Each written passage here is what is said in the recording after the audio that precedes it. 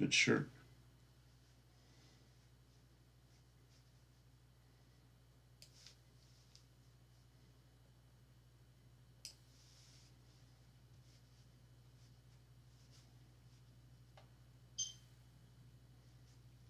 What happened?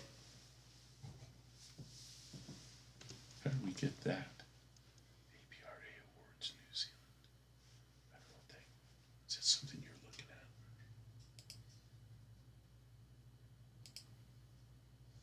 at? Can you fix the top jet?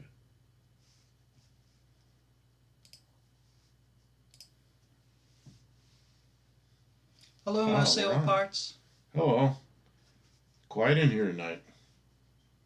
What time is it? That's not too bad. I thought we were going to be late, and we're actually pretty much on time. I was Kim was outside putting a bumper on her truck, and I bought a deck lid for the Valiant.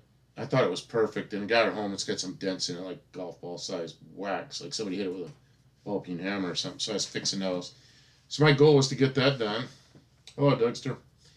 Hi, Dougster. My goal was to get that deck lid done, and it just didn't happen quickly. So it's to the point where it's needs to be finished, sanded, and primed, and then I can continue with the paint work. But we had to hustle down here to the house from the shop.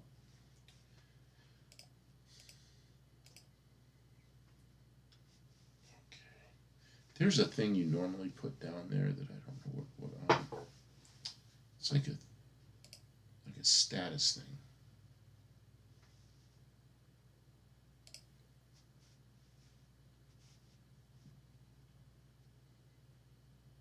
Iceman.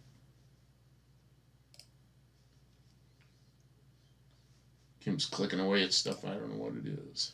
I'm sure she's getting the thing down there that I always look at. What are those? What is that? What are those things?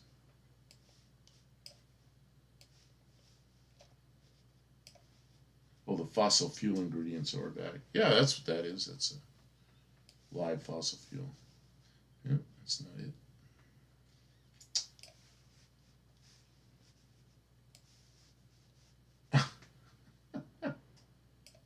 Barrows.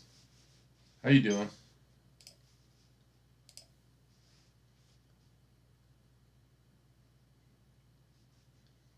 We're struggling here a little bit with David McNeil. Wow. I was just talking to somebody about you. Who was it? Who? Oh, I know. You know Raymond. Yeah, we were talking about something going on out there that you and I did. Now they're doing it again. so, so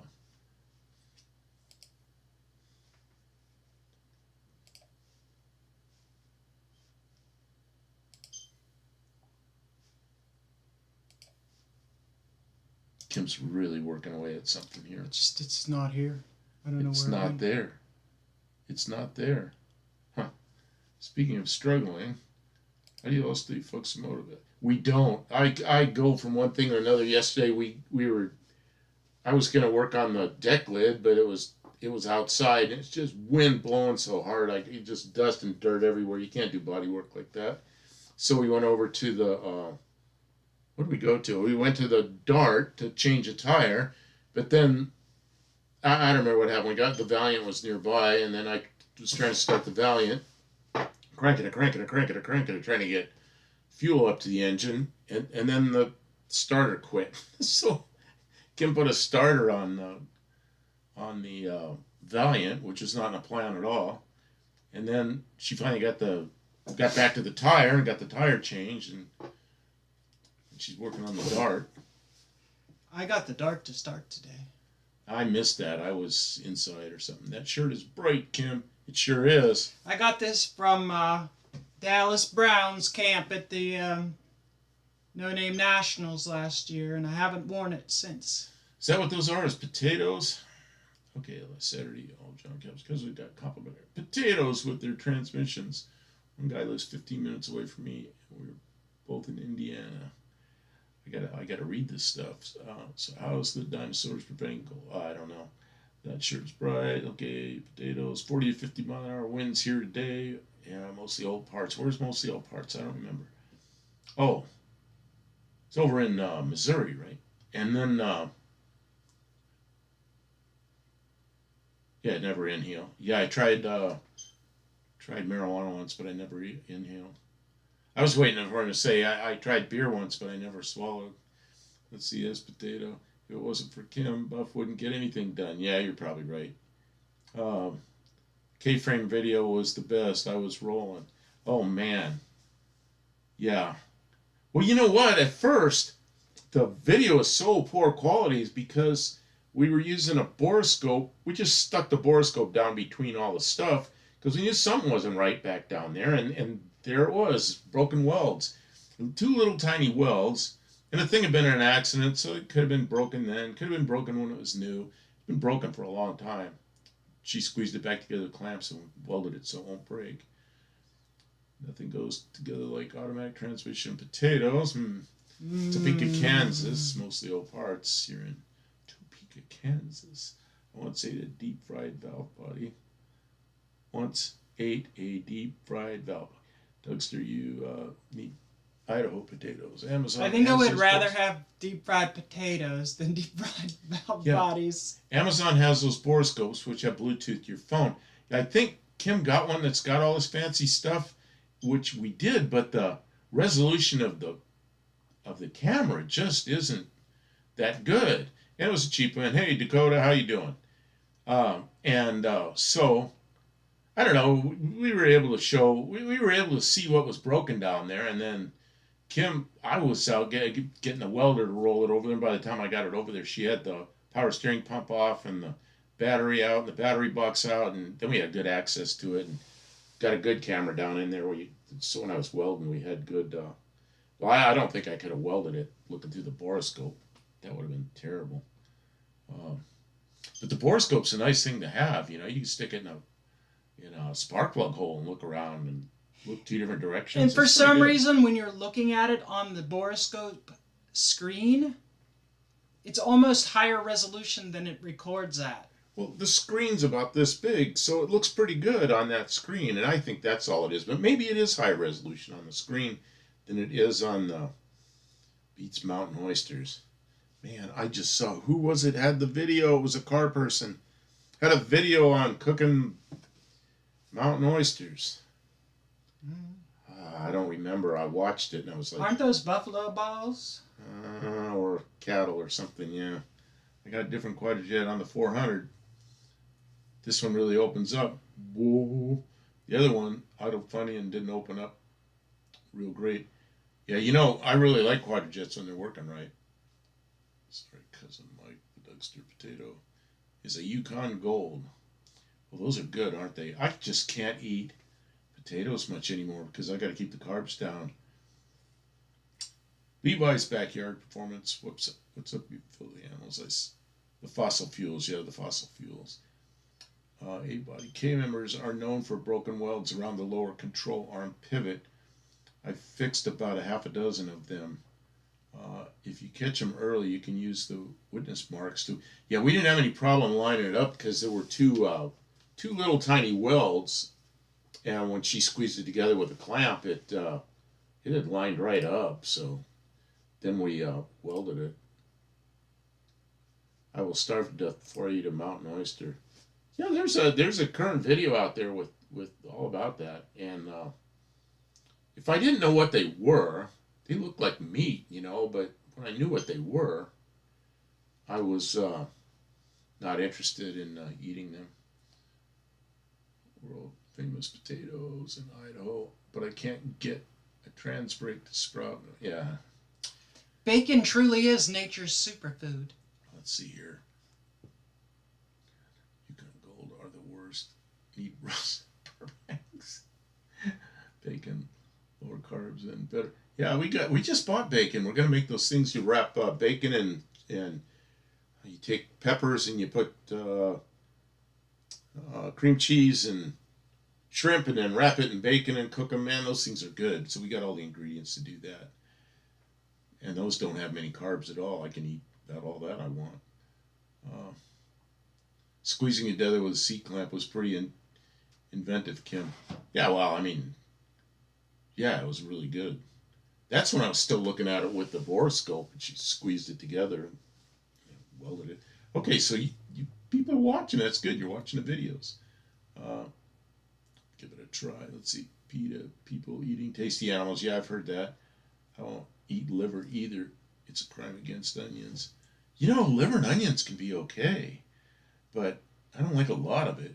Just a little. My mother would cook liver in a cast iron skillet. And to this day, I really don't have a taste for it unless it's cooked that way. See, bacon is a vegetable. Pigs make it from grass. Yeah, if you ever saw Uncle Tony's he started a new video channel. He only put like 1 or 2 videos on it, and he just continued on with his other one. But he's got a good video on that little tiny channel, and I should find a link and put it up to mine. And it's him eating. He says the animals ate the salad for him, and he goes through the whole thing how to make a good salad, and it's funny as hell. John Coke transmission case of cheap pot potatoes is a fan. So I grilled a couple of burgers a couple of weeks ago. Man, we got a grill. Kim uses it a lot. She cooks chicken on it, burgers on it, all kinds of stuff. Good, easy. And charcoal is nice, but propane, you cannot beat propane for convenience. You just turn it on and pop, and it shoots the fire, and then it's ready to go. Iceman, bacon wrap around a pickle, then bake it or grill it.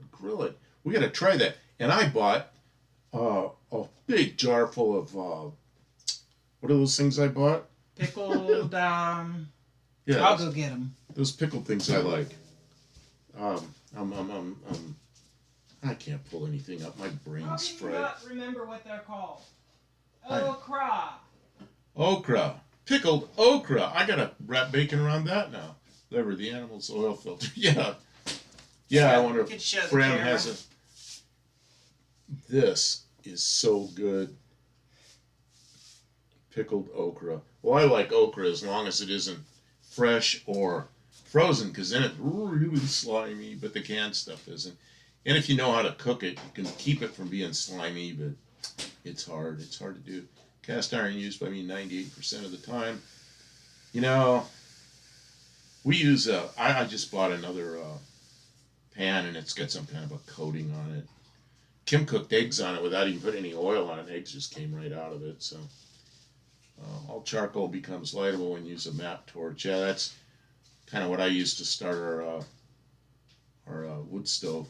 Black Iron Magic cast iron pans. You know, I've got to get some good cast iron. There's a company in Tennessee that makes cast iron. They give tours of the place and everything, and I'd like to go over there and see the place, and it'd just be fun to watch manufacturing, and then and then buy a good cast iron pan from local people. You know, I use chimney starter for my lump charcoal. 10 minutes later, I'm grilling with hickory. Goodness, you know, my son has 2 things he cooks on. One's a big smoker, and the other's some other kind of thing he grills on, and he uses nothing but charcoal. And he Dakota's time out. I always use cast iron engine block. That is, fried okra is dang good, man. I am a okra fanatic. Why are you and Kim so frazzled, Buff? Oh, I don't know. We just work because we were trying to get something done, and we're running out of time. And you know, when I retired, I said I'm going to take all the clocks out in the yard. I'm going to take my AK-47. I'm going to blast them all. Never see another clock. And you know, I sold the AK, and I didn't shoot the clocks yet. And now I'm retired, and I'm still bound by the clocks. You know, it's like just that's the way the world is. Buff Lodge Cast Iron, that's it. Lodge Cast Iron, they're in Tennessee. I want to go over there and go through the place. Hi, Colleen. I tried the pickles, but I tried the tickles, right. I tried the pickles, but didn't like them as much as I thought it would. They ain't bad. Yeah, pickled, I like them both. The only thing I don't like is the canned I really like canned okra, but it's got all this woody stuff in it. Sometimes you get a can that's really good, and sometimes you get a can that's got all this woody stuff. Sometimes it's sharp as needles. It's just wish the quality control was better. Well, that's why I got rid of the AK Iceman. Yeah, there's a lodge place that makes them just a few minutes away from me. Yeah, they're over there in that area of Tennessee that's pretty close to where you are, Dakota. I don't know if they're. I didn't think they were in Georgia. Cast iron is the king when it comes to skillets. Yeah, you already saw Colleen. Hello, everyone. AK. That's commie stuff. Where's AR? I've never owned an AR. But when I was in the military, so, man, I was in back, way back, and they were Vietnam era M16s, jammed a lot and everything. My AK, I had an AK for about 20 years, but probably ran 150 rounds through it and all that time. So, it was a good rifle. There's nothing wrong with it. Did you ever pick up a chug-a-lug mug? Chug-a-lug mug. What's a chug-a-lug mug? In a pinch, I wrap up wood chips in tin foil and stick it in the propane grill. Chips and Jack Daniels, yeah. Bear Rose, when you're talking about the wood chips, do you cook them like that to make them into charcoal, or do you do that to give it the wood smoke flavor? Harry, how you doing? Dakota's timeout says they're near Alabama and Tennessee. I thought they were north. They're south? What's that? Dakota's timeout. Oh, he's talking about the place that makes the pans. Scroll back a little bit because it's I'm 10 seconds away from Alabama and just a few minutes. Yeah, and the place is over there in Tennessee in that area. Yeah, I knew he was. Okay, you guys are going really faster. Oh, I know. The thing's scrolling so fast I can't keep up with it. Kitsy Fluff. Hello, have we seen Kitsy Fluff before? There, Iceman. The AK will fire after being in mud for a month. Yeah, or more. But an AR will make the 900-yard shot. My son is Special Forces guy, and when he was deployed in one of the deployments, some bad places, he had an AK he was using, and I said, man, where'd you get that? He goes, oh, it's a captured weapon. I go, oh. I said, well, which do you like better, the AR-15 or the AK? And he says, it's kind of like comparing an old Chevy truck to a new Corvette. I said, okay. And he goes, they both have a good purpose. So, okay, that makes sense. Gregor made a mug shape. I got a good mug. I'll show you my mug. Oh, a chug-a-lug. Oh, she's got a new mug, I guess. Not a new one, it's an old one. Man, this is scrolling by fast. You guys have probably seen them like this before, but this is my mug. Oh, that's a mug. That's not a WD-40. That's a mug. It's got mold in it. It's got mold in it. Well, let me put some demolder in it. Put some soap in there. Put some soap and water in there, and I'll wash it. I generally use the dead fall off the apple trees out back. Can't stand the taste of Jack Daniels. I like a Jack Daniels, just a shot once in a while, but I can't do that anymore. I finally left Titan and got something better. I finally left Titan. Titan! Who is this? Kitsy Fluff. I finally left Titan and got something better. Who is this? Kitsy Fluff. At Titan. The Titan in Ohio? Man. Oh no, they found you. Well, I know. I got an idea who you are.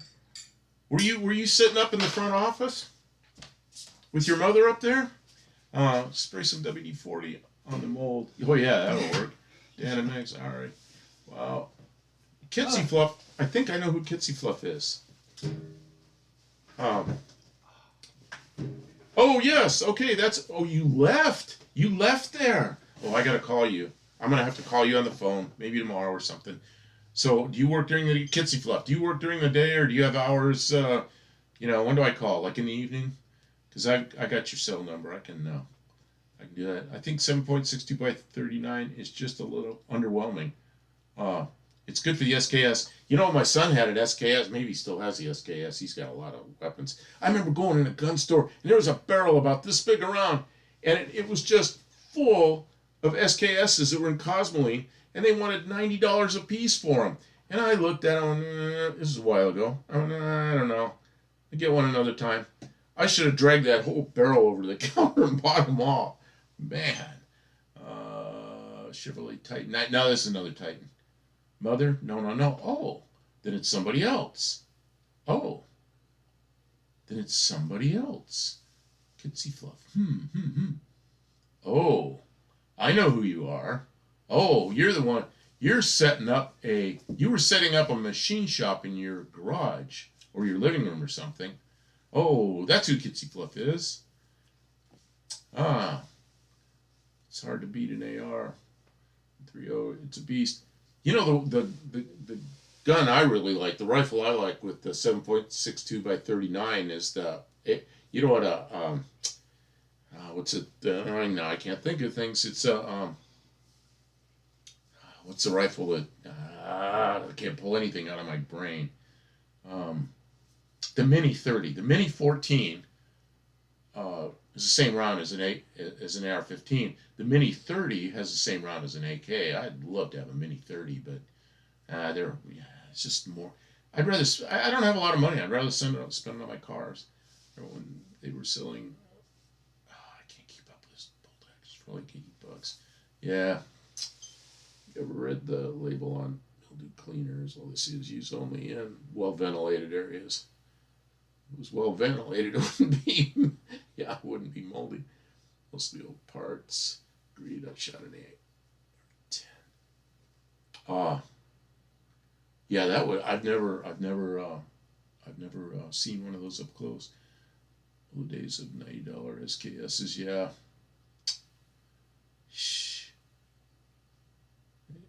I've got a nice new job that's 4 days a week and pays pretty well. Got some new machines and can make a lot more cool stuff at home now. You know, I know how to get a hold of you too, Kitsy Fluff. And you will probably be my machinist now because you made some really good stuff. You made some parts for wings that were 3-part wings. You know the ones I'm talking about, and you made all those. They were close tolerance fittings, and they worked well. I don't know if you know what happened, but they test flew those wings finally, and they certified them, and everything worked really well, and all the flight testing went well. But I'll have to get on the phone and talk to you. This scrolled by so fast. It's just stuff's disappearing. Iceman says it's hard to choose spend on the cars or the guns. We've definitely been spending on the cars the last couple of years. Cars and the tools. Yeah. I can't Cars, tools, and guns. I can't believe I sold my AK-47 after all those years. Mini 30 is the same as the 308, like the original M14. I thought the Mini 30 had the 7.62 by 39. Is it a 7.62 by 51? I don't think so. I thought it was a 7.62 by 39, but I may be wrong. I know a guy that has a Mini 30, and that's what he told me, but he could be wrong. I don't know. Or I could have misunderstood what he said. I don't shoot much center fire anymore. I'm enjoying badass Springer air guns. I've never had an air gun. I have a 22 right now that's what's that thing called? A G22? It's a bullpup 22. It looks like a mean looking thing, but it's a 22. But I haven't fired that thing in months. Kitsy Fluff, glad to know everything went well. Yeah, so now I know who you are. Man, it's good to see you in here. Thanks for coming. I hope you enjoy this stream. We try and keep it entertaining. Kitsy Fluff is a masterful machinist and CAD operator, and that guy can. If you need to get a hold of him, get a hold of me. And he's in Ohio, but he'd probably do machine work and ship it somewhere. I would bet he would, and pretty good. He was doing some stuff for me that was like plus or minus 1,000, and it came out real good. There was one piece he did that was off by a little bit, and I said, hey, I was looking at it. I said, this is bad, and it was off by like 3,000, and I could see it. It's because I turned it sideways and looked along there, and he went right over and made me another one, and but they all worked really, really well. Cars, Chesapeake gold, glass, guns, yeah. cast iron cookware equals smart investments. That 50 was awesome. I'm dying to buy it. One. So pricey. I You were correct, agree. Buff. Ari, what about you? Were correct, Buff. Oh, let's see here. You were correct, Buff, about something. I'm not keeping up with this. Not keeping It up ain't with easy. this. But yes, good material things, and we are entering in what appears may become an economic downturn. And if you do have some financial fortitude, now might be the time to really, really score some really great deals on some of those things that you really love, like a gun, He says I'm correct or about the Mini 30. car. I'm correct about the Mini 30. That's 7.62 by 39. And then, yeah, Alan Drab says SKS is 7.62 by 39 as well. Yeah, there are many times I almost bought SKSs and I just never did. And they got all this stuff you can put on them, make them look like, sniper rifles and things. I was going to do that to one of them, but, the cars and the airplanes came first. Now the airplanes are my past. So the cars come first, and then I've always had an interest in amateur radio and CB radio, and so I'm kind of getting back to that a little bit. As 22 goes, we got one. My very favorite Marlins here. Maybe come. Not sure what that is. Automotive really do cross. I'm going to start coughing. I got to get a cough drop down before I start coughing. And Dougster, you never want to scrub your cast iron skillet with soap, because you will ruin the. That's probably how I ruined one, because I took Scotch-Brite on a die grinder and cleaned it. I mean, you then only try do to that if it's re-season completely it. ruined in the first place, and then you have to re-season it from the start. But you should not do that between every use. The best way to build the best patina on cast iron is to fry it. Fry with it. To get a beautiful deep gloss black patina, use olive oil or grapeseed oil. My problem with olive oil is it burns at a pretty low temperature. And you go read about olive oil.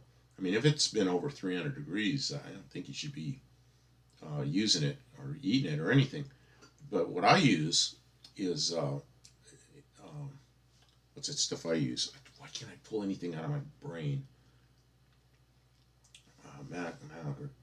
Carcano, yeah, November 22nd, 1963 there, Danny boy.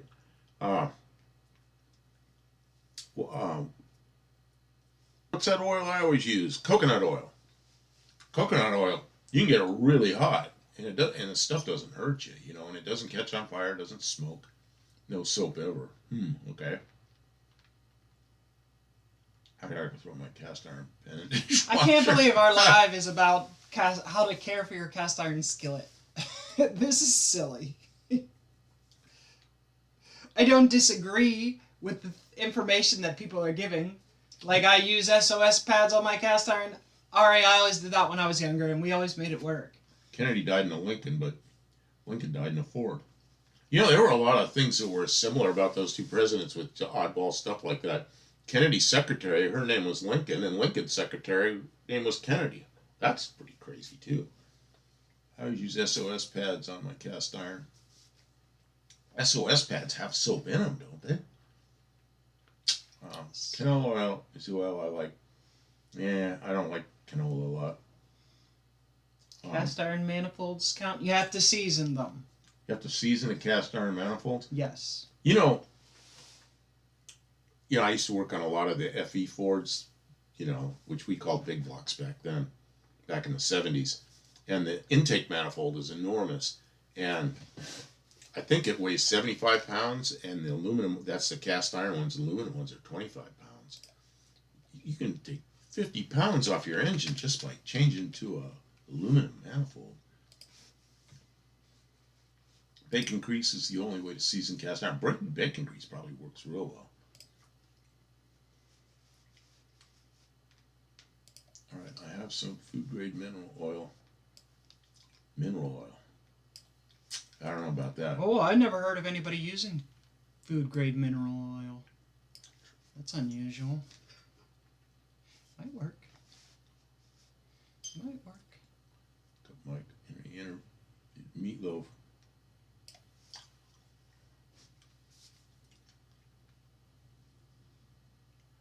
I wonder if you could bake. My beard.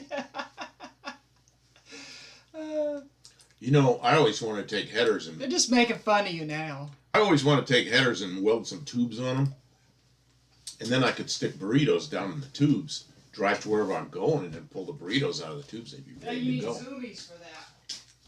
Well, you don't want the exhaust coming out those tubes. You just want the heat. You want the heat to transfer up into the burritos. We used to put potatoes on an intake manifold where the crossover, or the exhaust crossover was. Just being stupid kids, you know, and cooking potatoes that way. Well, what if you bake a potato at the exhaust manifold? Actually, the crossover on the intake manifold where the exhaust is, that works quite well. Just poke holes in the potato so it doesn't explode. But if I use coconut oil on my beard... Oh, man. David McNeil is a guy I work with, and he's got a beard that's... Once in a while he cuts it off, but then he grows it back, and it's enormous. FE is almost 100 pounds on the intake. Yeah, I thought they were 75, but I know they were really hard to pull off, and I know they were, you know, the aluminum's 1/3 the weight, so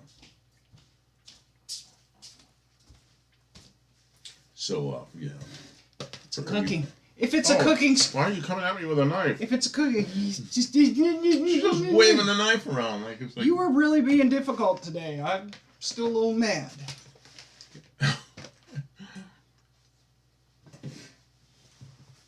Okay. Oh, it's called calyx, not cloys. Oh. Story with Milo. If you want to go down a real rabbit hole, look up Kennedy and maybe Beardsley. Oh, man. You know... We're not going down to Kennedy rabbit hole. The Kennedy thing... I don't usually mention politicians, but they fixed this so nobody that was alive then would ever know the truth. Really stinks. We could probably taste test that once. I recently had an idea to machine a little waffle pancake molds with cool patterns and custom logos. You know, that's a good idea. Remember, you did a part. Kitsy Fluff did some soft jaws for vices, and he found people to buy them. He actually made a product in a place where they were making airplanes, but he was making stuff he could sell and increase the usefulness of his machine shop, and that's a good idea. Well, what I was going to say about the soft jaws was he put he either did it or thought about it, putting custom logos on the soft jaws. Yeah, do waffle pancake molds with logos in them. Hell yeah! Next on Cooking with Kim. She's cooking, you know what she's doing is the peppers, and she's going to put cream cheese and shrimp and wrap bacon around it. Those are so good. This guy was selling an FE intake and carb for $2.25. I think he wanted $1 a pound. Yeah. Yeah, if it was a cast iron intake, I don't really want one of those. But you know, a couple of weeks ago, I had a picture of the aluminum tri-power. It was either off at 61,390 or a 62,406. Man, I love those things. Those are the engines I used to build. Man, they were fun. I mean, you know, because all we'd had were well, I had friends that either had Ford flatheads or Ford Y blocks. So I was one of the guys with the Y blocks, the fast engines. But then we got what we called big blocks then, which were the FEs. Man, were those great after having the Y blocks. The FEs were really nice to have. Did you tell them what we worked on this week? Well, it's sort of a 2-barrel FE intake now. Yeah. Oh, and that's a vehicle for syrup. Yeah, it's like, what were those things we ate yesterday? My brain is old. Can't think of anything. Artichokes. Artichokes are like a scoop for whatever you're gonna scoop up with them. Aluminum water pump housing on the Chrysler big block for the win. Chrysler big blocks are easy. The water pump just 4 bolts. It comes out. It was so nice to work on those in the small blocks. There's all these brackets attached to this big water pump. And the 429, the 460, same way. Take you hours just to get at the water pump. I think he's saying the aluminum one is a big win. Well, except it's not much. I mean, they're so tiny. It's 225. 225 is steep, but I sold you. Yeah, the shipping. Artichoke. Yeah, they're pricey. Oh, he's talking about 351 Windsor stuff. Right? Or is he talking about Slant 6 stuff? Right now I'm working on an upgrade for my CNC to have a secondary spindle. My home mill's is high torque but slow, so I'm adding a high speed on the side so I can, it's really good. You're going to have a good machine shop at home. Why can't all new cars be like that? 4-bolt water pump only. Only moments to change. Another car, a newer car where an engine I really disliked were the 2.8 and 3.1 GM V6s, like in the 90s in the A bodies. Those water pumps are easy to get at, and you could change them pretty quickly. But the best one was probably the big block Chryslers, and the book time was pretty high on them. I don't understand that. Hate them small block Ford water pumps on an option car. Yeah, the small blocks are pretty bad, but try a 429 or a 460 on an option car. Oh man, Mexican Spec. How you doing? I think I missed you. I'm sorry. He's been here. The stuff is scrolling by so fast, and I ignored you. I'm sorry. I didn't mean to ignore you. Yeah, I'm reading about every third or fourth. Sorry, Mexican Spec. I saw that you were here, but I didn't. She's over there cutting peppers. What? Those smell good. You guys are talking about stuff I don't know about. I don't know about none of these big V8 motors. We always just had 4-cylinder little junky economy cars when I was a kid. Slant 6 was the big motor in my day. It was even the corporate media departed. People forgot what sanity looks like. Yeah, whole.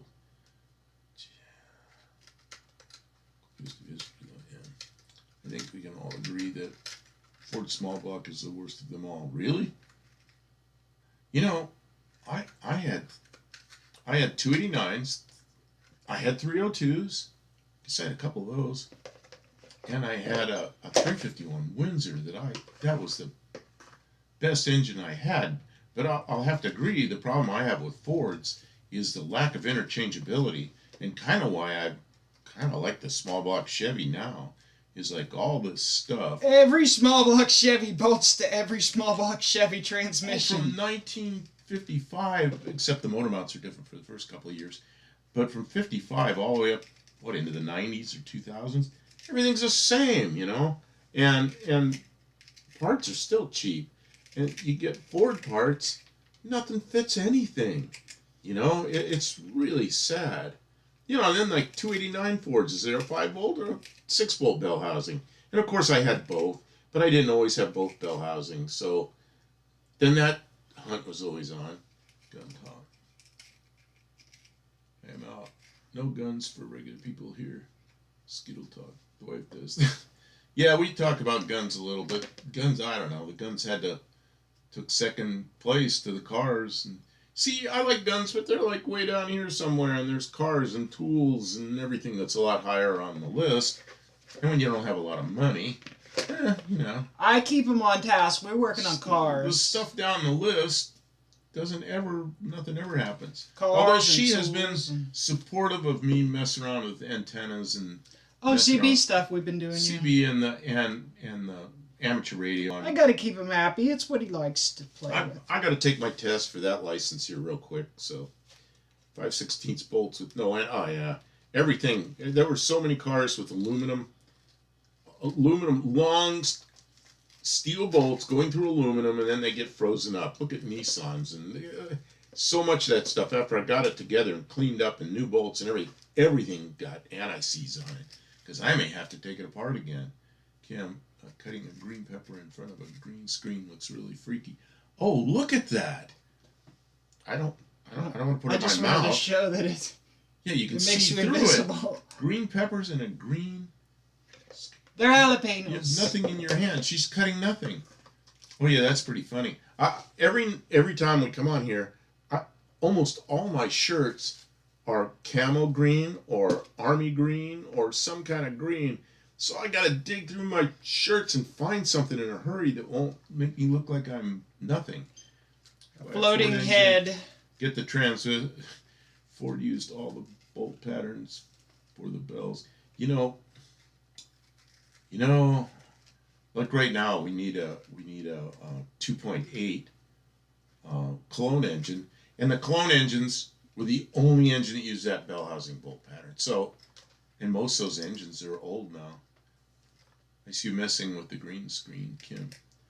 Well, she's cutting up peppers. She's cutting up. I don't think those are jalapenos. They're pretty darn big. Barrows with that Ford. I had that Bronco too.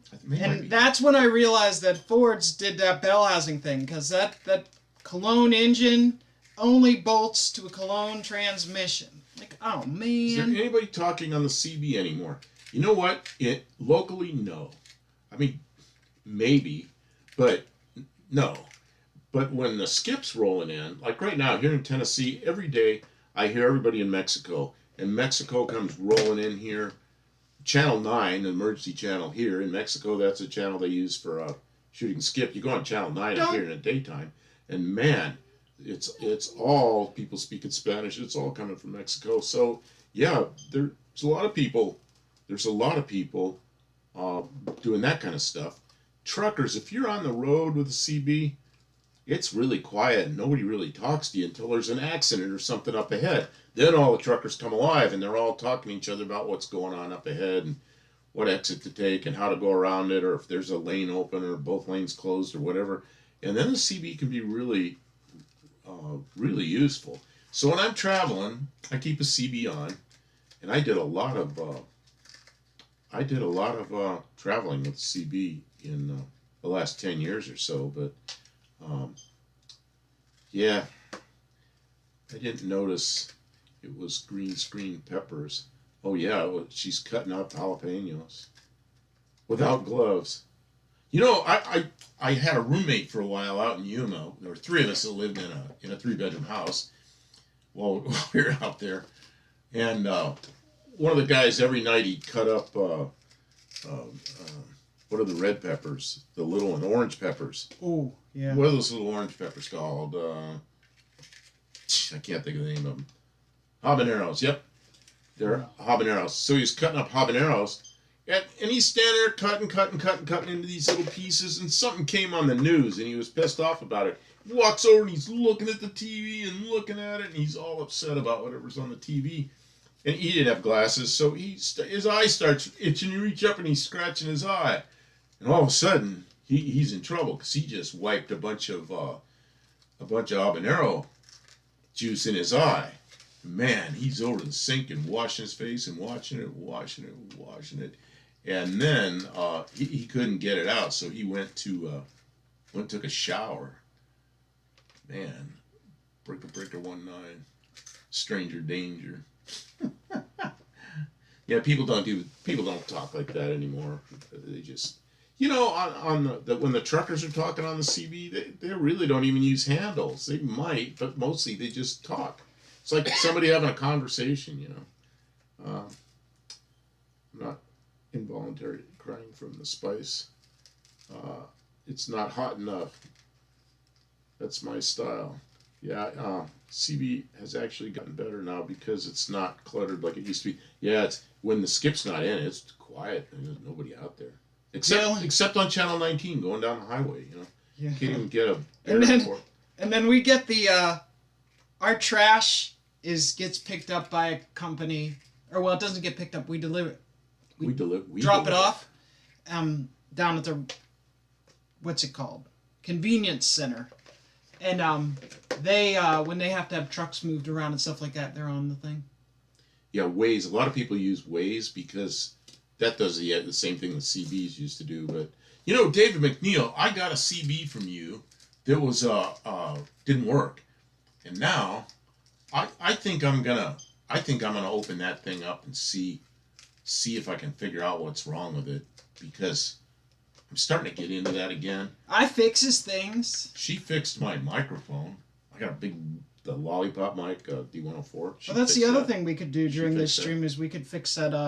We could fix CB signal. radios. The signal. I don't think anybody wants to watch us fix CB radios. They seem to just like being on and hanging out and chatting together. If it's burning by the time my ass sees it, it's too hot. Yeah, that's one thing about hot food. Sometimes it, it's gets you in both ends. Come on, ice cream. Always want to see the beaver. The beaver tail is acquired things. Jeez. In the 70s, it was worth it to look. Not anymore. A trucker would see two chicks in a T-top Corvette. That was a beaver alert. Yeah, we used to have beaver alerts. I remember that. Eat ice cream with it. Yeah, we need some jalapeno ice cream. That's a Cheech and Chong thing. He's eating spicy food, and then he's in the bathroom later, and he's like, "Oh, come on, ice cream!" Hey, if you got a lot of delay, look down and see if that red line is back a little bit, and you can push the red line forward and get it caught back up again.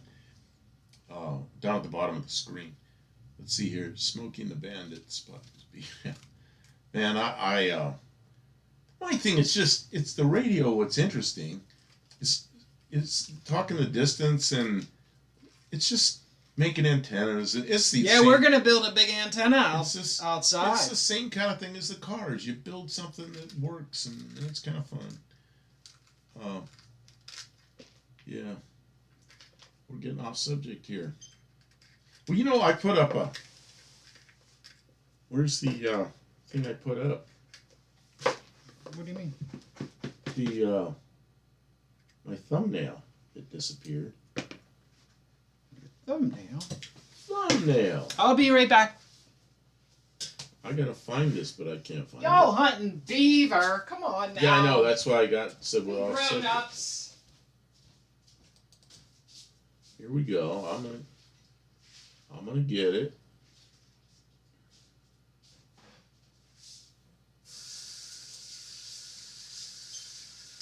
Oh, Kim, you turned off the monitor over there where my stuff comes up. No, it's on. Okay, well, my stuff doesn't come up. Is the thing going over there? Well, you have to drag it over there. Well, I clicked that and it didn't come up to anywhere. Now I don't even see it. Oh, there it is. It's over there. Okay. So how do I get it? I don't even see it here. Oh, there it is. There it is. Oh, now I got it. Okay, now all I got to do is get it up to the screen there. Kim, I'm not sure. I don't know how to do that. You're going to have to do that. All right, just drag it over there. I don't think it drags over there, does it? No, I dragged it over to that other monitor, but I can't get it up on the screen. Oh, yeah, I got to do that. Yeah, you got to do that. She's in the kitchen washing jalapeno juice off her hands before she puts it in her eyes.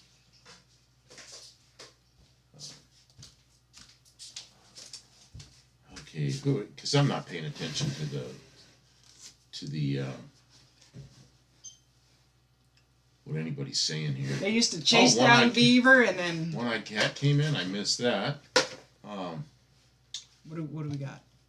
We used to trap and scare. Okay, I'm done with beaver talk. That thing right there.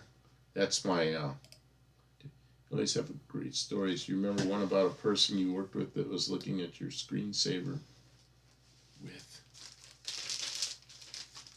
Where is that? He took it away. Did you kill that? David, something about the screensaver, and then he took it away. I wanted to see what that was. Okay, see, how do we get that up a little higher so they can see the vehicles? There. That's a picture I've had around for a while because I found it online with old used car lot, and that's how I remember things. When I got my driver's license, I got a used car lot. That's what it looked like. You know, cars like that were like $295, $395. they were. That's just how it was, you know. Yeah, look at all those cars. The 65 Dart, 63 Ford, 65 Chevy, a Thunderbird that's 61, 2, or 3, don't know which. 64 Ford, that's what I had. Man, there's so many. Yep. Oh, yeah, it could be a 62 Thunderbird. I can't tell the difference of what year those Thunderbirds are looking at the front. They're 61, 2, or 3. I have to look at the side before I can figure that out. Cobra LDD with a mic plug on the side. Yeah. Okay, let's see. I gotta go back. I gotta scroll back. I've missed so much chat that I can't. That now I got two Mises. Because oh man, I know David McNeil said something. I think it disappeared. I think it disappeared, and I really wanted to see what it was. He said something about a screensaver. See, he and I had desks that backed up on each other, so there's like a little wall between our desks. So used to like talk between the wall, over the wall, and yeah, there were David McNeil and I had a good time at work, and then that was in Maryland, and then he and I also worked together out in Yuma, and he and I worked together real well. Lincoln in the back, yeah, I saw that Lincoln, old '60s suicide door Lincoln. Yeah, that '62 Chrysler, which I thought was a '63, could have been a '62. That almost looks like my backyard. I mean, it almost does look like our lot. The couple of them. We got a 66 and a 70. Is yours a 71? What? What's a Valiant? My Valiant's a 72. Two. It's much newer than 71. My mistake. The 62 had cantilated. Yeah, 63. That's what I thought. It was 63 Chrysler. And then the 64 looked almost like that, but it was a little different too. 62 Chrysler, 68 Cat. Yeah, the money was spent on a new channels. Who's? Somebody texted me that I talked to him later. 12-foot tall windows. Good store, good looking girl walking by. Store manager would snap. It's a different world. I was thinking about how it was 50 years ago, and it's like, it's a different world. You almost can't speak about anything now or say hi to anybody. It's like you say hi to a woman at work, it's like harassment, you know, instead of just saying good morning. You gotta be so careful. It just sucks. Let's see. Red would look white under a contrast filter. You know, back then, everything except my dad took some color slides, but almost everything was black and white. 60 Tempest next to Chrysler, 65 or 66. Yeah, there's a 65 Galaxy back there. I saw that. I had a car older than me. I had a 53 something. I think my King Midget was a 53. It could have been a 54. I was born in 54. Your King Midget was? I didn't know they made them that long ago. Oh, they made them in the late 40s. There was a single-seater King Midget, then the second gen, which I had, which is 2 seats side by side. And then in like in 58 or so, they came out with a funny-looking squared-off body. And they made them up to like 67. So there's 3 generations. And mine, I think, was a 54. But it could have been a 53. First airplane I rode in was a 52. 52 Piper Tri-Pacer. And the guy let me fly it. Man, that changed my life. Obviously, black and white photo happens to be one of my areas of expertise. See, my father taught me to work in a dark room with a safe light. And I was a little kid, and I worked in the dark room with him. And that was all, of course, that was all black and white. And then when I was in the Air Force, we had a hobby shop and a guy that was doing color. We went in the dark room in the hobby shop and did color. There's no safe light. Everything, you just do everything by touch and feel and know what you're doing. My dad's old Lafayette is a 29 channel, probably a 23 channel. Oldsmobile at the end of the line was 67-inch Valiant behind. Yeah, I'm not sure all the way down at that end. Look up Cal Worthington. We were just talking about that. You not only had prices, but real license plates on the cars. Oh yeah, California, the license plate stays with the car. And I grew up in California, and when I left California, I couldn't believe people took their license plates off and put it on the next car. I'd never seen such nonsense. Because you could always find an old car with the license number. And now, or in California, that's just the way it was. And, yeah, the license plate identified the car, not the person. Speaking of black and white cameras, I was just reading about how Technicolor worked. They had 3 black and white cameras filled with color lenses. Man. That's cool. I didn't know that.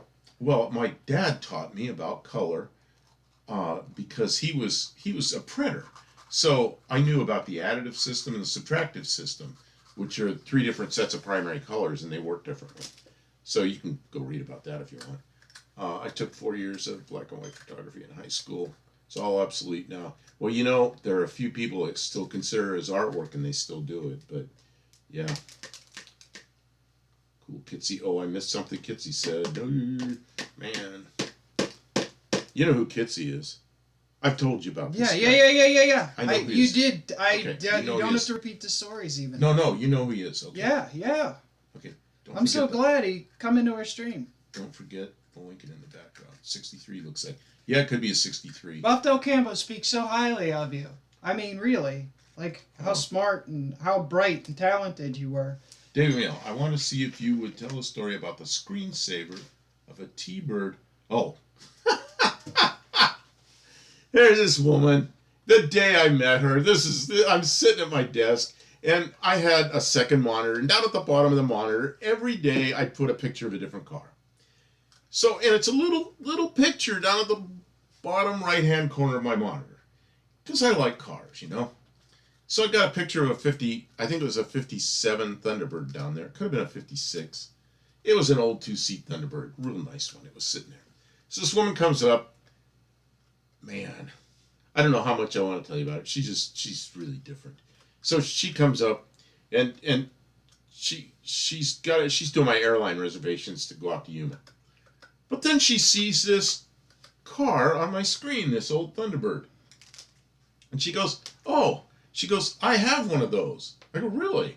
She goes, yeah, it's, she told me what color it was. And she goes, it's got air conditioning. And she tells me what kind of radio it has in it and a stereo. And she's telling me all about it, all these details. And I said, you ought to drive it in sometime. I'd like to see it. And she goes, oh, no, it's a model. It's like, it's a model? Too many details for a model. Oh, man. Yeah, this woman was a little odd. I've actually been around here for quite a while. I'm just not usually around for the live streams. Oh, well, good. I'm good to hear that. And a bunch from the police darkroom. Also unscrewed the ventilator in the door of my junior high's darkroom. One time I was escaping queer bashers. Thus I got put to work. Okay. Great story. Yeah, David McNeil, that story about the woman that comes up looking at my Thunderbird. She was, I do not explain what she was like. It's just an odd character. A really odd character. Well, everyone's different. Moving on. Yeah, I want to tell, I could tell like 30 stories about her right now, and they probably, yeah, I shouldn't. Yeah. I basically grew up in the 80s movie. Oh, man. David McNeil. There's a place over here in Arkansas. Did I tell this story on here? I think I may have. It's a bait shop just inside Arkansas from Tennessee, and inside the bait shop, there's a guy in there that's Make sandwiches. He makes sandwiches, the best sandwiches you ever had. He's got a grill. It's great. So I told David about it, and he was on his way from Yuma driving a truck, and he's coming back to Maryland. I said, you got to stop in this place. Well, he stopped there. It was Sunday. Well, it's Arkansas, Sunday. Everything's closed on Sunday. So he didn't get to eat there. So now he says he's got a big camper, trailer, nice truck. he says he and his wife are gonna just find something to do in eastern Arkansas so that they can go to the bait shop and eat. I said, "Do you do that? I'll drive over to the bait shop and we'll all have lunch together." It's this place. It's if any of you are in Arkansas ever on I-40, exit 265, and I remember it because that's the original small block Chevy at 265. You take that exit. There's one place there. It's a bait shop. You walk in. It's kind of a cruddy looking old building. You walk in there. There's a guy. First of all, there's going to be a dog up on the counter up where you pay for everything, and the dog just sits there and greets everybody. And just a nice little dog.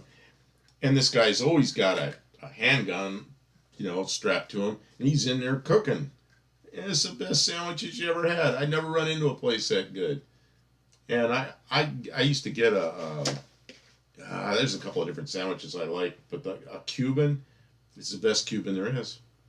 You go to the best Cuban restaurant in Miami, it's not going to be that good as this hillbilly guy in exit 265 in Arkansas. I finally saw better up. It's you man, John Hughes did a lot of documentaries on us for sure. Barrows, yeah, that kind of thing. All right, also I can totally identify with Grosse Point Blank. See, I don't know what all this is. I assume those are movies. You'd laugh if you know what the last movie was I went to see. My youngest son, Danny Boyd, exit 265, I-40, Eastern Arkansas. The best one you'll ever have. And he's got a smoker there and smokes all his own meat. It's amazing. Guy is amazing. So,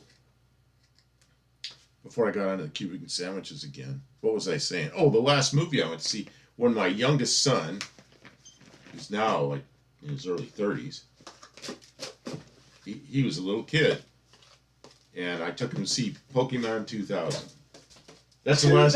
That's the last movie I went to see at a movie theater. Years ago. Oh God, yeah, Cuban. Hold the communism up. Yeah, Cuban sandwiches are. I got a Cuban friend who he and his family escaped. I think I told you about this from Cuba in 1964 or 5. So I met him. I met him in 1965 in South Dakota because his father got a job there. Teaching at the university, teaching Spanish at the university. But he lives in Miami now. I got to go down to Miami and see him before we get any older because we're both 70. His name's Andy. I got to go see Andy. So he was my Cuban friend. And he ended up in South Dakota for a while. Then they moved to Miami, of course. That's Cuba. That's the free Cuba. So, yeah, I got to go there. I got to go see him. Good guy. Really, really good people. They're good movies to see if you want to understand Jack's Pop. Yeah. I have enough hard time just getting done what I got to get done. Fast Times at Ridgemont High is good for that, too. It's a classic. Really shows how young I am for those that don't know. Yeah, Kitsy Fluff, you're a young guy, but not... There's guys on here younger. Yep. Jesus, learning Spanish from a Cuban. The students probably yelled. You know what? You know what Mexicans expect? I lived in Yuma, so a lot of Spanish-speaking people there that are of Mexican descent. A lot of Spanish-speaking there because the families were always there, and it's just the borders were drawn long after their families lived there, and then I had like 4 or 5 friends that had moved there from Puerto Rico. So there's Puerto Rican Spanish and Mexican Spanish. And yeah, it's different. It's like listening to somebody from London, England and somebody from Texas, and their English is completely different, and the Spanish is a lot different. Although they understand each other. We'd all go to Mexico and they were fine.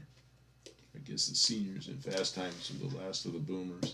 Man, I had a friend that was a boomer, and he always claimed he wasn't. But he was born in '59. He goes, I'm too young to be a boomer. I go, no, you're a boomer. I'm so allergic to those things. I can't even touch them anymore without breaking out in hives. What's that? And stuffed bell peppers is one of my all-time favorite dishes. Yeah. Oh, these things, these clear things, these clear peppers she makes. See, hold that up. It's a clear pepper, I bet. Yeah, you can see through it because of the green screen. That's a green pepper, not a clear pepper. It's a green pepper. It's an invisible pepper. Where did we go? In the early 1980s, the Daisy-style mags were the only mags they could get, I guess.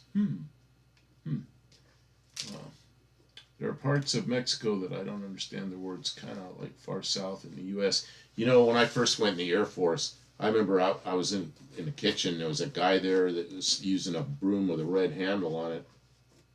This guy from the south starts yelling at him. And I knew it was English, but I couldn't understand much of what he was saying. Other than, I picked out a few words, but I figured out the brooms with the red handles were to only be used in the latrines, in the bathrooms. And this guy had a red handle broom in the kitchen.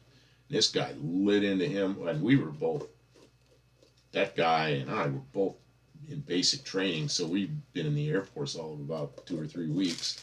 And, you know, all that happens to you at that point in your Air Force career is you get yelled at. And we were getting yelled at. It's weird we can see the screen behind Kim when it passes in front of her face. Yeah, it just disappears. That's pretty funny. Oh, somebody yapping at me here. I should probably look to see how many R's in Warsh. Yeah. I had a friend in the Air Force that was from Southern. All of them. All of the R's. Oh, so much going on. Warshrig. Okay, that's not what that is. I gotta look to see what all these. No, you don't. Oh, I see. We're in the middle of a live stream. Okay, it's somebody on the live stream that's texting me. Texting? Okay, so. That's not fair. That's Kitsy Fluff texting me while I'm in a live stream. That's not fair. You're circumventing the system. I was in Georgia yesterday for a connecting flight, and a couple of the southern accents I heard could barely. Well, that's because you don't travel enough and you weren't in the military. Once you're in the military for like 10 years, like I was, there isn't an English accent that I can't understand. Now, there is probably an exception. People from South Africa, that their first language was Afrikaans, and they also speak English there. Man, I have a rough time with that. But I can get through it. I met people from South Africa it was a struggle, but I get through it. And as far as English from the U.S., I don't have any problem. And of course, Canada, that was pretty easy. Just learn Washington, Washington. Feeling better from the crash. Oh yeah, what's going on? Oh yeah, Colleen, what's going on with your van? I have a guy from Guatemala asking me for a square body round eye. He has to go to Alabama tomorrow. I asked if he can understand what they say. He said now yes, but before not at all. Yeah, we're like just a stone's throw from Alabama. Creole is tough. Oh yeah, in Louisiana, there's two. What are the two? Creole and I can't think of the other one. I got friends in Louisiana, Eunice, Louisiana. I go down there, and the car dealers on TV, it's almost like they're joking with the accent. I go, is that real or is he joking? They go, no, that's real accent. Some guy in there talking about all his cars down the line. I've been around quite a bit. But the South is kind of the only area I've got very minimal time visiting. Yeah, South Africans speak some of the best English on the planet. Yeah, but sometimes I can't understand it. I do understand it, but I got to really pay attention. Here's Bostonian. Where's the gravel? Answer. Well, it's like this. Someone telling you about their whole day. Excuse for something else. You know, the one that really, the one I really laugh about in the South is what I would call a water hose or a garden hose. And what do they call it in the South? Hose pipe. Why do they call it that in the South? I thought that was European thing. Hose pipe.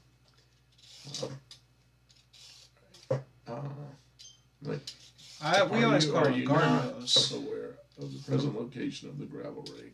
Good, so to speak now. Alabama, Forrest Gump. Yeah. After I learned Japanese, I swear I started mishearing Spanish as a weird. Man, you speak Japanese. I've forgotten. Japanese, yeah, it's like, there I am speaking Russian, he's speaking Japanese. What? Kitsy Fluff. He's from Southern California. Grew up in Southern California. Don't tell people. Then he moved to stories. Ohio. And that's where his shop is now. And, but when I met him, he'd already learned the Japanese.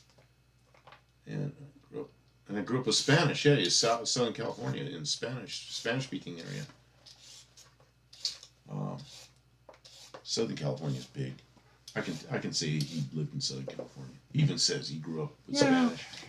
Bostonian called folk a lot. Marine brat. Let's see here. The last video was Chilling Bad Hair Day. Roy Bailey.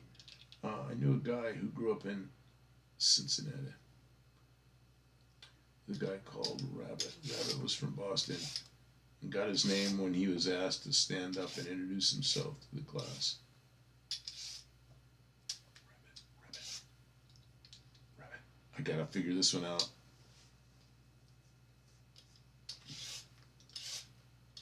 His actual name was Robert. Okay, yeah, Rabbit. It was Robert. On TK's garage when TK gets pissed off, I hear his inner muscle comes out, his old dial changes. Oh man. Where were you, Mexican spec? Only people back there knows about massholes. You go up into Maine or even into New Hampshire and they call them massholes. You good, can't dox me with only the finance company wanted to give me $17 for my van. Oh, insurance company wanted to give me $17.41 for my. I said no. Got $3,600 and got paid $28 for a 2003. Mine was a 2005. Buy it back for $375. So now I have a parts van. So were you able? You were able to get. Sounds like she was able to make. You did get the 3,600, and you got a 2-year-older van, which I guess at that age, the year doesn't matter a lot as long as you're happy with the van. So now you have a parts van, and those were, what were those, Mazdas? I think those were Mazdas, I'm not sure.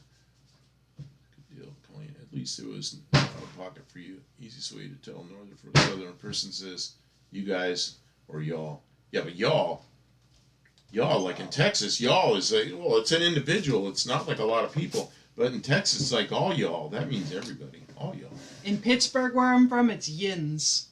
Yins. All yins. Yuns or yins? Yins. Yuns. No, yuns, it's yins. I should have meant like chicken, actually. Always buy it back if you have room, yeah. Get hurt at all. Okay, I said I'd be back in 20 minutes. Here I am. One-eyed cat, you're back. Don't threaten us. Parts interchangeable. That's a good thing.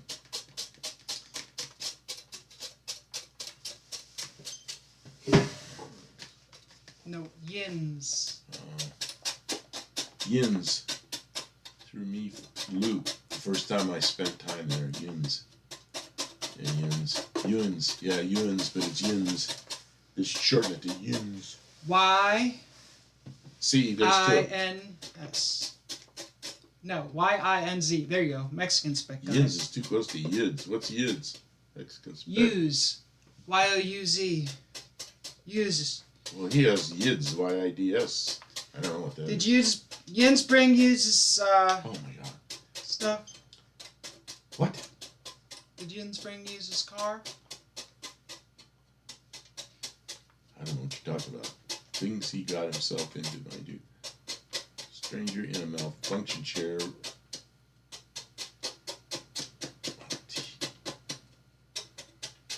Okay, I gotta show you something.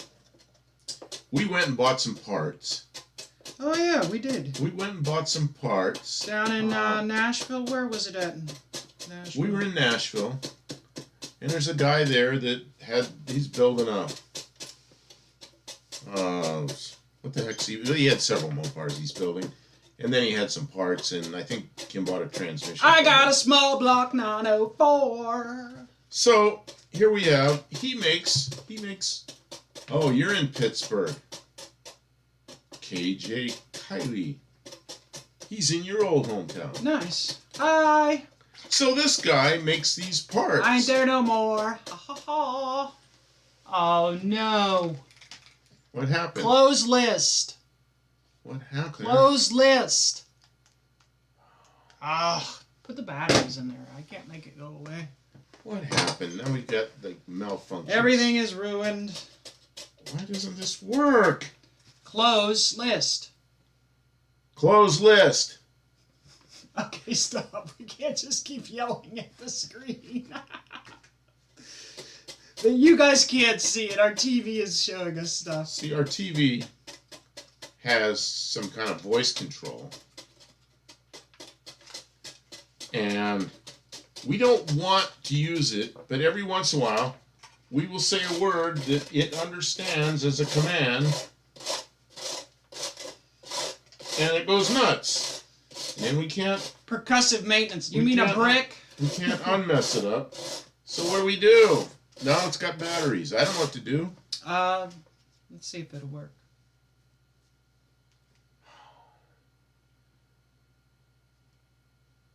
Jeez. Yeah, here goes our whole thing because of stupid voice command. So now I have no idea what's going on.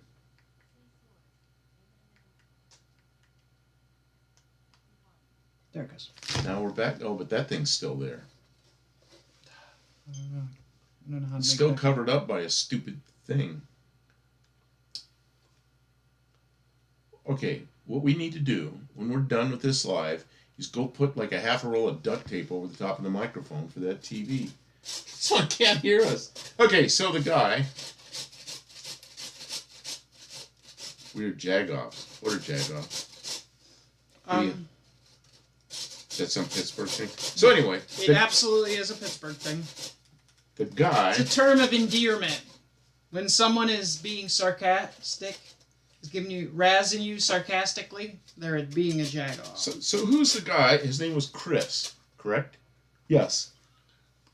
The guy in Pittsburgh, his name is Chris, and he makes these Yeah, things. with WAF Racing. WAF. And I don't know if it's WAF or WAF. He makes a screwdriver that looks like this. You can't read it because it's black, but it turns to different positions so you know it's meant for carburetors, and so you can keep track of what you're doing to your carburetor by how you turn the part on this screwdriver. It's really cool. Although I'm going to ask him to make one that's a different color than black because it's kind of hard to read because it's black. Well, I got this white marking pen. We're gonna She's make fix it nice. And then this thing he makes goes on top of the carburetor, and it's got places for all the spark plugs so you can keep them in order, and it's got a place for to put the jets and things, and it's got a place for all the different tools you use. Yeah, the jets could go in here. It's meant for tuning your car and not losing the stuff like down the carburetor. Or He said he's on Instagram. WAF Racing. WAF, W-A-F. He also has a website that's just WAF. I think it was wafracing.com or WAF. Yeah, it's WAF Racing. I gotta check. He's got some good stuff, you know. And I wanted to give him a plug here because he's a good guy and he's a Mopar guy and he's fun to hang out with, and he and his wife are both into Mopar race cars. Oh yeah, there he is. Oh, you're gonna. Oh, you can't see it on that one. Let's see. You can't bring it up, huh?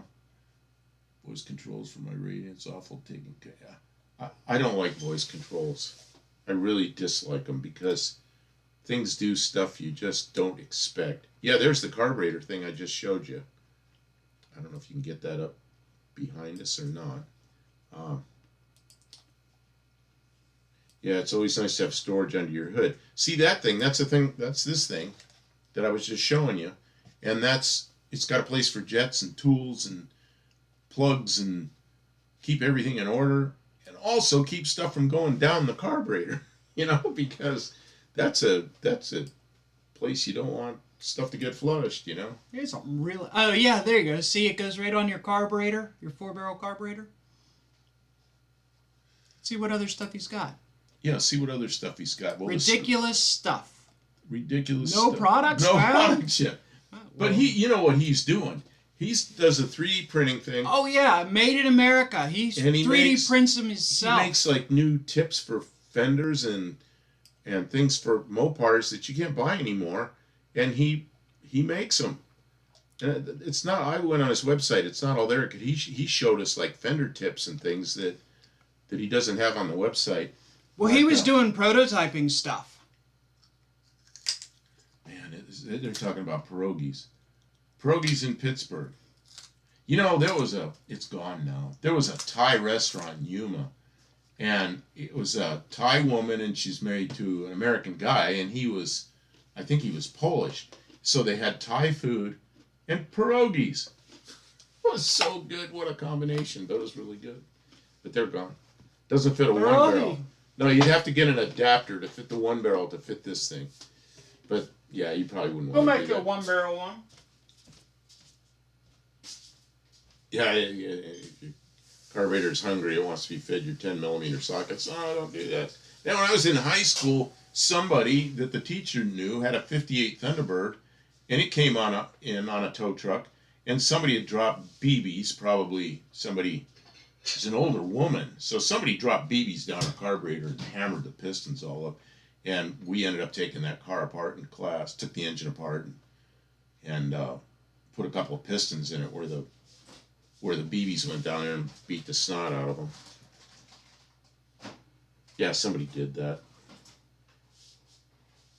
That's how Kim stays so thin, eating all those vegetables. She eats pasta, she eats bread, she eats potatoes, she eats all the stuff I can't eat. And I gain weight and she loses weight. I'm amazed. Why do you... I'm always working. What? You're just thin. That's what... Wontons are like a pierogi. Wontons? Every culture throughout the world has a pierogi. Dumpling. Well, sort of. One of the things I like, the one that... Yeah, ravioli. What's the Russian name for ravioli? Is I should know it. I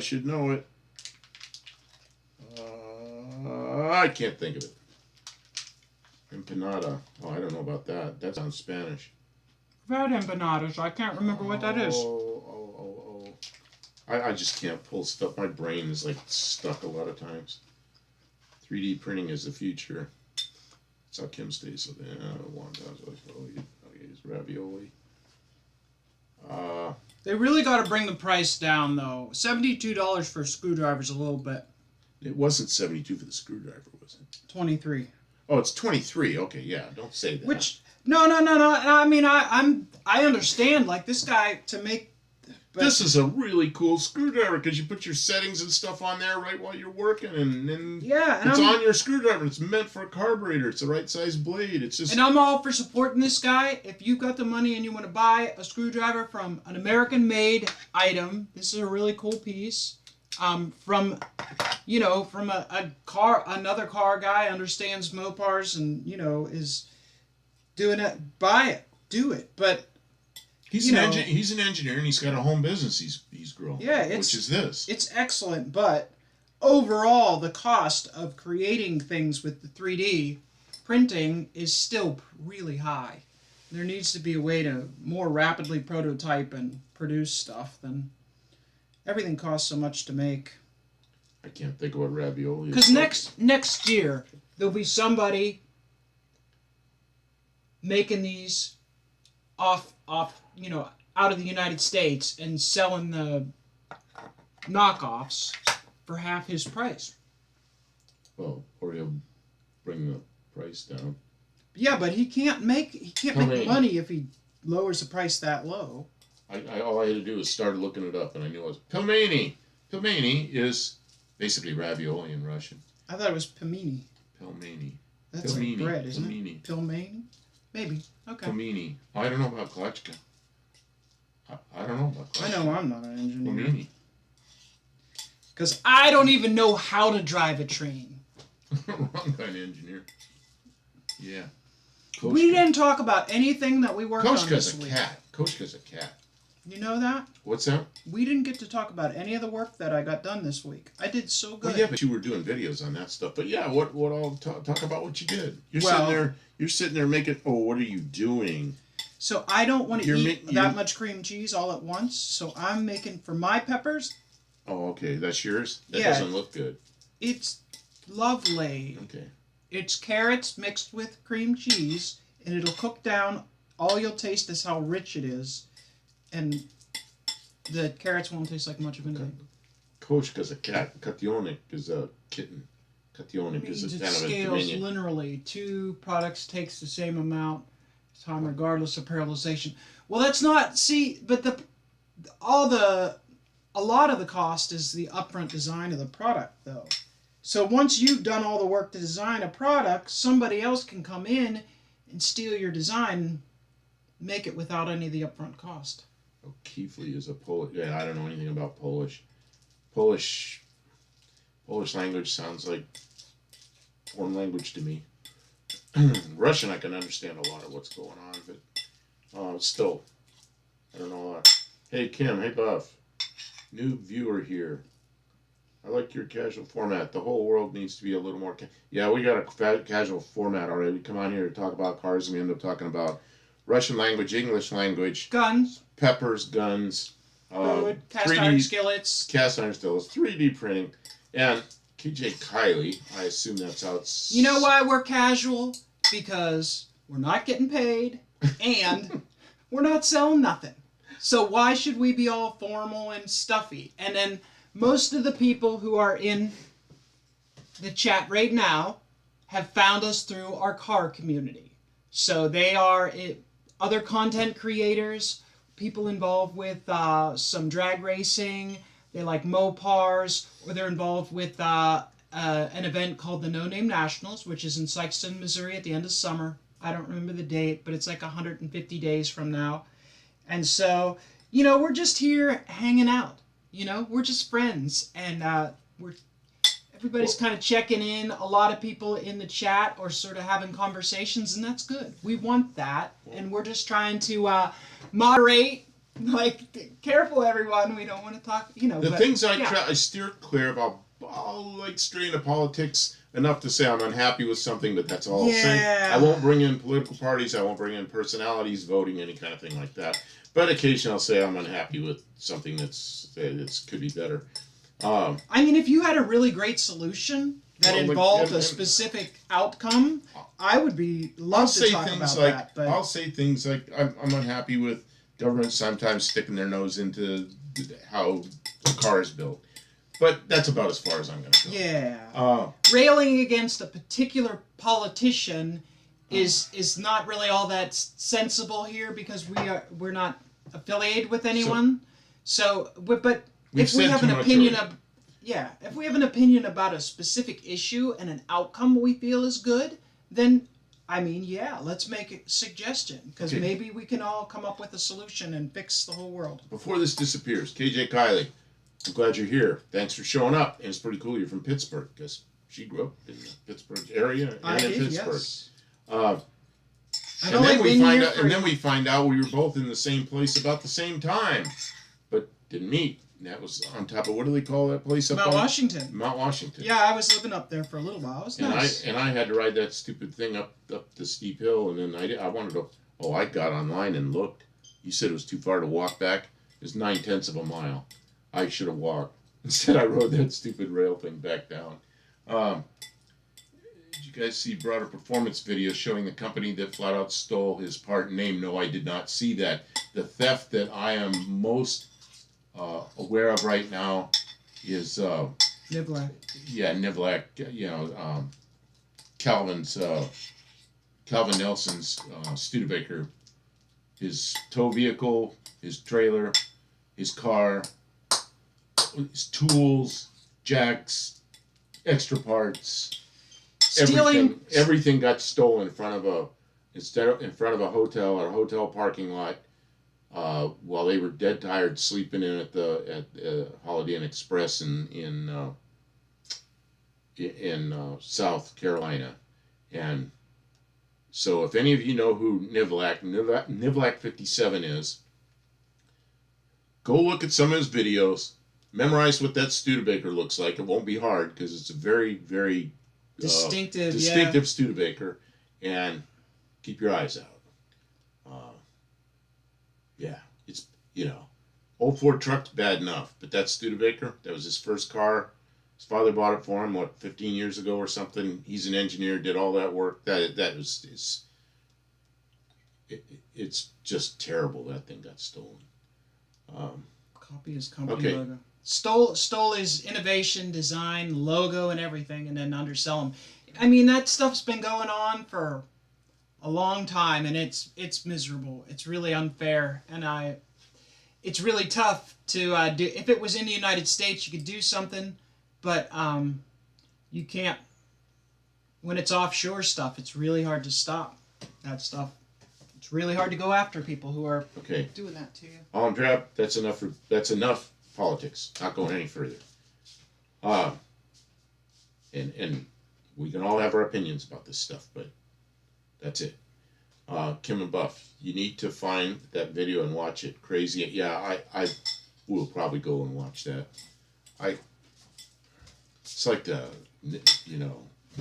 I almost hesitate to watch it because I would be so mad. Calvin Nelson's car is just sickening. That was part of what I was thinking of when I was real pissed off the other night, because we were trying to protect our tow dolly from getting stolen, because here...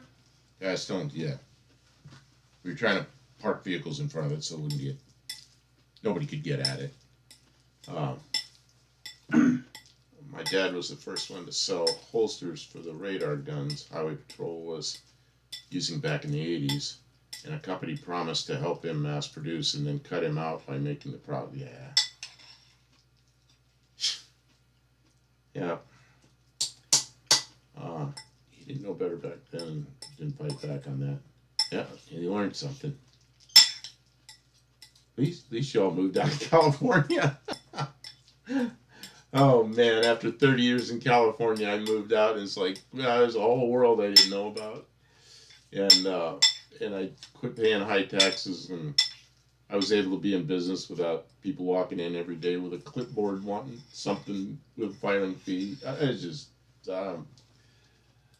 California is a nice place geographically, but man, it can be rough. It can be rough sometimes. Yeah, you gotta make sure people don't steal your stuff. Yeah, the world's always been tough, and sometimes it's just a really ugly reminder of how difficult it is and how nasty bad people can be. But the world is full of bad people, so we have to remember that. We have our community, the people that we care about and we trust, and we take care of our own.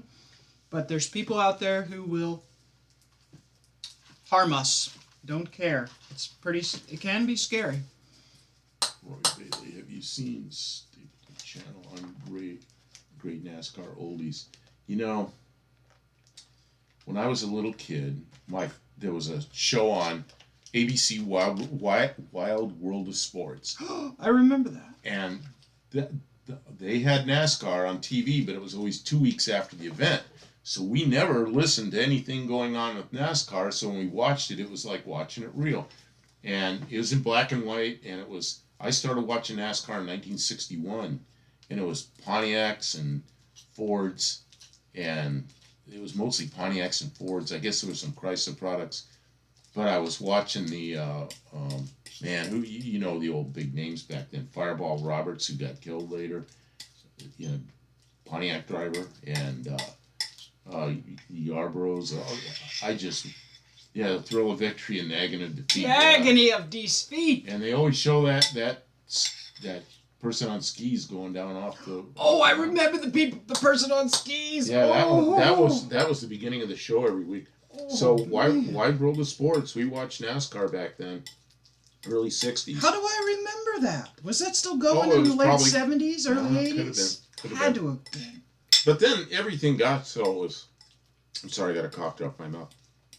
Everything became live, so that became, insignificant. We watched everything live. See, but you can't watch it all. Put a signature hidden on it somewhere, because too many people were taking credit for our work, and then they would buy it. Yeah. Powerbomb was burned to death, ironically or not. Yeah, I think that was in '63. I think. I remember when it happened, but I can't place the year. I was a kid. So my experience. One thing I hate doing, and that is shaving. So Mexican Spec, do you have like a giant beard? I don't know. I've never seen Mexican Spec. He was on, I think it was on Uncle Tony's garage one night, and he just had a green screen with nobody there. He was clear. So When? he was, I don't know. I think it was Tony. He had like 3 people on. I think he had it was a holiday or something. He had all his mods on. And Mexican Spec was on just a green screen because that's him, Mexican Spec. That's what you see. And I guess he hates shaving, so maybe he has a beard. Although he told me how old he was, that surprised me because I thought he was like 20 or something. Because I'd heard his voice. Where did I hear? I heard his voice somewhere. So I thought he did a video showing some cars, and I could hear his voice in the background. So I thought he was much younger than he was. So you're a young sounding guy. No, not a giant beard, but I'm too lazy to shave often. I can't go meet a client with hair on my face. Well, I have some hair on my face. I used to have a big, very dark, almost black beard. And then I turned blonde. I guess it's gray. I finally shaved off the beard and left this.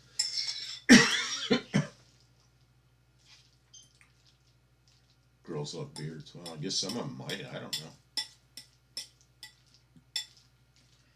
Oh. A beard is a really good way for a man with a very weak chin line to sort of. He was there, but too hide small for you to see. He had snake Mexicans. Oh, like a little speck. You know where Mexican Spec comes from? He sells all the Mexican Spec cars, the ones that were built in Mexico. And then once in a while he has a car that he lists and it says American Spec because it's one that was imported into Mexico and now he's trying to export it back into the U.S. But if you want to see some good older cars, get on Instagram. And if you don't like Instagram, just subscribe to one channel or one. They don't call them channels. One name is Mexican Spec, and you will see a lot of cars he tries to sell. I think he sells them for other people. He may have some of his own and some from other people. I don't know exactly how his business works, but he comes through. People get their stuff. I bought stuff from him, not cars. I bought parts from him, and I get good service from him. Good guy. I got 3 T-shirts and a hat from Kathy. I'm gonna take a picture and put green over my face. Oh, jeez. Yeah, U.S. Spec. U.S. Spec or American Spec? I guess it's U.S. Spec. And then, of course, there's Canadian Spec. At the start, Buff, I had a few guys ask me if I spelled my channel wrong. You know? Yeah, I know. That's terrible. Hat. Oh, hate beards. Hate shaving. I'm going to head out. My fellow. As always, love hanging out with all of you. Take care. Yeah, take care, Iceman. Thanks Glad for to see being you here, there. Iceman. Appreciate you. What time is it anyway? I don't even know what time it is. We just go on and on and on. I couldn't find my I'll tell you what time it is. It's channel 8:30. monitor thing. We're on for... Yeah, that's kind of weird. That thing didn't come up. I don't know. I think I probably have to shut down and restart. Just, It says we've been live for an hour and 39 minutes. Yeah. We'll go 2 hours or 3 hours. Eyes. What is this, Roy Bailey? I don't know what that's about. I missed something. Mexican Spec is my real father. Land of Custom Classics. I thought you were in Southern California in the desert. Then I find out. Then I see all the snow, and I find out you're like in Idaho or Montana or somewhere, maybe Wyoming. You're like way up in the cold white north. No, thank you. Oh, hey boy, Mexican Spec, you sound kind of. Mexican Spec actually grew up in the U.S. He's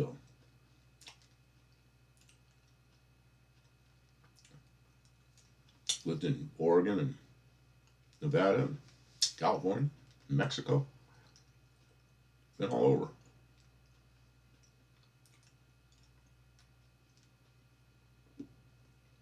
You have a kid in medical school. Well, that's pretty cool. My youngest wanted to go to medical school. I was very supportive of him, but then, I don't know, he decided to, he got into college and changed his major to mathematics and physics. A student, just all the way through, and he's got a job writing code. He sits there and writes computer code.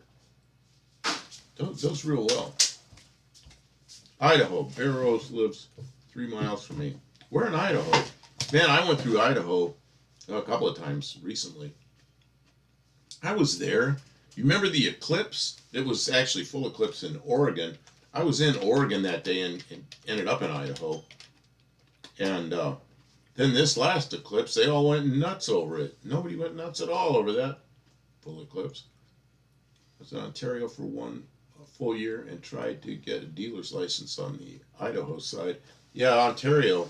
You said you're from Ontario. I thought you meant Southern California, but there's an Ontario right there on the Oregon-Idaho border. I've been there. In fact, that was the same day I was there. I was wondering if I'd gone to medical school. Surgeon is one of those things I wanted to do. Well, you're doing machine surgery. I had a friend of mine that's a surgeon. He told me I'd be a good surgeon. And Kim cut their fingertips the other day, and I was like, boy, I don't know. How are they doing? This one is fine. I lost a little tip of the nail, but this one, you could see, it's all like, it looks like I had a really bad blister that popped, but it really isn't. It just got like smashed and sort of sliced off, and it was a little bit infected, and I soaked it. And that's why I should not the be. tip of my fingers. That's why I should not be a surgeon. Yeah. I was watching some surgery one time. Didn't save my. And there was a woman. She was a doctor, and she's sitting there working on a heart, and the heart would beat, and she'd do a suture, and the heart would beat, and she'd take a suture. The heart would beat, she'd take a suture. It's like, man, that's like me crawling in a car and taking the oil pan off and changing rod bearings while the engine's running, you know? It's like, I don't want to be doing that. Man, Buff, here's the scariest thing about that. Oh, it went away. Can you scroll me back? I wanted to read what he said. Here's the scariest thing about that. Next year, his second in medical school, they will let him have hands-on experience with real-life humans. Oh, man. Well, I guess it depends on what they're doing. Okay, you can get me back to the bottom again. Yeah, just hit that. Okay, thanks. You know, in the military, they have the hospital corpsmen. They can do repair a lot of injuries, sutures, and all kinds of stuff. And I don't think their technical school's real long. My kid wants to be a neurosurgeon. The guy I was telling you about that said I'd make a good surgeon, he's a neurosurgeon. And I worked for him in Ohio. He's also an airplane guy, so I worked on airplanes with him. But he's a neurosurgeon. Pretty amazing guy. Well, it's just, I think it was my detail work on the airplanes, and I think that's what he based it on, but working on a human it's just completely different. He'd tell me stories, though, about operating room stuff. He'd tell me about drilling into somebody's skull, and they have a drill stop, just like we would, a drill stop, so you don't drill in too far. They have several doctors in there, and one's doing a surgery and two others kind of observing. He said there was a guy about to drill a hole in a guy's skull, and he says that drill stop's in the wrong place, and the guy goes, No, it's in the right place. He goes, no, you better check it. I think that drill stop's in the wrong place. And he checked it, and it was in the wrong place. He had to move it down. He would have drilled into the guy's brain because the drill stop is in the wrong place. That's why they have more than one doctor there. Let's see.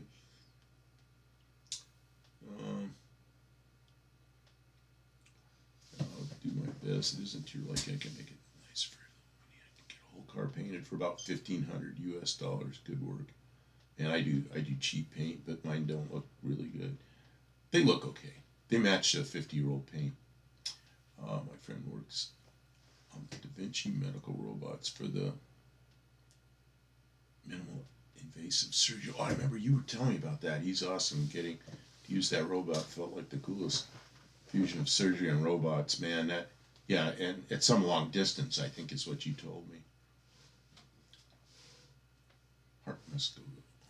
I asked my kid how much he remembers from his first semester. He said everything. Maybe he has a photographic memory. Or he's a liar. I'm not sure which. I can say I'm ready to go. I'm sure you No, I'm really tall. Yeah, she's taller than me. Like about a foot.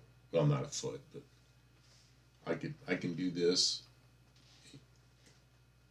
What are you? But like I'm still taller. 6 inches taller than me or something? 5 inches taller, yeah. I'm slouching and she's not. I give him the short chair too. Yeah. Why do you give me the short chair? Because otherwise your feet don't touch the floor. Got you!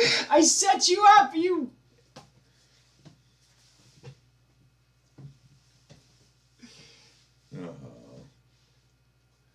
Let's see. Yeah, that robot can be operated long distance from a separate room, so the surgeon doesn't have to be in scrubs. Oh, man. Yeah, that's amazing. You know what they're going to do next? You won't have a surgeon. They'll hook it to AI. AI will just go in there and do it. Well, AI will make a lot of mistakes. AI will open up, and then the surgeon, they can actually have a small team of surgeons doing multiple surgeries across the board at the same time. So if they had 3 good surgeons, they could maybe do 9 surgeries at the same time. And if the AI was struggling with something, then the surgeon would rush over and help it. So in that way, I would not be surprised that's going to be a thing someday. I'll have to wear high heels to be as tall as Kim. Well, she'll wear high heels, and I got like slippers on, these little rubber shoes I wear. You just have to be a man who is confident with their identity and self and doesn't care that a woman is tall it's like a joke. And a man is not taller. It's like a joke around here. Yeah. When I got used to it, I was sitting at the controller, and the robot was 3 feet away manipulating rubber bands on a dexterity texting fixture. So this is Kitsy Fluff. He's a friend. I remember him telling me about this. They were making working on his surgery stuff from distance. Yeah. Yeah, I've seen that stuff. Yeah. That's what he's doing. That's for sure. Let's see if I've gone to Votech for mechanics for body collision. Yeah, I always wanted to work in a body shop and never did. I'm kind of glad I didn't because I don't know. It would have been okay, I guess, but I like taking something smashed up and fixing it.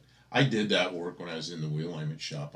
I'd ask for all the accidents, and he'd give them to me, and I'd fix, like I've said before, like a car that went over a curb at 60 miles an hour. The product's just coming for the white color now. As a joke, Ken, life is too short to worry about such nonsense. Mexican spec, it's fine. It is. We joke about it because we're happy with who we are, and. Well, there's times I've gone and put something and drawn a line on the wall and then go stand there and I go measure between the top of my head and that line. There's times too where I'll put something way up on the top shelf and they go, there, now you can't have it. Sometimes? She puts everything up so high I can't reach it. A lot of stuff. So anyone wants to work, I watch videos about the robot working real surgeries. It's absolutely insane how fast human surgeons are at snipping and suturing organs together. Yeah. Yep, because they get good at it and they know what they're doing.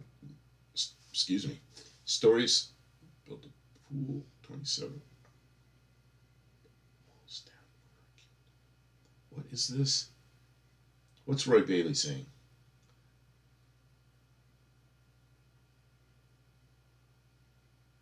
I don't know what all that is. Supposedly, the best doctors have the worst bedside manner. Oh, that's possible too. Oh, I've heard that. It's like like an autism thing. Like they're really good at surgery, but like they don't want to have to deal with people. Yeah, there was a doctor I worked with. Yeah, a huge problem. 4 minutes sounds very fast.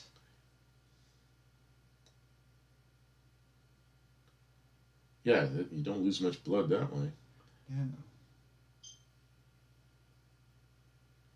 I mean, from what X gets, it could easily be a Fox body or Nissan hatchback, or the one he has cars on there. I see him. I want. I don't really like the Mustangs that have the poochy.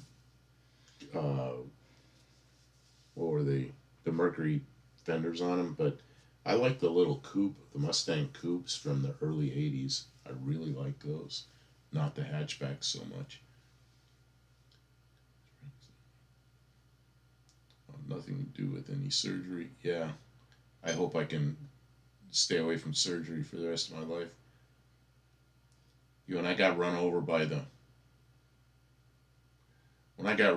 that Studebaker in 2015, I ended up going to the hospital, ambulance, and doctor's there, and they got my shirt off and put all this goo all over me. Doctor's there, he rolls looks like an audio visual table over with a laptop on it, and he's got an ultrasound thing, and he's running it all over me. And I'm looking at it, but I don't really understand what he's looking at. And he says, I don't see any reason to take you to emergency surgery. And I'm like, good. And he says, but you got a lot of broken bones, and we need to get more imagery. So it really crushed my chest, but didn't do a lot of internal damage. I was afraid it had. I've never had surgery. I'm not saying I never did, though. Pool. You don't like the... No, I don't like the bubble back. I like the little coupes. Mexican Spec, you were in California when the Highway Patrol had those little the little sedans or coupes, whatever. I guess they weren't hardtops. They were sedans with a little trunk. That body style, like 83, 84, anything from 79, 80 up through 84. I really like those. Rick Salmon, how you doing? Your lady friend who was taller than me by 5 or 6 inches, like this one. She kicks wearing spike heels whenever we went to church. I just told everyone Dudley Moore and Susan Anton were my heroes. You know what? It's funny because in Pittsburgh, before I came here from Pittsburgh, there's a lot of shorter people. I don't know if it's genetics because he's not from here, so I don't know. But there's a lot of shorter people here. When I was in Pittsburgh, I didn't even feel like I was very tall. There were lots of women who were taller than me. Maybe there's more gravity here and you'll get shorter. Maybe that's it, yeah. ADHD and autism are such a boon when the person is actually skilled in the thing they do. I think they're very, very focused on something. I always say, the IQs, it put a lot into people's IQs. But then we took tests in the military that were not IQ tests, they were aptitude tests. Man, did that ever show up for me. It was like I aced everything that had to do with mechanics. I was always finished early. They go, check your work. You're way early. You got plenty of time. And I go, I'm confident in it. And it was all stuff like they'd show all a bunch of gears and belts and stuff. And like, this is turning this way. And then the one in the end, they'd ask, is it turning faster, slower, or which direction? Of course I'd get it right, And there were people who could not do that. But anything that was mechanical, I aced it. And that's aptitude, That's just where my thing is, Kind of didn't put no gauges on us, and he welded everything, 0 fasteners. Well, yes and no. When you have pain, that's the same thing as like sitting at your instrument panel and seeing a temperature gauge up real high, And I always say taking pain pills to get rid of pain. That pain's there for a reason. It's telling you something's wrong. It's like taking your car and going up behind the dash and snipping the wires to the temperature gauge or the oil pressure gauge because you don't like what it's telling you. It can be that way. You need to make sure you're addressing the problem before you medicate. There were used parts. Most of them sold in the U.S. had the 4-cylinder. I had a friend that had a 4-cylinder Mustang, a little notchback 4-cylinder Mustang, And the good thing about the 4 cylinders, it has the same cross members, the V8s. The 6 cylinders did not. So if you have a 4 cylinder Mustang, you pull it out, you put a 302 in it. It just by the mounts, it bolts in. And I've done some of those swaps. They're really easy swaps. And man, are the customers happy when they get in where they used to have a little, whatever their 68 horsepower 4 cylinder, whatever it was. And now they've got, probably a 300 horsepower 302. Oh man. I did that for a guy that's a friend of mine. He was a cop, and he got in that car afterwards, and he just grinning from ear to ear because that Mustang was so fast. And it had a kind of a warmed over 302, nothing radical, just a nice 302, and it had a Pinto engine in it, 2300 before I got it. Before I got it, did the job for him. Most Mustangs, everybody style, were 4 bangers. I don't know. There were a lot of V8s. All those highway patrol cars had 302s. I used to service those highway patrol cars. They had manual transmission and a police car. It was just amazing. I couldn't believe California bought that. What the various criteria could be a Duster, could be beige 510 wagon, Jelly. Yeah, on Trav, I assume you're looking at Mexican specs. What is it? Instagram. But 1990 hatch GT and titanium. I had an '89 hatchback GT that was white when I was in Ohio. I was working for a company that gave it to me for a company car. I had it for like most of a year, and his manual transmission '89 Mustang. It was a lot of fun. And that car, that was the first one I drove that had. He put a chip in it, and he changed the rear end to 327 gears, and that thing still get 31 miles a gallon going down the highway, and it was fast. It had turned in the high 12s. Amazing car, just amazing car. I'll have to paint my '88 GT convertible titanium. Silver with a little gold in it. You don't see that color around anywhere. It was elegant. I've never owned an automatic Mustang. My '68 Cougar was C4 auto though. Yeah, my '67 Cougar was a 289 C4, but I pulled that out and put the. I had a girlfriend then that ruined the engine, and then I had a 327 Chevy I built, and I've showed that on here. That's a '68. Yep, that's a '68, and you can tell because it's got side marker lights. '67 looked just like that with no side marker lights.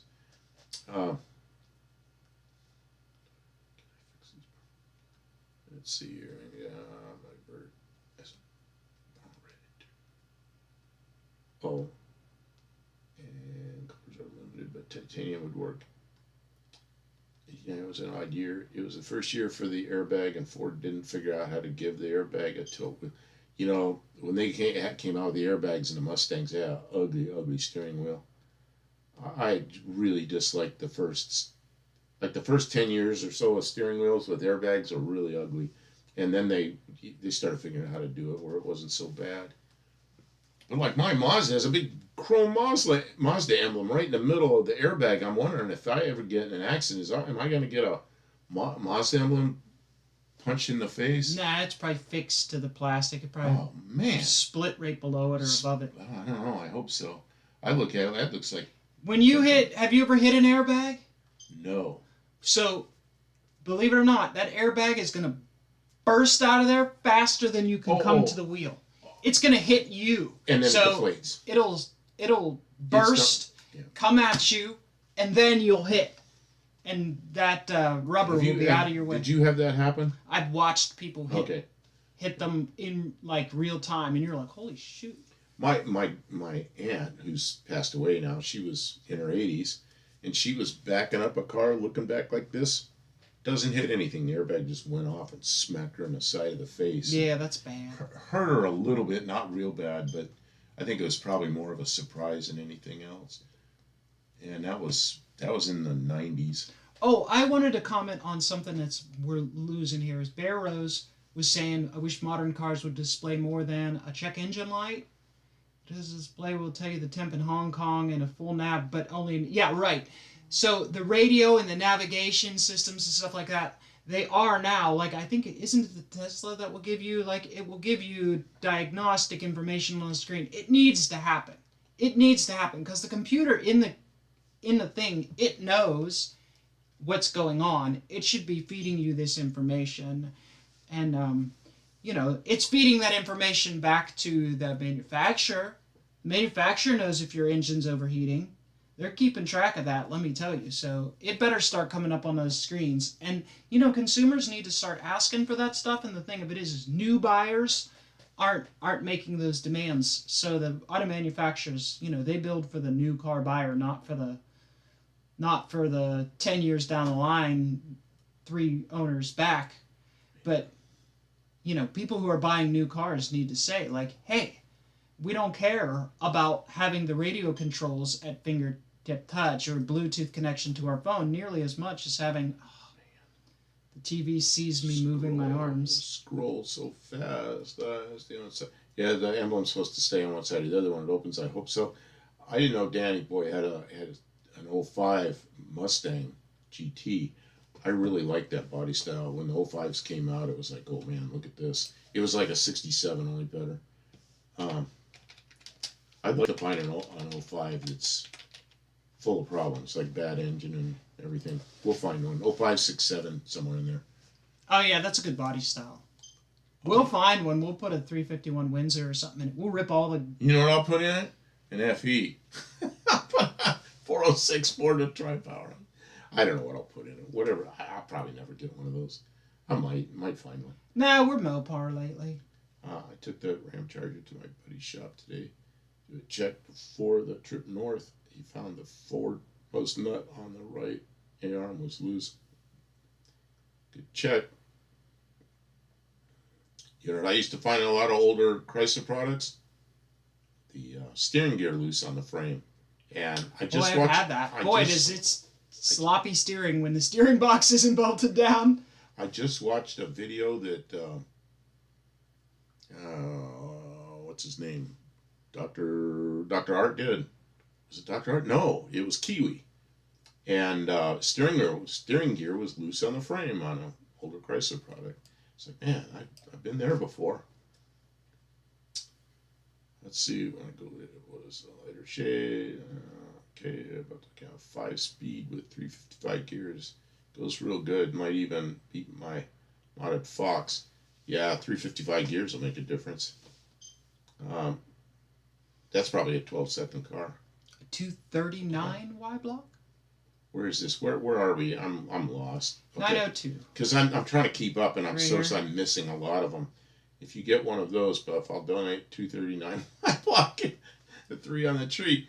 You know, I had a friend that had a 54 Ford, of course, with a 239. He also had a 54 Mercury with a 256, I think, was the first year of the 2 Y blocks. And then, of course, in 55, they came out with that was 1-year engines. They came out with the 272, 292, 56, they came out with a 312. My father bought a brand new 56 Ford with a 292 4-barrel, which at the time was supposed to be a pretty fast car. And had that old upside-down 4-barrel. Yeah, 239. It's a lot of engine, not a lot of power. At the time, it was fine. It had more power than the Flathead did. Getting more about it, my buddy asked me to get his wife's new Escape, and they presented me with the exact Mustang I wanted. He bought it for me. You have a very generous buddy. Wow. Escape. KJ, brand fussiness is not so much it. It's we do our own maintenance, and there's a point at which it becomes very difficult to work on every different kind of brand at the same time. Like right now we have a lot of Mopars, and like I needed a starter yesterday, so I went over to the Mopar Cabinet of Mystery, and there was a starter sitting there waiting to swap out. Wait a minute, wait. The Mopar Cabinet of Mystery used to be full of airplane parts, and the airplane parts slowly went away, and it got all kinds of different parts in it. And now it's sort of turned into a Mopar cabinet, just because that's what we have around. It has, and so like, I like I like a Ford. Well, my van's a Ford. You know what I mean? My van's a Ford. And his van's a Ford. So we have 2 Fords in the family. And we have... And I got a Studebaker with a small block Chevy sitting there ready to go in. We got a Studebaker, and we have a Chevy, and then we have a Dodge Dakota, and a Dodge Ram, and another Dodge Ram, and another Dodge Ram, and a Dodge Dart, and a Plymouth Valiant. So, like, we've got a lot of Mopars, and, like, we might as well just stick to something, because, like, at some point, like, we lose our audience if we do a bunch of Mopars and then we do something different. Yeah, that 239 is actually out of our 55 F500. Oh, maybe 500. Maybe they used the 239 in trucks after 54. I'm not sure. It was a 1 year only in the cars, yeah, but the trucks got the leftovers for a few more years. Yeah, I believe that. You know what's really weird is my father, the year before I was born, he bought a brand spanking new Ford, his first new car, had a 239 flathead in it. Spark plugs in like this. Almost in my lifetime. A flathead Ford. I still think about that. He bought a new flathead. Man. I just can't even imagine that. Just even driving one is like something out of the distant past.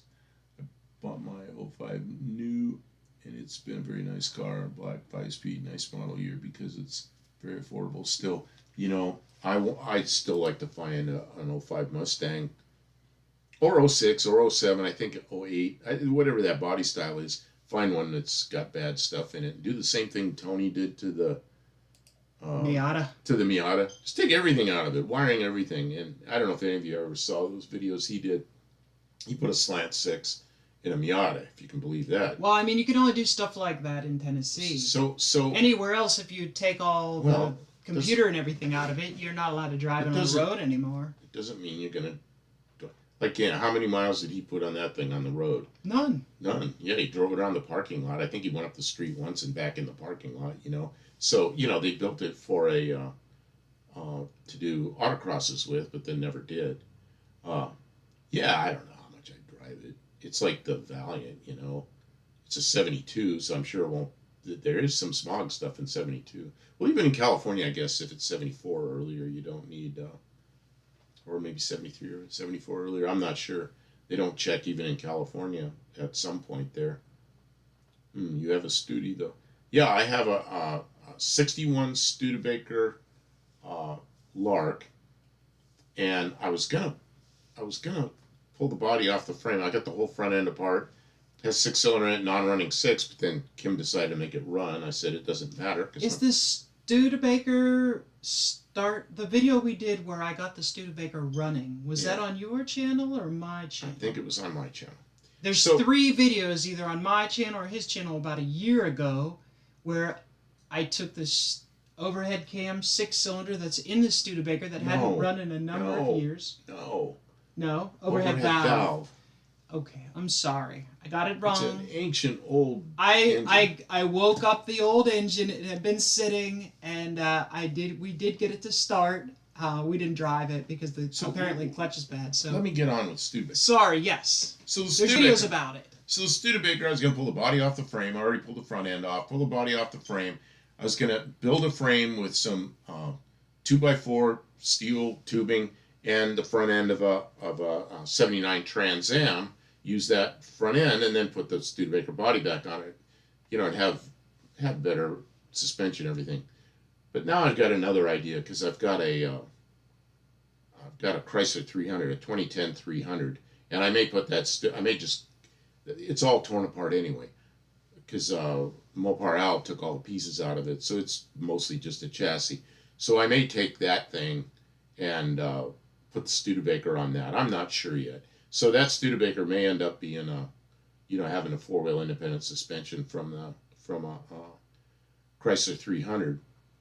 And then I've got a small block Chevy, and that I'm looking at the engine compartment on either one, and that small block Chevy will go right in there. Did you say, why do you want good suspension on a Studebaker? Mexican Spec says, why do you want good suspension on a Studebaker? Why not? Because... Okay, I'm trying to keep up with this. You can't keep up with it all. I'll just pick and choose. Johnny C, it was very affordable compared to the latest models. I like the simplicity. He's talking about his Mustang.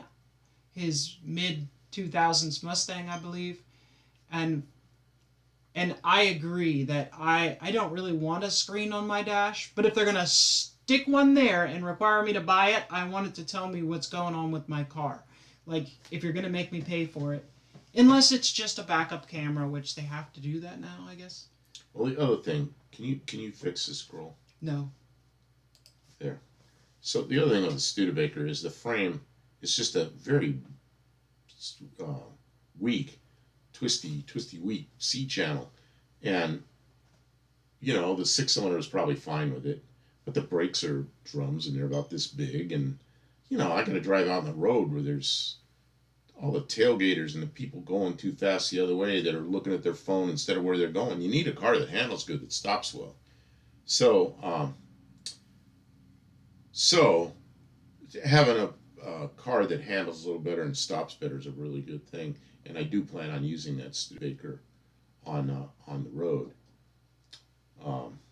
Barrows, I think it does have a pretty wide track on the Chrysler 300, and it's wider than the Studebaker, but I don't think it will matter too much. It's wider. The Studebaker has big wheel openings, I think. I got plans how to deal with that. Yeah. That's probably the biggest part of putting the Studebaker on the Chrysler 300 is the width. It's also longer, but I can shorten the nose on the Chrysler, or I can make the Studebaker fenders a little longer, or a little of each. And make it so it still looks right. So, I don't know. Let's see here. If I remember correctly, the track on the 300 is around 60 inches. Yeah, I don't remember. I've measured them both already and already got plans on how to deal with that. And you know, I thought about narrowing the 300, but that's out of the question because we've narrowed a rear end, one of those rear ends already, which was bad enough. But the front end, to narrow that, you've got a rack and pinion up there. You know, how are you going to narrow that? So I'm just going to leave it and probably flare the wheel wells or something. I don't know. Or I'll put it back on the Trans Am width was within, it was less than an inch difference. So the Trans Am frame, I can use that. Yeah, we already have those. And I already got the mounts for a Camaro, so the small block Chevy will bolt in. And when you open the hood, it'll look right because the last 3 years of Studebakers had small block Chevys in them. So I can even get those valve covers. You can still get the stickers that say Studebaker on them, you know. So the engine will look right. And Moparal already detailed that conversion. Yeah. But he had the parts before Moparal did it, and honestly, it's not like a groundbreaking conversion. Like, it's been done. That's what you do to an old Studebaker if you want to upgrade the suspension and put a small block Chevy in, is you convert it in that way. And Moparal's car, it didn't have any floors left in it, and he wanted to put a Hemi in it. So it's a different deal, but yeah. It says here, also what do you do with an old Moparal already detailed that conversion. He's doing it so much differently. He's doing a Mustang 2 front end, and he cut it off and cut the frame and put the Mustang 2 front end and put it all in there. And yeah, that's nice. And that's his. And he's going to put a Hemi in because that's what. Well, that's where the Hemi came from. Is from the Chrysler 300 I have. So yeah, I mean, Moparal. I had this car before Moparal ever got a Studebaker. So yeah, I had this car before. And mine, I already had I already got the frame and the control arms, all the stuff for the 79 Trans Am, and that was my original. Oh, and I've got the rear end too for the 79 Trans Am. So, you know, I've got all that stuff, and I may still do it that way, and mostly because of the width problem. Let's see here. Maybe Canadian Studies had Chevy engines. It was all the Canadian Studebakers. There were 64, 65, and 66 models. Man, I was on a flight one time, and the guy's sitting next to me, and we're talking, and somehow cars came up. He goes, "Oh, you're into cars? Yeah, and, you know, what do you have? You know, Studebaker." He goes, "Oh, my father was the president of Studebaker." And so we sat there and talked for over an hour about Studebakers, and when he was a little kid, he used to go on business trips with his fathers, and we got talking about the engines and why they switched to Chevy engines and why Studebaker they finally gave up. And the whole thing was the engines. Because the foundry that they had in Indiana it was so old, and it was really becoming impossible to build engines. So they got the Chevy. They weren't really Chevys. They were Chevy designs built by some Canadian company that made marine engines, but they were Chevy engines. Yeah, it's a Chevy engine. Everything's interchangeable. So so then they got cut off from that, and they were looking at small block Fords. They were looking at AMC engines. They were looking at small block Chryslers. They were trying to find something they could use, and they couldn't make any deals with anybody, because why would somebody want to help their competitor, you know? And they just couldn't make a deal on an engine, and so they ended the production of the Studebaker cars. And the last cars were the Larks in Canada. So, of course, Studebaker had their hands in everything. It was STP, and they had owned property, and that company went on for years, and then eventually got bought up by a defense contractor and got bought up by somebody else. I don't know who has it now, but all that intellectual property still is, it's not gone. So they really didn't go out of business. They just quit building cars. So don't worry about it, okay? Yeah, small block Chevy would totally drop right in there. Studebaker never really changed from the bullet to the end. Oh man, I think it was even before then. I look at some stuff on Studebakers, like the original steering linkage, looked like stuff from the late 30s, and you know, they still had control arms with kingpins and trunnions. I think all the way up the end. I don't think they ever went to ball joints. It all worked, but it was like from the dark ages. You know, one of the first jobs I did, the first year I worked in an alignment shop, we were really busy. I stayed that night and I helped the boss, and we rebuilt the front end on a Studebaker version of the Avanti, not the Avanti 2. And that was kingpins and trunnions. First time I'd seen that. But we rebuilt the front, rebuilt all that stuff, and put it all back together. Came out real good. Funny story about that job. We got all done, and we had a cardboard box with all the pieces and parts in it. Got the car all back together. He's ready to do a wheel alignment. I turn around, I look, and there's these two rubber pads sitting in the box that are supposed to go between the coil spring and the frame. And I looked, I said, "Hey, Matt, look at this." You know, he's my boss. You know, he looks over and he goes, And he starts jacking the car back up. We were up on a wheel alignment rack with a bottle jack. Came apart. And he goes, "Give me those." You know, we put them in. We had that thing back together. The second time went like in 20 minutes. It took us hours to rebuild that front end. But the second time, put the springs in, it took like 20 minutes. Got all down afterwards. He goes, "You know what?" He goes, "Any other shop, they would have left those out and thrown them away." But that's the kind of guy he was. You either did it right or you didn't do it. And if you had to do it twice to do it right, you did it twice. And that's kind of the way I always looked at stuff afterwards. Wendy English says hello. Welcome to the stream, I see Wendy. Wendy English, but I'm still looking up above. Johnny, see, if I had disposable income, would love a clean glass roof 09. Oh, that's why I brought up this picture of the glass roof 09 Mustang. Oh, I don't really like glass roofs. It's kind of cool. They're hot. I had a glass roof in my Corvette, and it was like I had to put the fiberglass one back on. Of course, I was in Arizona. It's 120 degrees. A glass roof is not fun. I had a mid-50 Studio pickup, and it had exhaust stacks with rain caps. Well, doesn't the exhaust keep the rain out? I guess you got to shut it off at some point.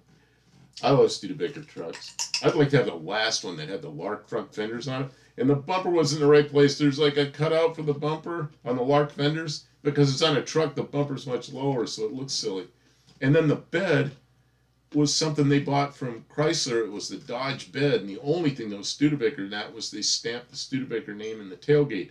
But you look down the side, and the lines from the truck and the lines on the bed don't meet up. But that's how the Studebaker trucks were with that. Wait, where was that? Look up like 62 Studebaker pickup. I'd love to have one of those, but they're getting old and hard to find, and nobody cared about them back then, you know. Story I heard was GM was in the running to buy Studebaker, but GM wanted to buy it all, and they only wanted to sell the automotive side. That's why Buick had the Skylark. I don't know. The guy that I talked to, that his father was the. Oh, that shows it right there. Yeah. See, it looks like a Dodge. It's a Dodge pickup bed, but Studebaker purchased the dies, and they were just making it like that and sticking it on that truck. Then look at the front fenders and the bumper are not in the right place. But I don't care. I like it. What a great truck. Love to have one of those. The Champ, yeah. Yeah, look where that bumper is. Does that look stupid or what? That's a mistake. And then it's all Lark front end parts except the grill. The grill is not Lark, but it'll bolt right into on a Lark. You can put that grill on a Lark. But then the dash and everything looked like a Lark. I had a neighbor, and he worked for the city, and I was walking home one time, and he picked me up and gave me a ride home. And it was a brand spanking new Studebaker truck, and it was the orange and black color that the city had.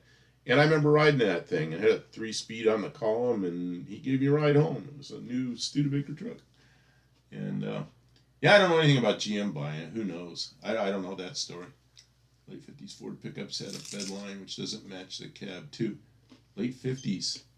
Late 50s. Yeah, it's sorted in, but it wasn't this bad. The late 50s is look at like a 58 Ford pickup. Okay. I used to drive a 57 Ford pickup at a place I worked with the same body.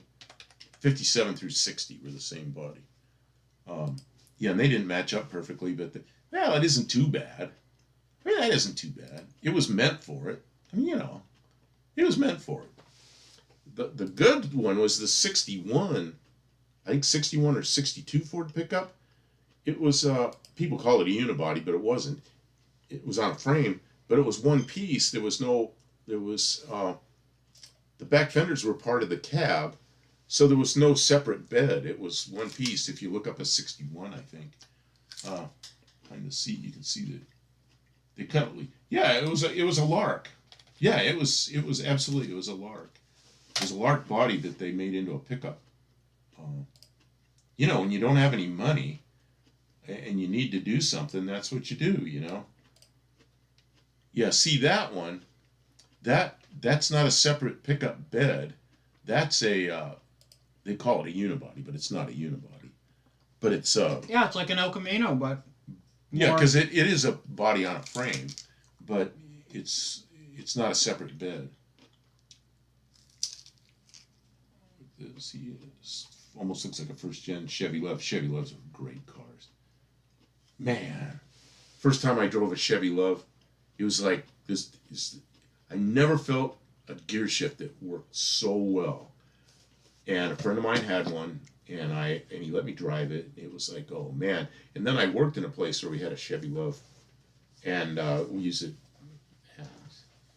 It's a law enforcement job. We use it for a patrol vehicle, if you can believe that. Unmarked thing, driving around a Chevy Love, and it had a manual transmission. They were just nice cars.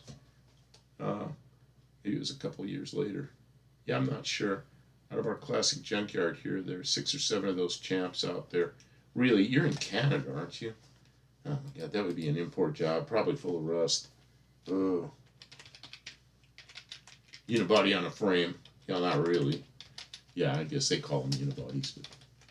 But, there's a Studebaker wagon. Look at that. Look at the space between the tailgate and the bumper. My father was buying a station wagon in 1956, and he looked at it, he goes, look at all that wasted space. And he bought a Ford. But he's kind of a Ford guy then, till later years. Later years, he became a Honda guy. And he became a Honda guy because the stupid salesman at the Ford dealership. I don't know if I've told this story on here.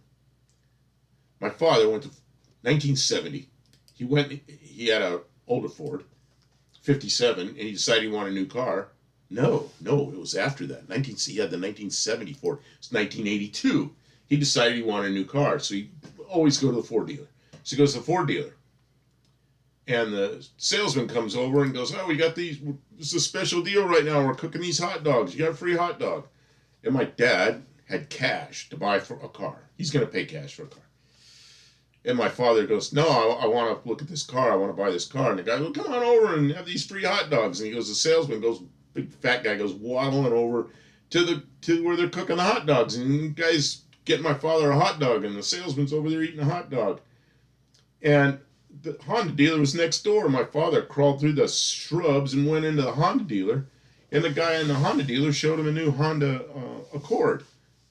My father bought a Honda Accord. So, their special deal with the hot dogs really backfired. Because he would have paid cash for that Ford that was sitting there. Oh, man. I was one of the Studebaker. Scotsman. The Scotsman was before the Lark. And the Scotsman, find a Scotsman, like 1957 or 58, 58 maybe, So Scotsman. that's what these were. Well, if you look This up... is the wagon. Yeah, but if you look up Scotsman wagon, the Scotsman was a bare bones... There it is. See the green one? The green one, that's a Scotsman. That's not a wagon, is it?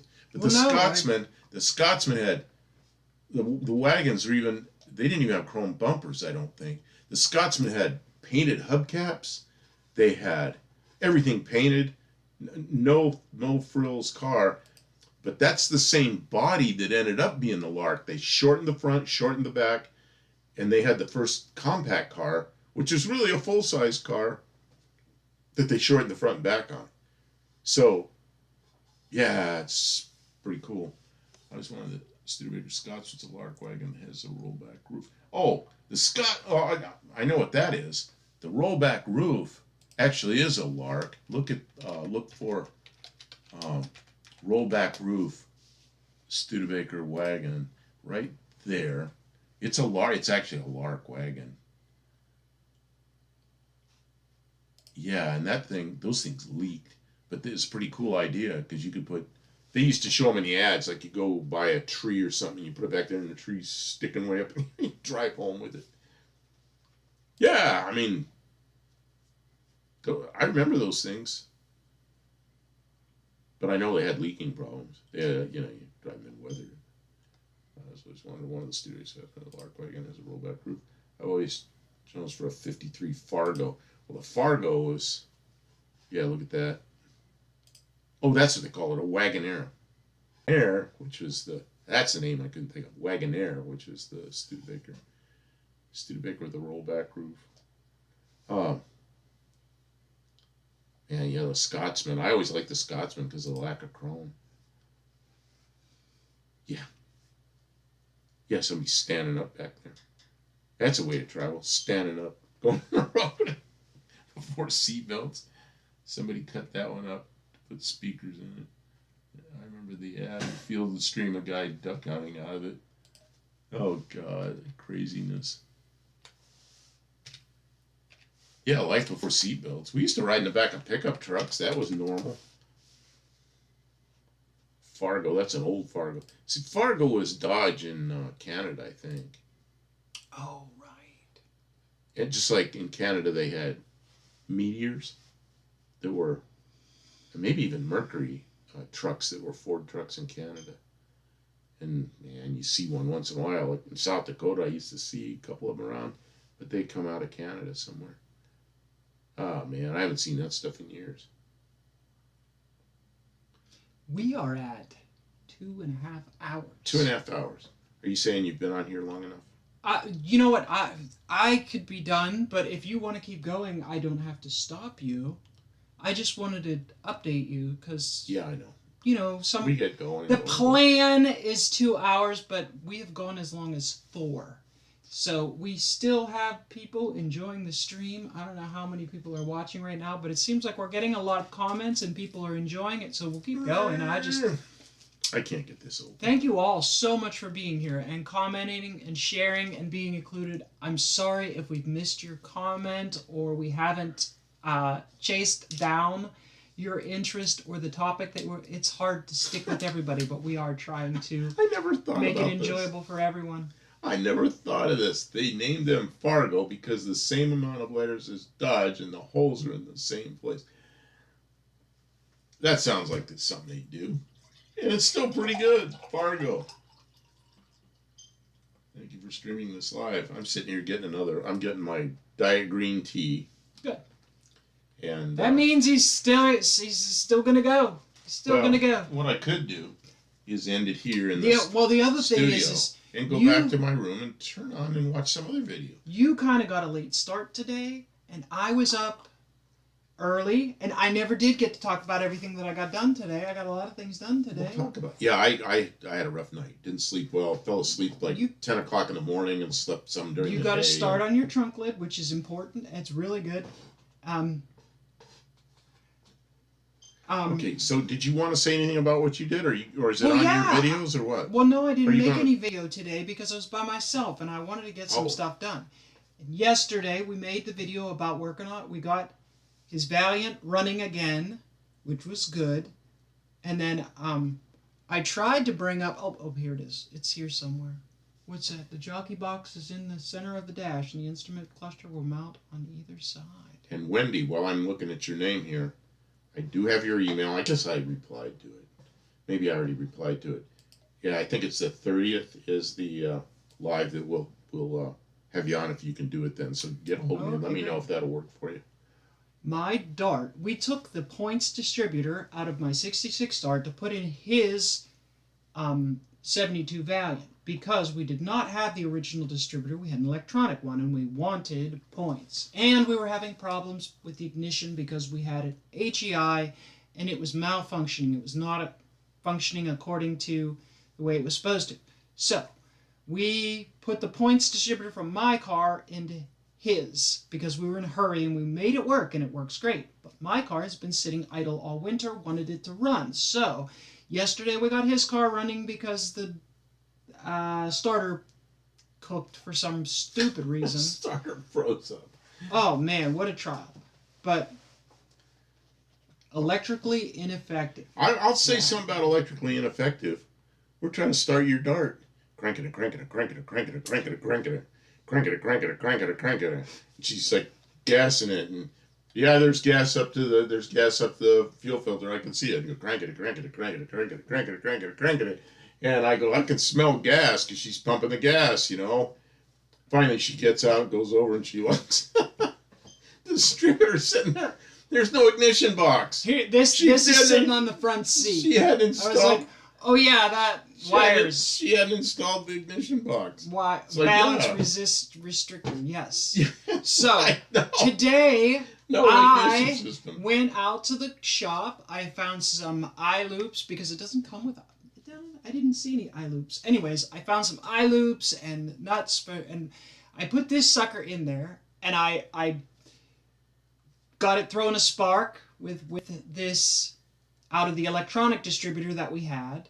So that was really good. And then I couldn't get it to start yet. I had to fuss with it. I think I had to take the distributor in and out like about 16 times to get it on the right tooth and on the right, crank rotation for compression for number one. And then I realized that the what's the thing that spins around in the rotor. The rotor it was like too small. It wasn't really getting very close, so it wasn't throwing a hot enough spark. Anyways, finally I did all the things and it started. So it runs for the first time since I was in the house and I heard it start. Since like maybe the fall, which I was like, yes! And while I was getting parts and walking back and forth from the car to the shop to get the dart going, the Amazon man showed up and nearly ripped our cable line down because he was across the yard and drove across the yard. Tall truck. We do it in low cars, but he's like gonna go under the wires that he can't fit under. So I'm holding the wires up with a stick while the Amazon truck. Anyways, he dropped off the. Don't do that. It was like. What comes from the pole? 220 volts? No. The power cable was above. Oh, it sees my arm moving. Anyways, it wasn't the power, it was the cable line. Oh. The cable line's droops a little bit lower, so it's I pushed that out of the way. It's not cable. Is that the fiber internet? It's the fiber. Oh man, would that have sucked? We don't knock down the fiber internet. We don't have any cable. We have divorced ourselves from cable companies forever. So, yeah, it's the fiber. Okay, so the Amazon man dropped off the 51477 hydraulic fluid filter for my case, skid loader.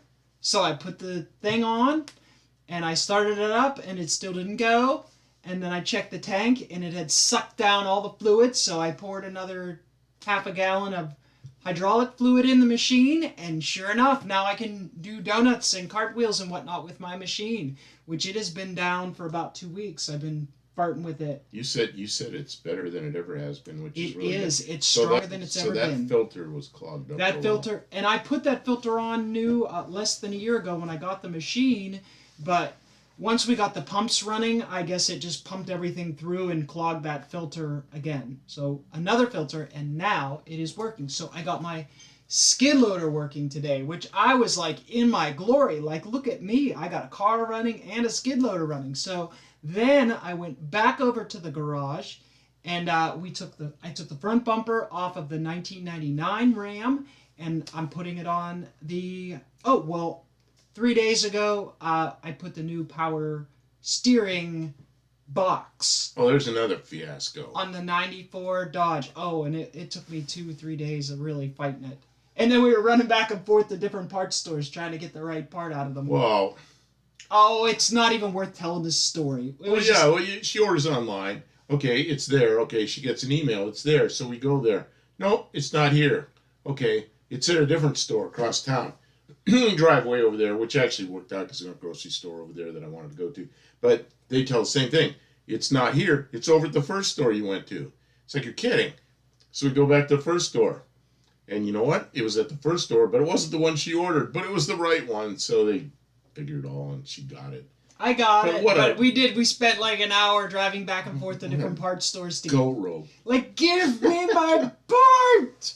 So, I finally got it in there, and that thing's heavy. The good thing is you don't even have to jack the truck up because it's so big. It's only a 1500. It's so big I can crawl underneath it and work without a jack or anything, so. His Toro, Briggs & Stratton, started on the second pull today. I think our tractor has it's a 2-cylinder Briggs & Stratton. It's made for, it says it's made for John Deere. I don't know if it is. But you know what, should I tell my secret? How I keep the gas from messing up? No. I shouldn't tell about that? Oh, well, it's for off-road lawn equipment. So yeah, it doesn't matter. There's no catalytic converter. I run the gas down really low toward the end of the mowing season.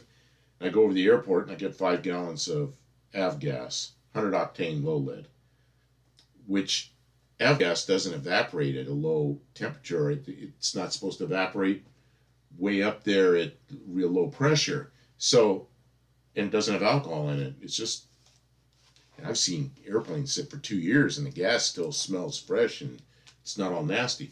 So I put like a couple of cups of avgas in it, run it for another few minutes. I'm pretty sure most of that's through there. Fill a tank with avgas, then run it another minute or two. Make sure the avgas is all the way through, into the carburetor, into the system, fuel pump, everything. I park it for the winter. And then when we start it up, it just set the choke, turn the key, boom, starts right up, and we're off and going. And then after that, all year I put auto gas in it.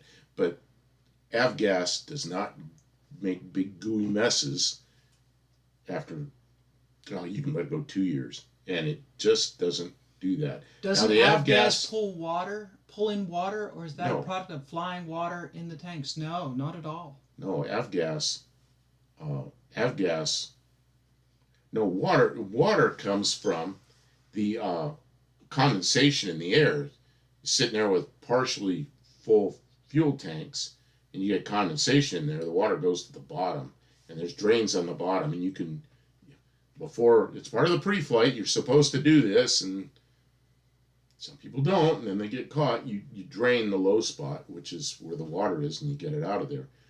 And I suppose here I could do that, but I fill it to the top, so it's unlikely to get condensation in there. And the other best practice with equipment, power equipment, if you are storing it for any amount of time and you don't have avgas available, is to drain out as much gas as you can and then run it until it stops. So it is bone dry. So it's empty. That is best practice. So this way you know that you don't have spoiled gas or water or anything like that in the system. And when you put fresh gas, always get rid of last year's gasoline.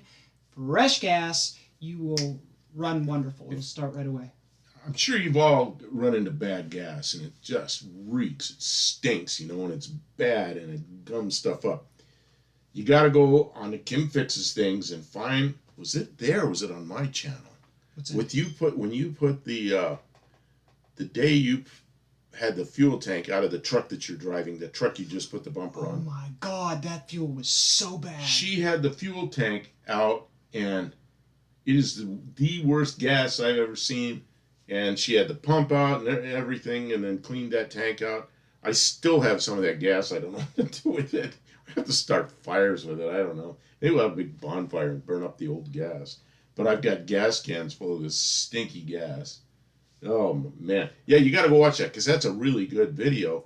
And then when she started it, the mice had eaten wires, and mice had also eaten some fuel lines. So when she tried to start it, there's like geysers going all over the engine compartment. Man, it was a pretty good video.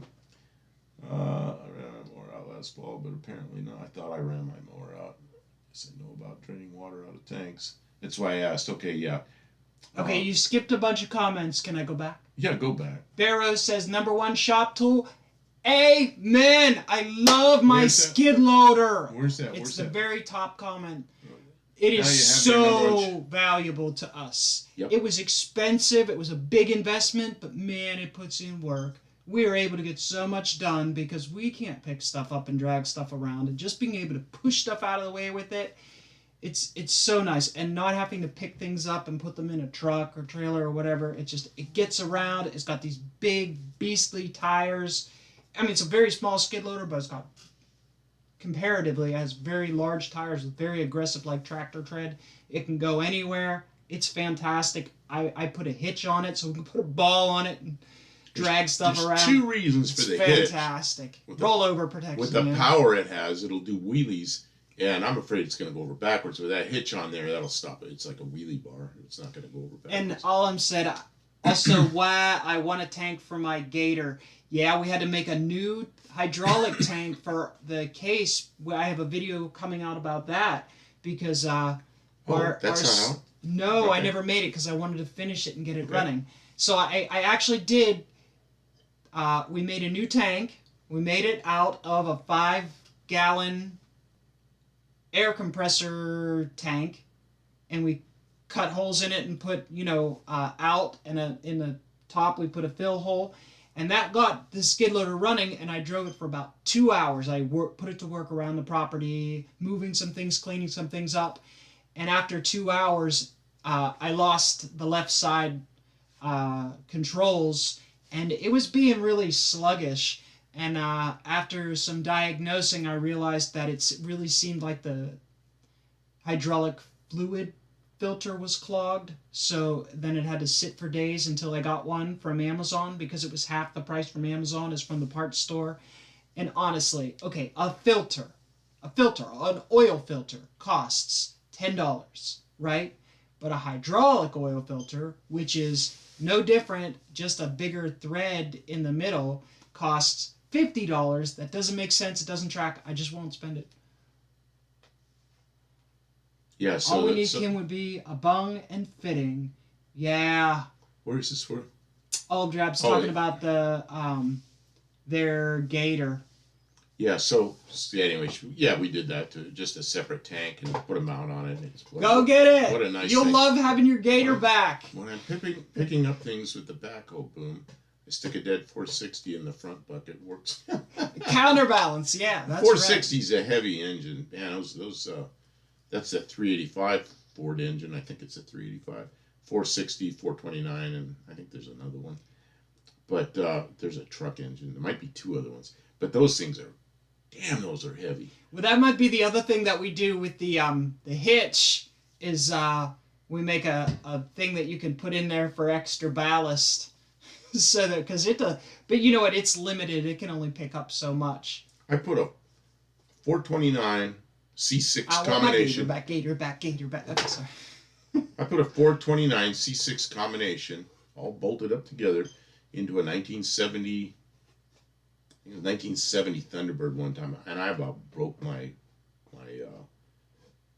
cherry picker, my engine hoist. That thing was like doing this. That's the heaviest thing I ever had on that engine hoist. Was that 429 and the C6 together. I didn't know about pronouns. I don't put a face to your YouTube name, so thank you. Or they doesn't offend him. Okay, let's see. What else? Okay. We're talking about mower and gator. Yeah, and you got your dart running, and we got the tire on it. Did you do it? Did you do a video with the? I know I videoed it, but I don't know what you did with that video footage. The what do you call it? The It's in the video, yeah. That you did the change the tire, that whole thing. I'm like, it's not even, it's like this big, like, political, like, side quest that has nothing to do with anything. Like, just... I don't want to discuss political parties. Okay. There's more to it than that. And it's... It's very much a distraction from what politics is supposed to be doing. You know, we shouldn't even be a political thing. I hate that it gets that. We could just move on. We were talking about the tire. We did get the tire on there. We need to get a new valve in it. But we were going to talk about exactly, Danny. My 94 after I got the Well, I want to say this about the politics. Okay. I know. The news media yes. is huge part of the problem. They're always trying to start some shit. They can't live without everybody hating each other. So if you want to get away from some of that, get those people out of your life. Because that's a lot of the problem. They love it when people hate each other. I understand the not being taken seriously, and that was a big concern I had, and I had to throw caution to the wind. And sometimes it happens. Sometimes people can't take me seriously, and that's on them. I do my thing. And now that you've got it going, you can take your frustrations out on certain cars that will remain nameless. That frustration... that frustrate me as well. There are some cars that frustrate me around here. The Subaru, the Bronco 2 frustrates the shit. You know what though? If I can get, because we need the green truck to work so that we can go collect firewood for the summer. So that, because you can't just go, if you want a lot of firewood all at once, you got to pay for it. But if you just go out and get it a little bit at a time, it's free. People actually are glad that you're taking it away. And so we need our big truck running and working and licensed and registered and reliable so that we can put it to work. And so that's... he says I never wanted any Subaru. I had a Subaru XT for a short time. Look up Subaru XT. Okay. I'll do that. I don't remember what year that would have been. Probably 1988, something like that. Like that? Yeah, the blue one right there. Ooh, that's pretty. I had one of those for a while. That is a fun car. That was such a fun car to drive. Handled good. None of the cars went good back then, but it went okay. And, it's manual transmission and weird. Everything on the dash was weird, but you get used to it in a minute or two. Yeah, it was a fun car. Yeah, that little wedge-shaped coupe. And then they had the XT6. I always wanted an XT6 because that was a 4-cylinder. They had a Pose 6-cylinder that was a lot faster car, but has nothing like today's cars, of course. It was around 1984, I think. Oh, yeah, and they're all-wheel drive, too, so every bit of your horsepower is stuck to the ground. The one I had was front-wheel drive. The 4-wheel drive one set higher off the ground. You can see that one sets up a little bit. Oh, okay. I like a lot of Subarus, right? There's these. The Subarus, the problem with the Subarus is they have failures. They have failures in the engine. Then you got to take the engine apart. And she's been struggling with inexpensive ways to rebuild them, and they're biting her in the ass because there's little problems, And then when you have a little problem with an engine, it means you got to take the engine back out. It becomes a big problem. Little problem becomes another engine. I learned a lot. She's getting really good at getting the engine in and out, Well, that gets old, you know. You know, I I had just a few wanted of to those sell it Subaru and XT. flip it, and I can't fix it reliably, so I'm kind of just stuck with it. I like this. I had a few of those Subaru XT. Interesting is an understatement. Remember the steering wheel? Weird steering wheel. Everything about that car was weird. Yeah, look up. Yeah, there you go. Everything about that car was weird. But you know what? You get used to it quickly, and it was a fun car. Subaru never made a car which wasn't at least a little dorky. Subaru, they're odd. But you know, she's got that Subaru. What is that thing called? Yours, An Outback? an Outback. You know, it's a nice car, and I tell her once it's run, I go, don't sell this thing, keep it. What a nice car to have around. But you know, she gets some money out of it, and it's gone. I guess. What are you going to look at there? Bear Rose said after meeting us at No Name Nationals that we're friends of he and his wife. And we feel the same way about you, and I think you and also us we're like the salt of the earth. You know, you need us. Did they sign your van? Did they sign your van? Oh, I don't know. I don't. Did you, Barrows? Did you sign the side of her van? She's got all these stickers and autographs all over the right side of her van. Now you can specialize in Subarus. I tell her she's really good at it. But you know, we're so tired of the Subaru. I don't think you're going to be able to talk her into that. Have us swap a Subi. Yeah, well, it's driving the wrong wheels. You know. I don't have a lot of use for the Subaru. If I'm, you know, we're in the South, and like if we were gonna have an all-wheel drive vehicle, I want something that's like up off the ground that I can go like off-road in.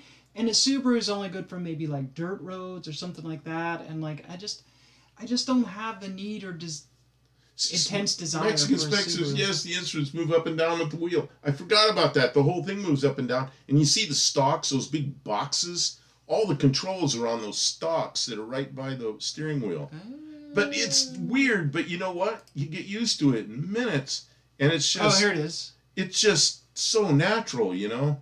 That one, the steering wheel's all tore apart. But, yeah, and I forgot about the instruments moving up and down. There's a few other cars that do that now, but... The other thing about my Subaru that was problematic is it's got like 223,000 miles on it, and it went through some different owners who did some weird things to it, and it's very worn out. Barrows thinks he signed it. You know what? We've got a video of No Name Nationals. It's the one with Dallas doing that giant burnout I have on that's the thumbnail. But it's like, I think everybody that signed your van, we have them on video, or almost everybody. I need to go back and watch that again because it's just a fun video to watch to see everybody. Don didn't get to sign it. He got so busy. Did you sign it, Wendy? I don't know. It was easy to get distracted. It was something fun to do, but it was actually very... it was a lot to ask for people, like, come from over there over to here. Or I kept moving the van around. It was like, well, it was an interesting thing to try, maybe. The Subaru Outback Prelude. It was fun. The Prelude. Yeah, the Prelude, I think, was a cool-looking car, but I'm really not much of a... I don't know. I'm really into the old American cars, but there's... You know, like the Mazda Rotaries. I really got into those for a while, but I'm not really have any reason to have another one.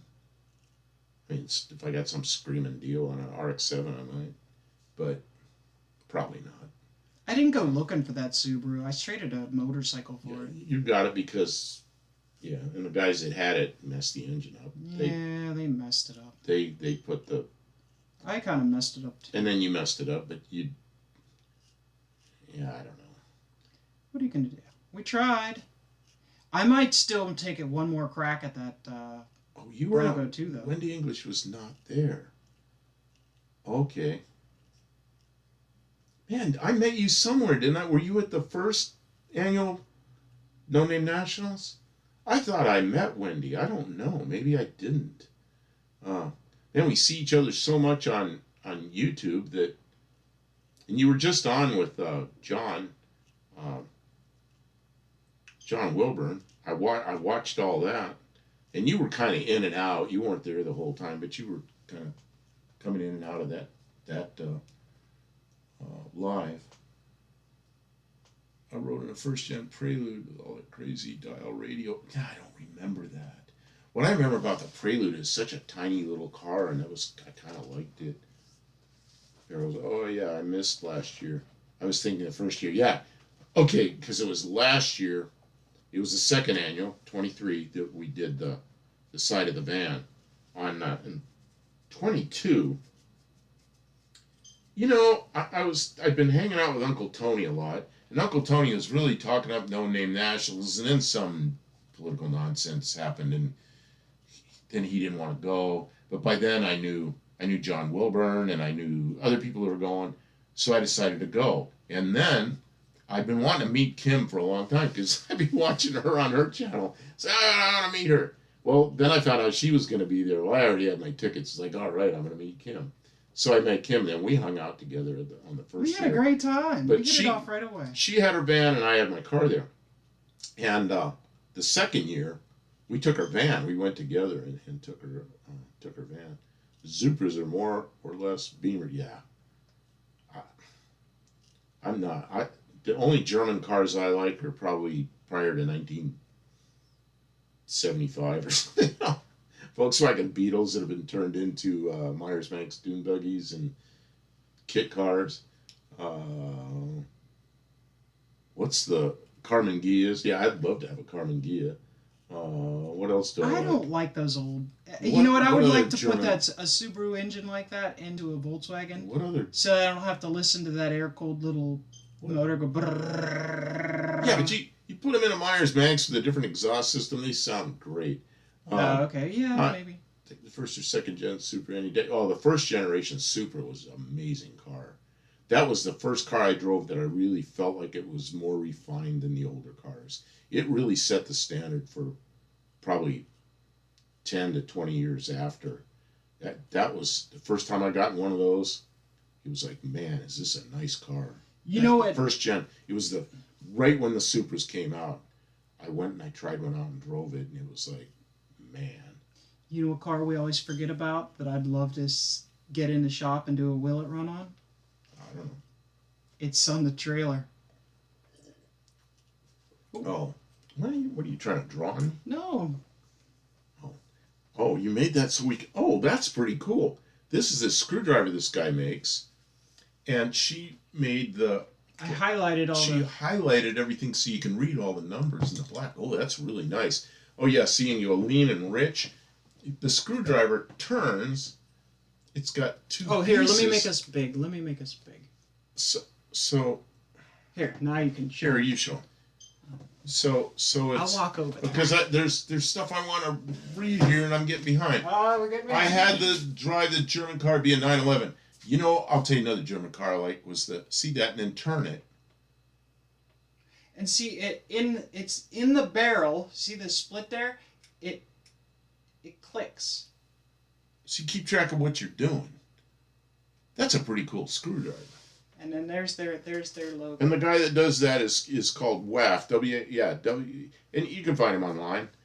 And he's got this thing too. For those of you that were not here earlier, this is a thing that fits on top of a carburetor, and you can put all your spark plugs in these holes, and you can put all your jets in here, just everything you're doing while you're tuning your car.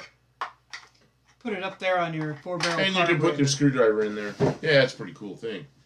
Which Subaru had the crazy two-piece roll-down side windows? That's the second generation of the XT. And I don't know. I'd never drove one of those. I probably would have liked to. But I want to go back to the German cars. Right. The 9... Put the Stubby in the Subi engine 2.5 in a bug. Sorry, go back to what you were saying. The 914 is probably one of the few German cars I like the way it was. And the first 914 I drove was a 6. Man, what a nice car that was. And I drove some of the 4-cylinder ones. They were okay too, but they weren't fast. But and a lot of Porsche people will say the 914 is a Volkswagen because that's what it is in Europe. But I don't care. I like the car. I don't care what name's on it. And then the other German cars I like are the silly old stuff. And the commie cars, the German, what's the one that's made out of cloth. The Trabant and and then the West German Messerschmitt. Love Messerschmitts and I don't know that kind of silly stuff. But I don't like the newer cars. They're too complicated and the parts are crazy expensive and they're just why. I mean, they have.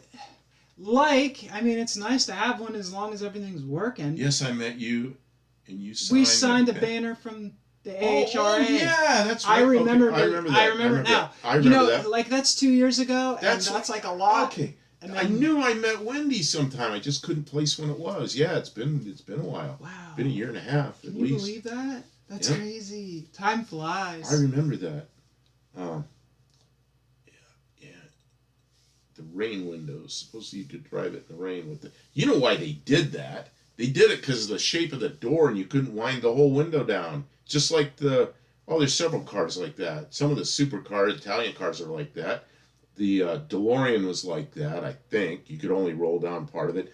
One of the airplanes I built, it's like we sold like 500 of them. I did it on the airplane because you couldn't take the whole thing away. The window wrapped around too far, so it would just get wind in the face. So I just did the piece on the side, and I copied it from the Subaru and the DeLorean and other cars that were like that. And it makes sense. And yeah, it isn't windy. It is kind of nice on a DeLorean. You roll that window down, and it's not windy in there, but you got air. I mean, I wish more cars were like that. And the Subaru, I never drove one of those, but I would have liked to tried one. I mean, if I ever have a chance, I probably will. But sadly, they're getting so old. There's this Danny Boy Compliance and Travel. I got 3 people to sign it before we left. Was that all? That's all. Saw a member or 2 lift their Corollas. Lifted Corollas. Oh. I had a Toyota Corolla. I think it was an 83. Like the conversion van window. An 85. Yeah, I do like those little stub windows, whatever you call them. I liked it so much I did it on the airplanes. And the airplane, we're not cranking the window down. I Velcroed it in, put a little, like a tube, it's on, the window's Lexan, so I stiffened it with aluminum tube. You just grab the window, rip it out, Velcro, and then stick it down next to the seat. And you can fly, I'd fly like that truck driver with my window, or not the window. It wasn't windy unless I stuck my elbow out there. But you could fly like that, and it was fine, It was not windy at all. What's that window called? Well, look at it. I think a DeLorean has it. And I'm trying to think of what other cars have them. The Subaru, the 2nd Gen XT. Yeah, see, see now the DeLorean doesn't go all the way back. Mine didn't. Mine went all the way back. Yeah, that thing. Yeah, I had no idea that they had weird windows like that. Yeah, because you can't. There's no room to crank that window down, that whole window. So they just made part of it, and then it's plenty good enough to do what you got to do through a car window, like toll booths or something like that, or get a little air in there. And look at the Subaru XT 2nd generation. The what? John Wilburn. I was reading stuff. Oh, you were reading. Yeah, I'm sorry. Boy, John, you maybe it was popped in late. Great to see you. Maybe it was your banner. I signed the first year. No worries. It was great to meet you both. 2nd gen. That's the 1st gen. Let's see. Nope. That's not an XT. Maybe they didn't call it an XT the 2nd year, the 2nd gen. I don't remember. See, John, will be harder to flip someone off out that tiny window. That's probably what. Yeah, that thing. See that window on those. Oh, it was called the SVX. The window like that. The same thing. You couldn't crank that whole window down into that door, so they made it a short one. Did you use more fuel with the window up on the airplane? You know what I did happen was for those airplane people. There's an altimeter. The altimeter works. Altimeter is like a barometer with a hole in it. No, that's wrong. That's a rate of climb. Now, altimeter is like a barometer. So there's an opening in the back that you're supposed to run a tube to a static port. But it's a little airplane. It's good enough. I just vent it to the inside of the airplane, which is basically static pressure. Except when I take the window off, it had changed the altitude slightly. I know what it was. The airspeed indicator, pitot air, is ram air in a tube, and it compares it to the static air. And I had the static air just vented inside the airplane. When I pulled that window out, it changed the airspeed by 10 knots. It's like, whoa, now which one's right? So then we had to go do a bunch of testing and figure it out. But yeah, so I know it made a difference of the pressure in the inside of the airplane, but it was it was nice. You fly along and that airplane cruising along about 100, 105, something like that. Arm out the, just a little spot with your arm out the window. It's pretty good. Be hard to flip someone off. Yeah, that's what I need, little tiny windows so I can't flip people off. And then when Kim came down your van in the field and helped you with your tire and had you sign my no-name national one with our tire field and helped you with your tire. What happened with the tire? I remember we changed to the little tiny tires. She couldn't change gear ratios, so we put little tiny tires on the back. She went out and raced the van. Then we had to put them back, so it was during that process, I guess. SVX, yeah, that's it. Remember we mounted one of the tires up underneath? Maybe they were helping us put the tire back. I don't remember what we were doing. I don't know. That was a long time ago, and like, the no-name nationals weekends, they're so hectic. Like, you want to do everything, and it's really hard. Wish I would have thought of that like 40 years ago when I was writing stuff for aviation magazines. My name could have been Pete O'Tube. Pete O'Tube. Why didn't I think of that? Oh, speaking of 411 gears, I was looking at my Bronco 2. Where's 411 gears? Okay. They were saying, well, smaller tires are the equivalent of 411 gears. I was looking at my Bronco 2, and my Bronco 2 has 411 axles in it. Did I tell you that? No. That Bronco 2 has 411 So what's it have axles. for a transmission? I don't know, a little automatic something. Is it an overdrive? Yeah. Okay. Well, that makes sense. Because it's probably like 70% or something. But remember when we were driving it around in the yard, and it was like a monster? 70%. I was like, dang. 70% overdrive with 411s is 288. And my father, I know that because we had a 57 Ford with 411s in it, and an overdrive, it was 288. So what a nice car. You got 3-speed manual with 411 gears, so it goes okay. And then you set the overdrive and clunk, it goes, now it's only turning like 2,200 RPM going down the highway. Yeah, oh yeah, smaller tires, budget 411. Oh, I feathered those tires doing a burnout in that, because the first year I took the van into the burnout pit and did my best to spin it around and smoke the tires, and yeah, that's why I use those low profile tires to be able to get the tires spinning, because otherwise you can't in that van, because it's just, it's a van. But it was fun. It was so fun. That first year, No Name Nationals it was epic adventure, How's that van doing? I drive it all the time, John. I still drive it all the time. You know what it's doing? It's like an appliance. It just runs and runs and runs. Puts into work. Although she got it stuck in the yard when it rained for 4 days straight, and our grass there's just a little bit of a hill over by the shop, and the grass gets so slick you get stuck in the grass. She couldn't get it up the hill. So the next day, or 2 days after, when it started to dry out, she drove it out.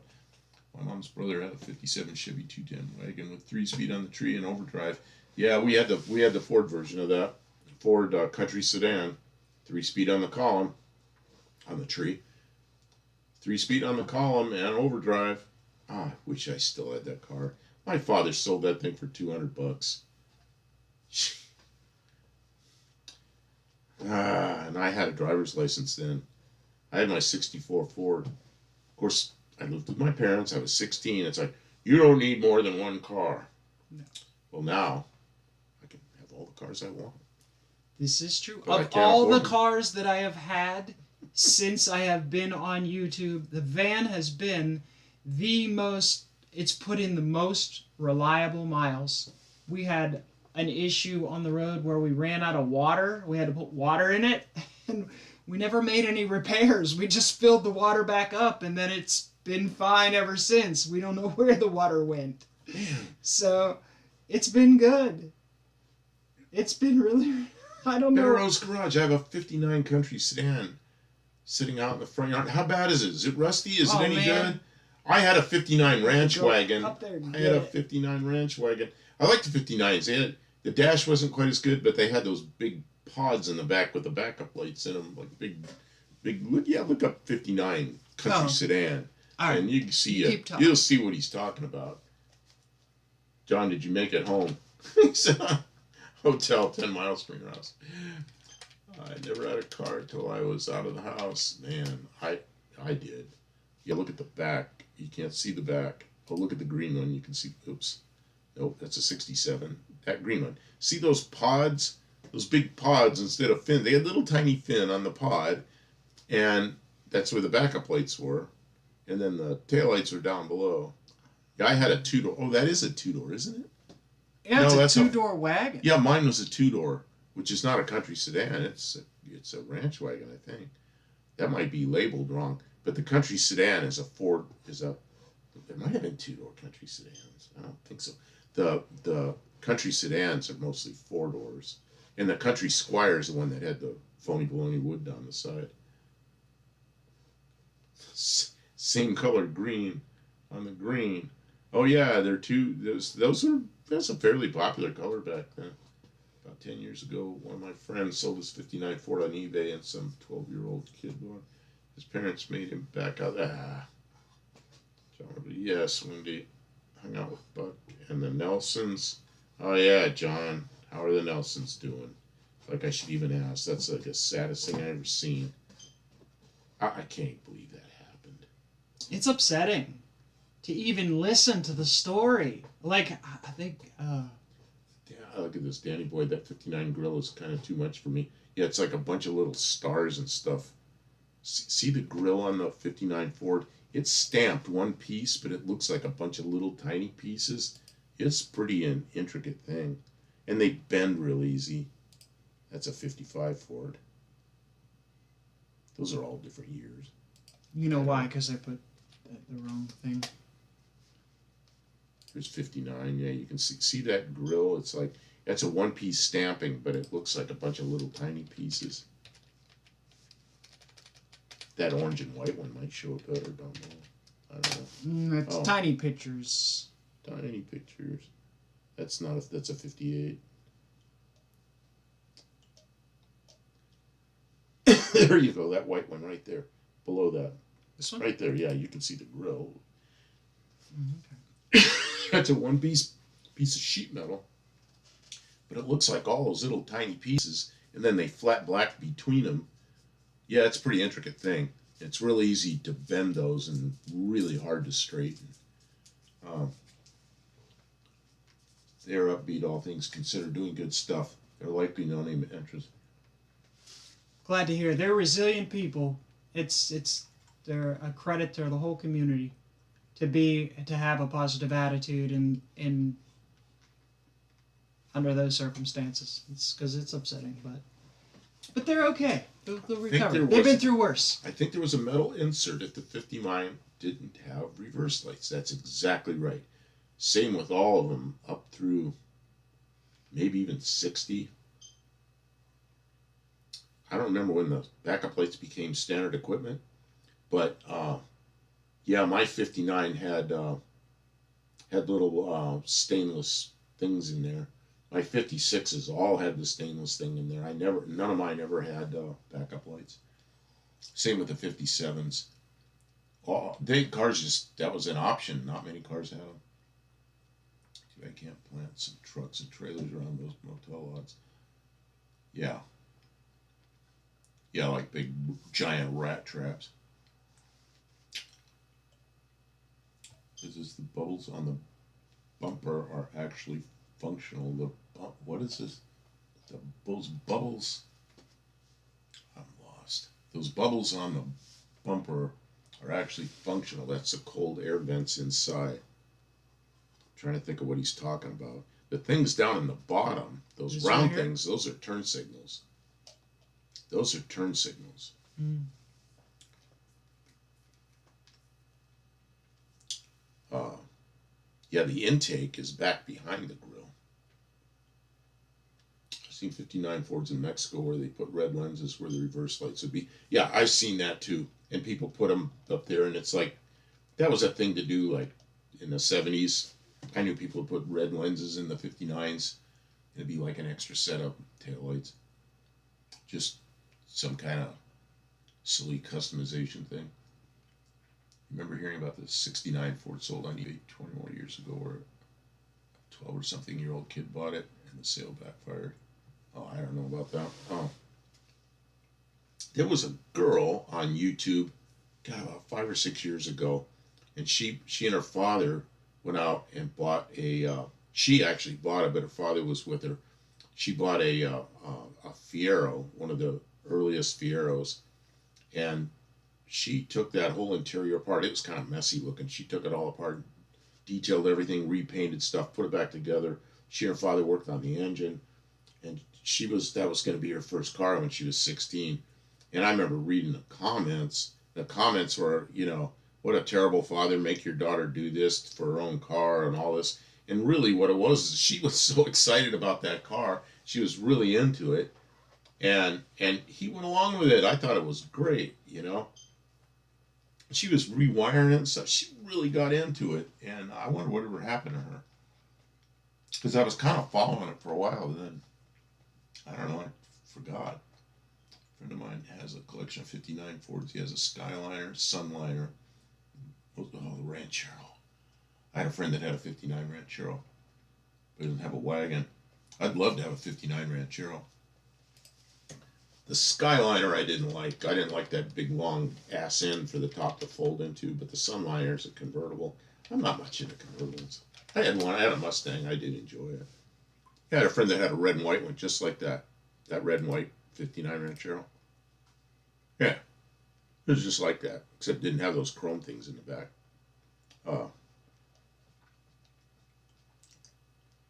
Yeah. I had I had a 57 Ranchero for a while. Yeah, any of those old Rancheros, I'd love to have it. I prefer the 58 Fords for the grill. Yeah, I've seen 58 Fords where they put a 58 Thunderbird grill on it, or a whole bumper and grill and everything. It looks pretty cool. The weird thing about the 58 Fords, the Rancheros, was they had a 57 rear end. And every other 58 Ford, including the wagons, had the 58 Ford rear end. But they didn't do it on the Ranchero. Oh. I always wanted to get a 58 Ranchero and grab a tailgate from a 58 wagon and make it look like a 58 in the back. Because they couldn't tell the difference in the back. I have a soft spot for 58, 59s, and it shows. Yeah, I had a 155 Ford. I had numerous 56s, at least a couple of 57s. They were both ranch wagons. The 56s, two of them were ranch wagons, the others were two-door sedans. I never had a 58. A friend of mine and I had a 58 that it just got it departed out. We needed pieces. So I got to drive it once, but it wasn't mine. The 59, I had that ranch wagon, and a 60, I had a ranch wagon, a two-door ranch wagon. That's one I really wish I would have kept. The 60's I think it's a beautiful car. And it's the same chassis as like up through 64, which is really a better chassis. The guy chased the Ranchero for years and years. He was finally offered the car, and it developed a noise. It was a simple fix, and now he has a gorgeous, yeah.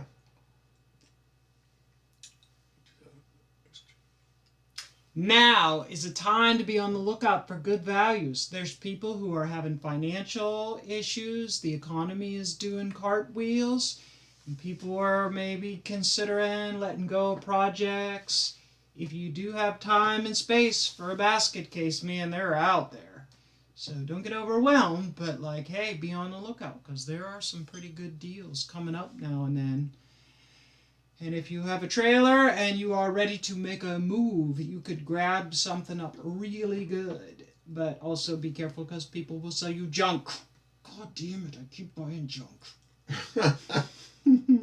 57 Ford has those darn bug-eyed looking French headlights. You know what happened there? The whole industry knew the quad headlights were coming, and then, the U.S. government didn't approve it, and a couple of states did. So a couple of cars got the quad headlights in 57, but they couldn't be sold in every state. What are you looking at? 57. Well, yeah, that's some customized thing, but it's there. Yeah, there's that one. You just poked at it. That one. Yeah, that's and that was meant to have a quad headlights in there. And I know what happened the last minute. They had to do something. They did that. In 58, they took the same fender and put quad headlights in it. What are they going to do? But the 57 Fords are. I'll put up with those headlights, but I really like driving a 57 Ford. That would be my second favorite old Ford. The first would be the 60. Look up a 1960 ranch wagon. Seen an early C3 convertible, 32,000. You never know what's going to happen there. Yeah, see that green one on the left? Yeah, that one. Yeah, I think that's a 59. 60's on the right. If you can find the back of the 60, there you go, that white one right there. Yeah, the 60, the back I like. And I like the whole chassis. The 60 through 64 was basically the same chassis. 63 and 4, they made some different front end shit that didn't make it handle very good. But 60 through 62, the chassis was great. I mean, Everybody says they want an El Camino, but the sales numbers didn't bear that out when they were on sale. I had a 72 El Camino. I liked it. I had a friend that had a 68 El Camino. That I drove that thing on a trip one time. And man, I liked that car. And that car had a 280. Is the best running 283 I ever drove. He had a 283 in it. I don't know where that 283 came from, but he built it. And that thing went as good as any 350 I ever drove. Any factory 350 I ever drove. My dad had a 60 Ford before I was born. I love 60 Fords. I had just that green one is a two-door. It's a ranch wagon. I had a red and white one like that, and it came and went. I traded it straight off for a 67 Mustang Fastback 289, which was probably a good trade, but I look back on it, and it's like, man, I wish I had that car,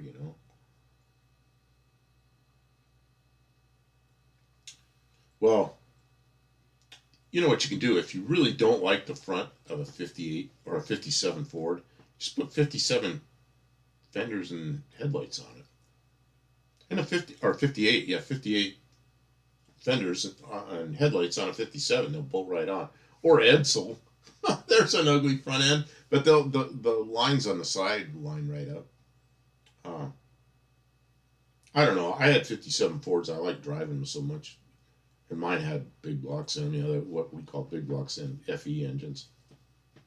And we'd build 390s, bore them 80,000s, and use all 406 stuff in them. And a tri-power manifold. They're pretty fun cars. 64 is the mirror image of the taillights and the bumper would have. You know what, Mexican Spec? I saw those. There used to be a kit to do that, and there are some around. And you will see them occasionally. And some people took what's that stuff called? Scotch Light, the reflector material. I've seen people put Scotch Light down there, but there was a kit to put taillights down there. Pretty cool. The other thing about that back, it was like a pickup truck. Oh, van. I think something happened. What? What happened?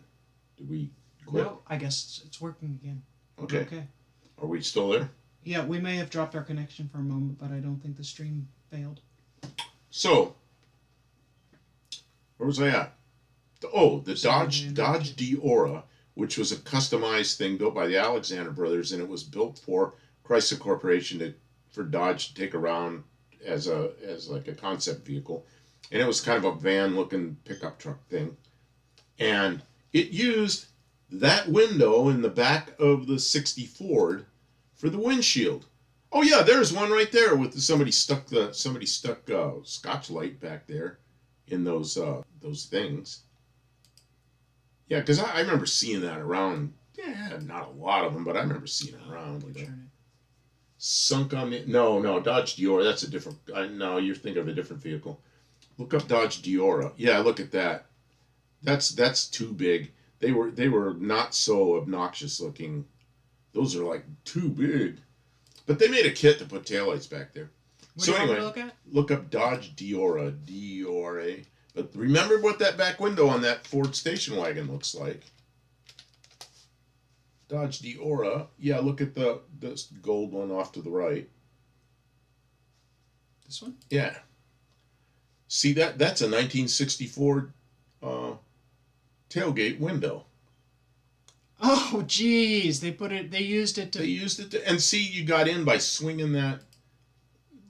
By swinging that, you can see the tailgate up above, or the entry door up above. There, that one. You swung that thing that way to get in. What is that? And that tailgate, it was a show car that Chrysler Dodge ran around in 1967. It was a concept car. Huh. Chrysler Norseman. It could have been it. I'm trying to think of what that car was that sunk on that ship. Yeah, they had that thing built in Europe, and then it got sunk in the ship. Went to the bottom of the ocean.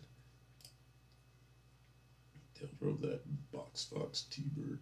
Ungainly is the word I use for the 1964. They have grown on me.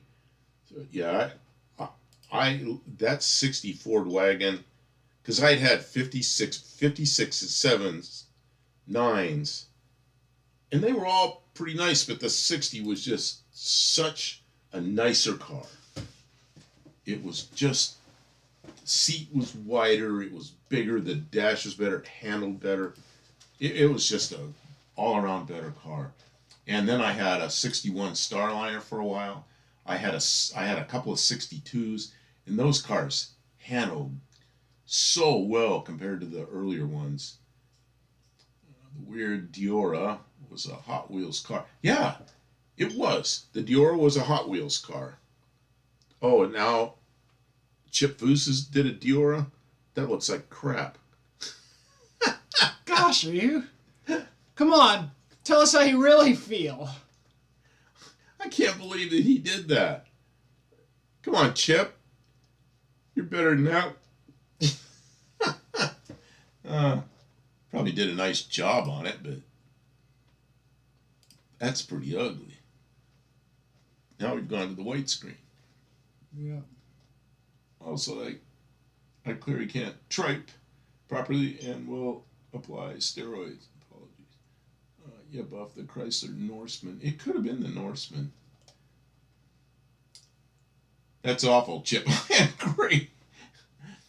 I like the clean style, and the '61 Starliner wins the prize. You know, I had a '61 Starliner for a while. It was dark blue. Some guy kept offering me more money for it. One day I was trying to pay rent and living the life of an auto mechanic. Back in those days, and if you're living the life of an auto mechanic, you don't always have enough money to pay your bills. And the Starliner went away, and I paid my bills. Yeah, it's sad. I let my Starliner go. It had a 406. It didn't. It had a 390, but it had those big 427 cast iron headers. Oh, man. Yeah, there's a '61 Starliner. Yeah, I had one. Mine was dark blue. And just look up. Oh, yeah, mine looked like, see the one you got up there? Dark blue, only mine wasn't that nice. But it had, like, the original old American mags on it. And it was just an old car, though. Mine was not a show car. But it wasn't all bent up, either. It was just a car.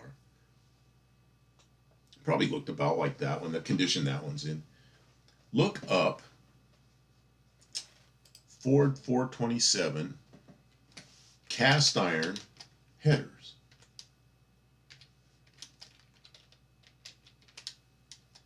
And I had a set of those on that 61 Starliner.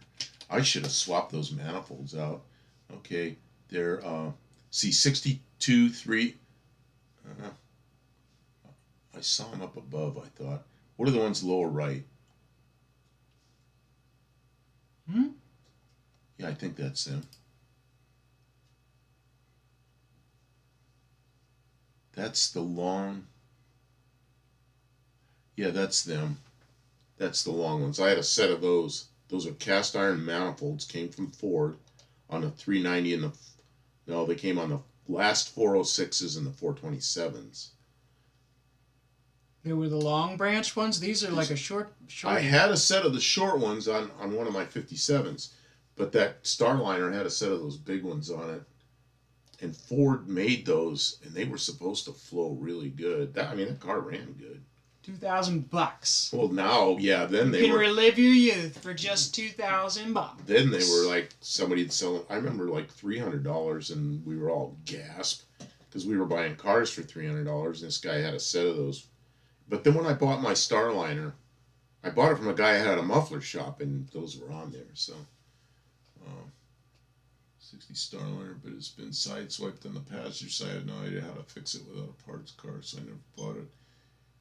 Oh man, you want to trade my bullet for it? The 60. Back then, I liked the 61 Starliner so much better, but now I think the 60 is actually a better looking car. I really changed my mind about 60s. Really like 1960 Fords. As a child, I remember many older Fords smelling bad, though. Well, it's probably because they were old cars. I remember those cars smelling really good because they were new. Yeah, they smell like old cars. They were brand new. I remember being in the Ford dealer in 1965, and my father was looking at a Ford van, and I was sitting in a new Galaxy. The thing smell. I remember the smell. It was so good. All the newness. You know. Let's see. Partial to the 66 Ford and the 68. 66 Fords came out late in 65. I was living in South Dakota, little town, had a Ford dealer, had a friend next door. My parents sort of just lost track of what I was doing. Luckily, I didn't get in any trouble because the kid next door was also a kid that didn't get in trouble.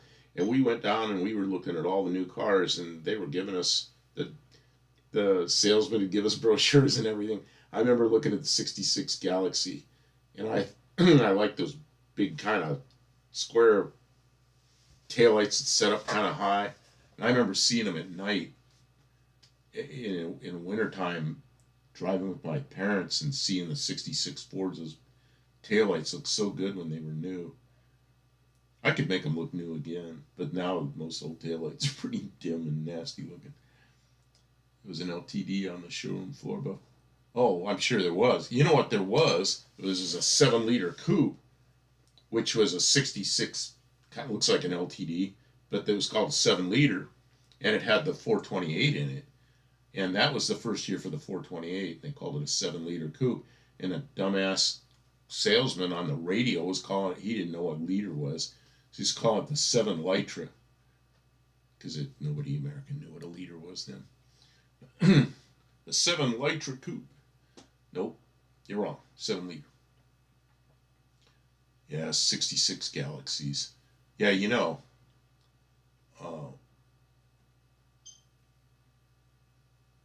Let's see.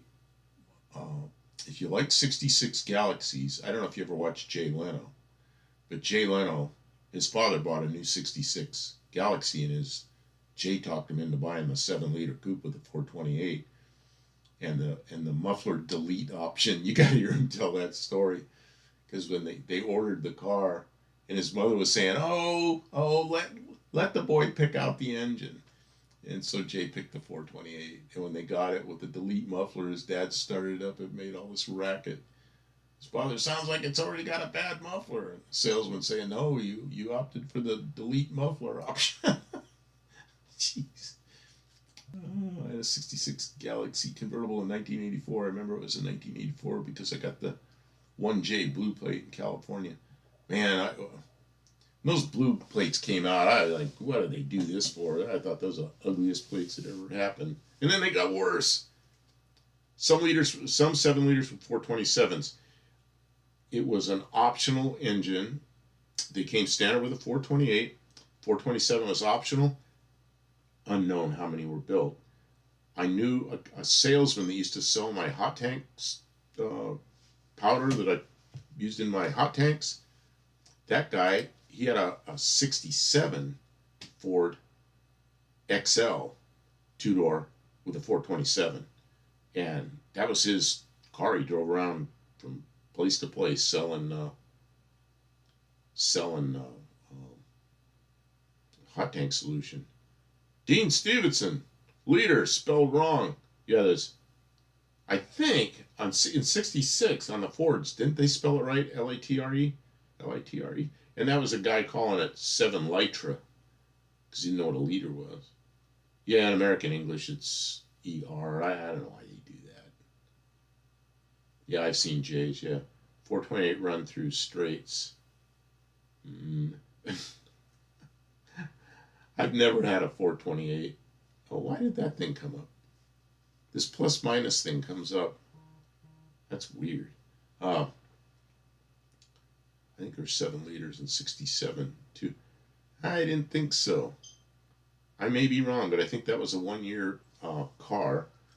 The guy I knew had an XL, had a 67 XL with 427, and he used to run from Santa Barbara, California, all up like San Luis Obispo, Monterey, over to the Valley, Fresno, and Bakersfield. But he run that whole route for years and years in that 67 427. And man, I wonder what happened. That guy was older than me. He probably in his 80s. I tried to find that company to buy a hot tank solution. They're gone, of course. All the suppliers I knew were gone. But it wasn't.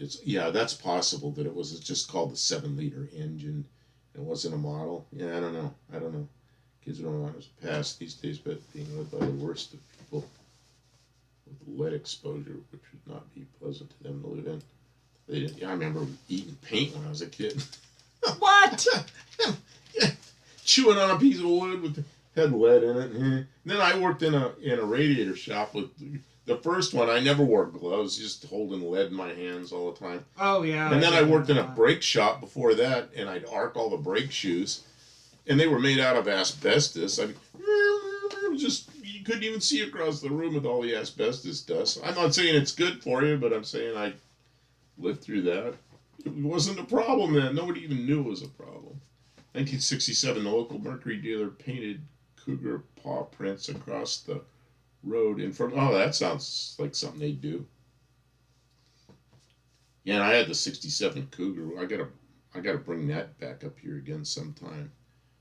Where's my 67 Cougar pictures? Some of these people haven't seen it. I'd bring it up some other time. 427s are here in opinion, but the 428 is actually a better engine. You know, back in the day, I thought the 428, who'd want that? I want the 427. But now, I'd rather have the 428 because it's got the inches. You could make it run good, no problem. And it's just a engine that lasts hundreds of thousands of miles, no problem. Hydraulic lifters and oil. Oh, it's just all around better engine. The 427 was it was a racing engine. It wasn't meant to last forever. Although. Thank you for being here, Mexican Spec. Oh, you gotta go. He's going. It says he has to be up in the morning. Thank you so much. We'll see you next time. What are you doing at 3 a.m.? Oh, he's delivering cars. Yeah. Probably delivering cars. Remember the big cougar statues in front of the Lincoln Mercury dealers? Man, I don't remember. Maybe. Don't know. I'm going to look that one up. Rich people ate the paint chips party.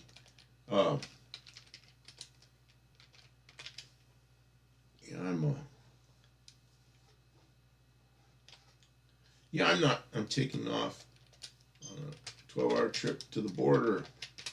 only have 6 military inspections. Oh God, yeah. You always tell me how good Mexico is, but you got to go through those. I don't know. Maybe they're not a problem. I'm going to go through them someday, but I'll do it in a bus. I'll do it in a Mexican bus.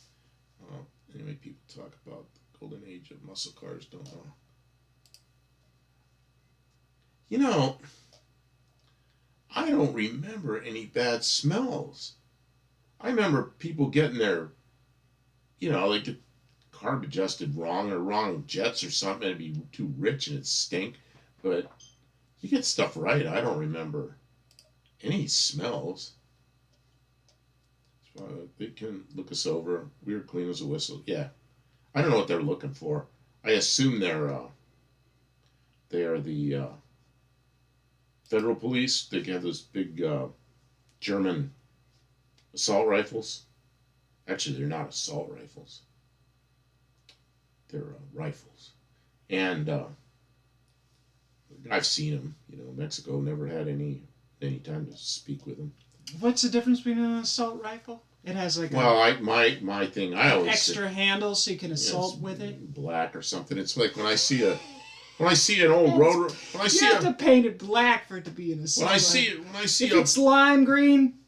When I see a black old Roadrunner with a pistol grip transmission, I go, "Hey, that's an assault car." I can tell because it's black and it's got a pistol grip. It's an assault car. But assault weapons, like things like the AR-15, it came from the military. It's a military kind of weapon, but it's turned into a pretty nice rifle. It has a pistol grip. You can control it better. But the military is the Department of Defense. So it's a defensive weapon. It comes from the Department of Defense. We don't have a Department of Assault. We have a Department of Defense, so it's a defensive weapon. Mercury, that's where you found all the Fords Go Fast goodies for cheap. Man, Mercury, I remember next to my first radiator shop, there's a Mercury dealer. So, a redirect to something else. So, I remember the smell of cars that had no emissions back in the day, and it is pretty harsh. So I get it. Yes, there is some, modern cars that are not all stinky for the overall population, for daily, all the driving that needs to be done, all the shipping, transport, daily usage. Yeah, there's reasons for modern things. Now, all the complexities are not necessary. They're just not necessary. I turned the camera on. I figured out what I did that made the TV do that. Sorry, everybody. We have distractions in our face that you can't see. Yeah, look, when I stick my hand up there, it makes a plus minus thing, and this thing waves around. There's a camera up there. I have to shut it off. Anyways, it's not the Department of Offense. It's the Department of Assault because it's an assault weapon, and I say that just doesn't exist. It's a It's a defensive weapon. But really, when I went in the Air Force, I shot rifles a lot. I went in the Air Force, and we got out to the rifle range, and the pistol grip that was the old Vietnam era. What do they call that thing? The M16. The pistol grip was just so natural to hold the rifle and have control over it. It was so nice, and I've never understood why that's got to becomes an assault weapon. It's just an excuse for them to categorize your thing as something. It's a nice, controllable way to hold a rifle, So it's politics. Yes, and politics mostly make me sick. Oh, there's the Cougar. Yeah, is that? Oh, that's a Pantera design, or is that the Cougar? I don't know. Cougar say it might be from Still Past Lincoln Mercury. If I lost any brain cells from those fumes, it was okay. I wasn't using those anyway. I don't know. Back in the day, like in the 60s, in the late 60s, early 70s, man, I was riding around in the Chevelles and the Corvettes, a few Corvettes. Didn't have many friends with Corvettes, a few. And the, like, Roadrunners, 70 Roadrunners and stuff. And I don't really remember any smells other than the Were you in interior, the upholstery, and Were how you they in smell. the dense city at all? Oh, well, that's not the car that smells. I remember going to L.A. and it was The smog was foul. it was pretty bad in the 70s. It's still, the fog comes in the morning and it kind of hangs there, and so does all the exhaust from cars and everything, but it clears out. Sign of the Cat. Actually, it was always about being tired of toddlers getting. Oh, jeez. I don't want to. I had an AK for years and years and years. Never once had an accidental discharge. It's idiots. It's idiots. It's like people now. There's a city. Where was it? A city that has banned Dodge Chargers because some idiots I thought drive it was around. the club. Oh, that's another one. There's a city. I think it's in Georgia, but I'm not sure. They banned Dodge Chargers from the city, within the city limits. And you know why? Because some idiots drove around stupid. Because the new Dodge Charger has a donut function. That isn't even there yet. So, as soon as an idiot does something with something, like if I threw that glass across the room and broke something, let's ban those glasses. Well, I'm not going to get in any more of that. It's stupid, stupid, stupid, absolutely stupid news media and politicians. They all get the middle finger from me. All of them. Yeah, middle finger. So, the tank was the back of the seat. Oh, the pickups were all. The tank wasn't the back of the seat. It was behind the seat. It was between the back of the cab and the seat. Fords were like that? All of them were like that. Yeah, okay. All trucks were like that. Well, now they're under the bed. They're under the bed, yeah, which I don't think is perfect to have it behind the seat. But, I mean, traffic, the way people behave in traffic today is so different than the way it was. You drive a truck around they didn't drive anything like people do in trucks now. People in pickups now drive as fast as they can, inches from your bumper with their high beams on, and just complete jerks, And back then, a pickup truck was a tool. You just drove it like anything, a little slower than cars, and you used it for picking up gravel or wood or, I don't know. I grew up in Boston. Well, there's the problem. That's big city problems. I don't know. Obviously, Alan you can't have everybody in a big city wandering around with AKs. Yes, that's a problem. You hated your youth, and you're gonna expect that everybody should hate that. Well, my youth was different. I was driving around in those cars and enjoying every minute of it. What did you just do? Deactivated that camera. Oh, is that what's doing that? That's what I did that wrong. I don't want to have this discussion on the stream. Let's just be done. So, when I was in those cars, they smelled good, and they were fun, and they were not a problem. Okay, one more olive drab, and you're out of here. Okay? That's a warning. You can stay, but we're done with that. Pickup trucks were for work. That's right, pickup trucks were for work. And now, I'm not even sure you can get stuff in the back of a pickup truck. It's up so high. I need a ladder to even reach the bed, the work bed of a pickup truck. This comment that came up was not after you said something. So, like, it had already come through before you were finished talking. So, it's not... And the smell of leaded gas, I use leaded gas in airplanes. It's not good for you, but the smell actually smells better. And the exhaust, I don't smell anything from leaded gas. I know the lead is not good for you. When we run the 100 low lead in the tractor, that in the beginning of the year, it has a very distinctive different smell. Does it stink? Or does it smell bad? It smells. I don't know, it smells like an airplane. It smells very different. Yeah. It smells very different. An airplane gas, to me, you smell the gasoline. You can barely smell it. Whereas a car gas will stink. Not a car running, But if you spill modern gasoline, it stinks so bad. So, which gas? The old gas?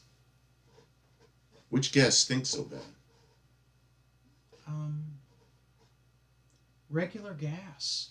Just Oh. brand new gas. It is so pungent. It's like if you spill a little bit in the backseat of your car, it'll like knock Okay. you out. It's so strong. Olive They left. There was They're gone. Well, Don't she worry may be about it. gone. Well, don't The worry the about it. politics, she can't stop. So Well, she's gonna get under my skin. So that's enough. he gets riled up. Get into politics. He gets very riled Yeah, up. I don't like it. I don't like politicians. I don't like news media, the dominant news media. I think all of them are enemies. And I gotta live with it. It sucks. So, I have an extreme dislike for politicians and dominant news media people. They do everything they can to ruin our life, and they enjoy every minute of it. And that's how they stir the shit. They So, like to we're done with grab it. your attention by Done with it. starting inflammatory discussions, and that no one actually is. They start arguments that no one is actually on one side of. I don't know. Yeah, I don't even want to talk about it either. What do you say we're done? We're already into I don't want to end it like this. more than 3 hours. So, yeah, we were looking at Cougars. And late 60s, early 70s cars, which are really fun cars to be around. Even the 50s cars. 50s cars are a little more difficult to work on. You know what? I don't see them very much. The 50s cars? Yeah. Yeah, they're not You know, so they many. what happened was they either got worn out or they became so collectible that they really went out of our price range. Well, Although, the 60s. some of these people have some really nice late 50s cars. Like the Fords we were talking about earlier Yep. and stuff like that. But there's just not so many of them around. Like a 55 Plymouth. I really like 55 Plymouths, but they were more difficult to work on. And they're just, they weren't collectible, I guess. I see one once in a while. But like the mid 60s to even some early 60s, mid 60s to early 70s are just, they're so collectible. Thanks, you Rick. know? Yeah, Rick, take care. See you later. So Yeah, they are, right. So I enjoy those cars. And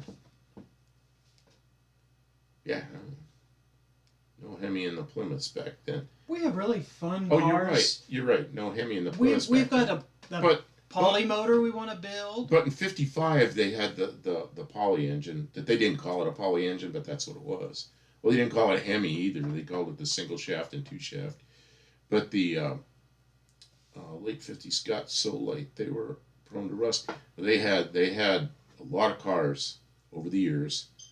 They've gone cheap at one time or another, and they were not coated well with stuff, with paint or with primer or whatever they were using, and they rusted. Like, look at the Vegas. The Vegas, they didn't have the inner fenders and no paint on the inside. Of course, they rusted out. They rusted out within a year or two. And the Mopars had rust back then. The Ford, the first Fairmonts and those early Mustang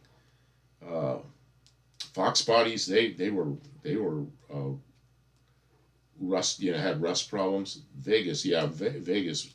I had a Vega that was from Southern California, and just the salt air had rusted around the windshield, and I could put my hand underneath the dash underneath and reach the outside of the windshield because it was rusted all the way around the windshield. I didn't keep that very long. I think Vegas and Mavericks rusted as they came out. Mavericks, I don't remember it so bad. Of course, I was in Southern California then.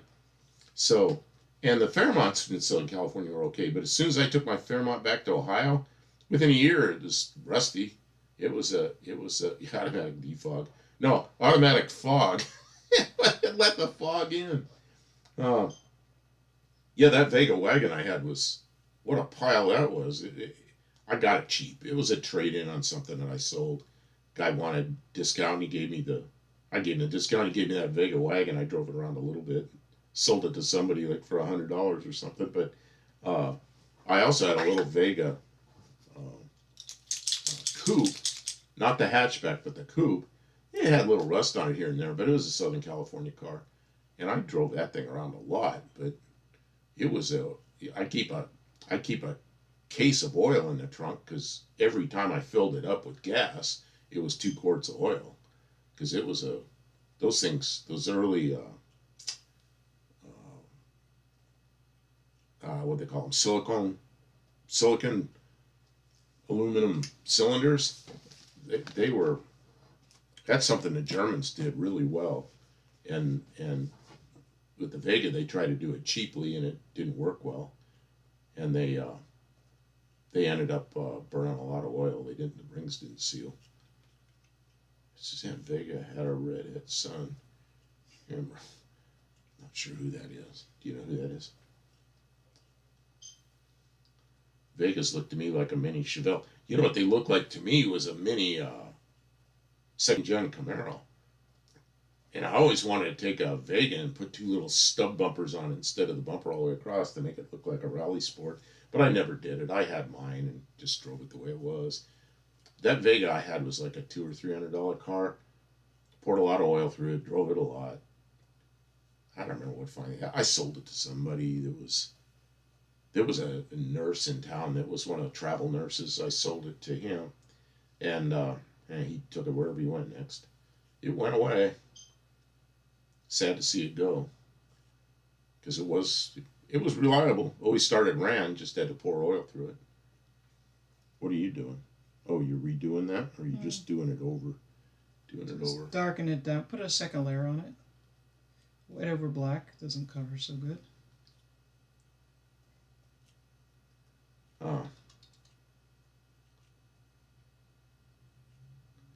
Oh, there's that big. Is that the Cougar, the one off to the left, right between you and me? The one that's on the roof. There's look a picture of one on on our the screen here. It's right between you and me. Yeah, I think there's a picture of him on the roof. God, I never saw any of those. Where was he now? There's a picture of it on the roof of a building that looks like it could have been an old car dealership. And man, I never saw those. Never remember the one that's up there that you have on the right with the Lincoln Mercury dealer. I remember that being in the ads. Yeah, this one here. See how it's on? Oh yeah, I never remember that. I don't remember either. I I've guess seen it's a landmark Vega, in a couple places. I've seen Vega bumper split before. It looks good. Yeah, I bet it does. I always wanted to do that, just never did. Built, they didn't do too bad on the track as well. You know, Vegas. That was one of the second radiator shop that I had that I built all the radiators for hot rods and engine swaps and all that. One of my most popular radiators was a bolt-in radiator for a Vega V8, and there was a guy in a machine shop that I knew that had a V8 Vega. He put a 283 in a Vega, 283 two-barrel in a Vega, and used one of my radiators. It bolted right in, worked fine. It was a 3-row high-efficiency core, and it just bolted right into the Vega mounts. And they had 2 radiators. They had a narrow one and a wide one. It bolted into the wide mounts. And, well, there were 2 different ones, Dan. There was one that was 12 inches by 12 inches, and there was one that was 12 inches by, I don't remember what it was, 18 or 19, something like that. 23, I don't remember. It was wide. It took up the whole front end. And there were 2 mounts down below, but then you had to have the right piece on the top, so you had to get that piece. So they had, the wide one was the air conditioning one, but it was a 2-row, and I built a 3-row because the tanks would accept the 3 rows, and then I'd tighten the tube centers up from 9/16 to 7/16. And got to be careful when you do that, because you could change the fins per inch, you get the fins closer, but you start getting 3 rows with the closed tubes and closed fins, you start having trouble getting air through it. I mean, you got to be rolling down the road to get air through that or have a really good fan. So when I do the closed centers, I'd probably keep it no more than 12 fins per inch, but that works so well. 3-row on a small block Chevy with one of those radiators, they run it They're just run at thermostat temperature. Uh, Regular Vega radiator. Yeah, those little ones. You could use those little radiators, the little Vega radiators, the non-air ones. You could use that for a heater core, I think. Kim, they were a 2-row and they were like 12 inches by 12 inches. The radiator. Yeah. The radiator to cool the That's engine. little. Yeah. And then the other thing that happened in Vegas is people would, the engine's so shitty, people would drain the oil out of them because they used oil quickly. They drain the oil out of them and then seize the engine up and go get them, warranty. So what GM did was they put the oil pressure switch. They had an oil pressure switch that went to the ignition, so it would shut off. It was in line with the electric fuel pump. So if you started losing oil pressure, you'd lose your fuel pump. And they wouldn't go. So people jumped it. Well, people jumped it, of course. But then the warranty's not going to cover it. But yeah, I mean, there was a problem. There was a huge problem with that engine. Although they were reliable, you just had to pour oil through them. They thought they could get away with no radiator on them. What? You know what the Vega was supposed to have? No, it wasn't the Vega. What was the one after the Vega? The Chevette? No, that was way after. Citation? No. What are we talking about? Chevys? Yeah, it was after the What Vega. year? It was right after the Monza. Yeah, the Monza. Oh. The Monza was supposed to have I forgot Monza was a Chevy. They were supposed to have a rotary, and that's why the tunnel was so big, because the eccentric shaft was much higher than the crankshaft, so it enters the transmission higher. So, but then the whole thing with the rotary was it couldn't meet the fuel economy. Chevy had a rotary? GM developed a rotary, and they were going to use it in that whole body style that was the Monza. This and is new stuff.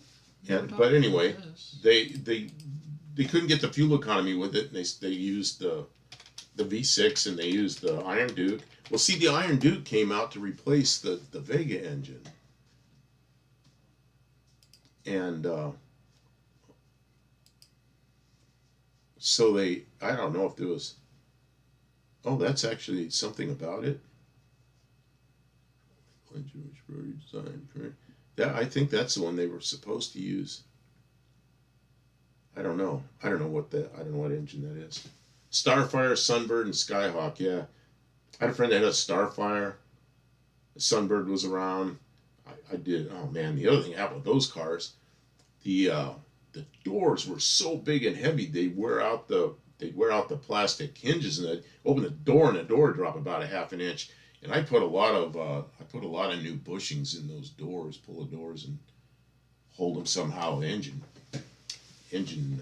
cherry picker, and then the engine was initially targeted for an October 1973 introduction as a 1974 Chevy Vega option. Okay, so they were going to put it in the Vega, but I think it was really the story I remember was it really was going to go into the Monza, and then they ended up not doing it. Iron Duke was first used in the Pontiac Astra, which is a Canadian Vega. Yeah, and the Pontiac Iron Duke, I know a lot of people don't like that engine, but man, I remember when those things were new and just coming out of a Vega. With a Vega engine, the Iron Duke was like, what a wonderful thing that was. And it had a cross-flow head, and it was I put one in a Dodge Dart and drove it all over the place. Love the Hugger Orange. Yeah, that Vega GT. I had a friend that actually his wife had it. It was exactly like that same color. It was that orange. And she drove the Vega around. And then they got a Monza. And then she had the Monza. But their Monza had the other ones, what were the ones you said? The Starfire, Sunbird, and Skyhawk, they had V6s in them. The Chevy Monza either had the Iron Duke or I think it was a 305 or it might have been a 350. It was a small block. Well, that was quite a car, A Monza with a small block in it. What a nice thing that was, I used to race a rotary. I'm glad they didn't, Well, I rebuilt many rotaries that were the mid 70s, maybe late 70s. RX2s and RX3s, a couple RX4s. Most of them were RX2s and 3s. AMC was going to buy that rotary. Well, that was what was supposed to be. 1975 AMC Pacer The was Pacer designed was- to utilize GM's new rotary engine. Pacer was supposed to have that too, and then Huh. it wasn't used, and they had to put the inline six in it, which really didn't fit very well. Interesting. I didn't know the Astra was a Canadian Vega. There was a Pontiac Astra. I thought it was also here because I remember seeing those things around. Rodeos like driving a four-wheel, two-cycle dirt bike. They were sort of like a two-cycle. The injected oil, I remember that. No 2.8 in the Monza. I don't think so. Yeah, 232, 258 in the what's that bubble car called? The Pacer. And then they put the big hood on the Pacer, and they put Oh yeah, that's 304s. Well, that's the Monza wagon. Well, see that thing. I thought we could get those in the U.S. Maybe it started in Canada, but I thought those things were available in the U.S. Maybe not. I don't remember now. Let's see. Mine was an RX-3. I had a parking lot full of RX-3s with dead engines, and I was fixing them all. Well, as fun as I'll get out, but you had to spin it to the moon to get. Yeah, and then I don't know if you ever Bridgeported any of them. I tried Bridgeporting them, but I messed them up. Then the only power I could get out of them was way too high because I didn't know what I was doing. And then they sound kind of cool on the low end, but I lost all the torque. They sound like a radical two-cycle engine when you Bridgeport them. But Yeah, I didn't know what I was doing. It says it was available in the U.S. in 1975. Yeah, I thought they were. So it was available in Canada first. Yeah. And then 73, here. 74. Okay. Yeah. Okay. Astra came out here in 72 or 73, I think. Hatchback, she said notchback 74. wagon. Well, and the Panel wagon. delivery body styles. Oh, what are you looking at? The Vega you could get as a little panel truck. I didn't know that you could get the Pontiac that way. Well, it's the same car. Yeah, but I just never saw one with the panel. Pontiac. Wait, let's see. Wrote two tags Vega in it. panel wagon. I gotta see this. I remember those rotaries so well. Oh yeah, the Oh. Yeah, but What a letdown. that was right at the beginning. I really liked that, and then but I couldn't afford a new car then. I was 16 when that came out, and then the Pintos came out with their little surfer vans, like 75 or something, and I bought used ones of those, and I bought extra panels and converted wagons into panels, and I really liked the Pinto one, but all my Pintos had the little round porthole. There were some of them that didn't have the porthole, darn few of them, and I always wanted a set of those panels, but never got them. If I had a panel wagon now, I'd make or if I had a station wagon Pinto, I'd just make my own panels. If I couldn't find any. Started in Canada and came here U.S. after. Yeah, that's what I remember. Came to the U.S. after a year or two. It was in a front engine sandrail we built back in the 80s. Man, that's a tiny little thing to have in a sandrail. Oh, where was the engine? In the back or in the front? I remember Vega panels. Pinto. I had the Pintos. I had one Bobcat, Mercury Bobcat, that I converted to a panel. And it was, man, I had that for quite a while. I had the wood, phony baloney wood on the side, took all that off, had a guy paint it black. Yeah, I had a couple of those. The last one I had was a Pinto. It was a 70, man, I think it was a 75 or 76 Pinto. It was a mid-year one. It wasn't one of the late ones. Yeah, I know too much about those cars. That's when I had all those engines you need. I had all those 2.8 clone engines. They were everywhere. Now you need one, you can't find one. Oh well. 1984 is the last time I remember riding in a Pinto. My last Pinto was 1991. I left it in California in a friend's yard. I had to go to Ohio. I was working in Ohio. I was going to come back and get it, and then he sold his house. He's like, I got to get rid of it now. And I said, well, put it up for sale. And he sold it. It was gone. Oh, that was a nice car, too. I just couldn't go get it. You've had a lot of cars. Yeah, I've had like 70 cars or something. How many cars do we have now? I don't know. I have van, Mazda, Jeep, Valiant. I know there's another one. The 300. Oh, well, I can't count that. That's like a pile of parts. Oh, Okay. the Studebaker. Studebaker. We definitely count the Studebaker. Well, the Studebaker, I have all the So parts. you have 5. Right. It's a whole car. It's just not a whole Yeah, car. the front fenders and the hood are off of it. So that's 5. And how many do I have? Let's see. I've got my van, and my Dart, and the Subaru, and the Dakota, and the white truck, and the green truck, and the blue truck, and the little blue sports car, and the car that's on the trailer. Oh my God, I have 9 cars.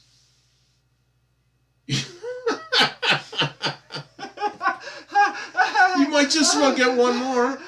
Did you count the Spitfire? Yes. Okay. I'm gonna buy that car from you. After I fix it, that's the one I want to get in there. And you suggested bringing it in, which I want to do, but we have some other things that really need to be taken care of first. The skid steer was one of them. You got it going, so that's out of my And I have hair. a skid steer, which is not a car, but it's a piece of farm machinery. Piece of equipment that wasn't working that we need, so we had to do something. Okay. It's so great that it's working. So that's out of our hair. What else was in our hair that had to be done? The flat tire on the Dart and get it running. Okay, that's done. The Valiant, we got to get it over to the shop and finish the front finish the rebuild. Yeah. So and I'm about to drive it yesterday, and Kim's going, "You can't drive this. The steering isn't hooked up." And I go, "No, steering's hooked up." I think I put the tie rod in the wrong direction. The tie rod's just stuck in there, and I'm going, "Oh, nice of you to tell me." So I'm gonna drive it slowly over to the shop so the wheels don't go like this, and then we can finish rebuilding the front end. And then I don't know. The Studebaker needs to be done. The Spitfire needs to be done.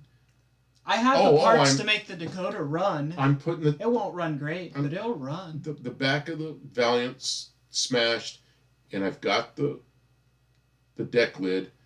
The bodywork's almost done, so I'll paint that and put that on the next couple of days, and maybe here pretty soon we can roll the Spitfire and see if we can get it running. Yeah, Barrows, that Spitfire is small. It's under 1200 cc, but it'll be fun. I've told about this car before.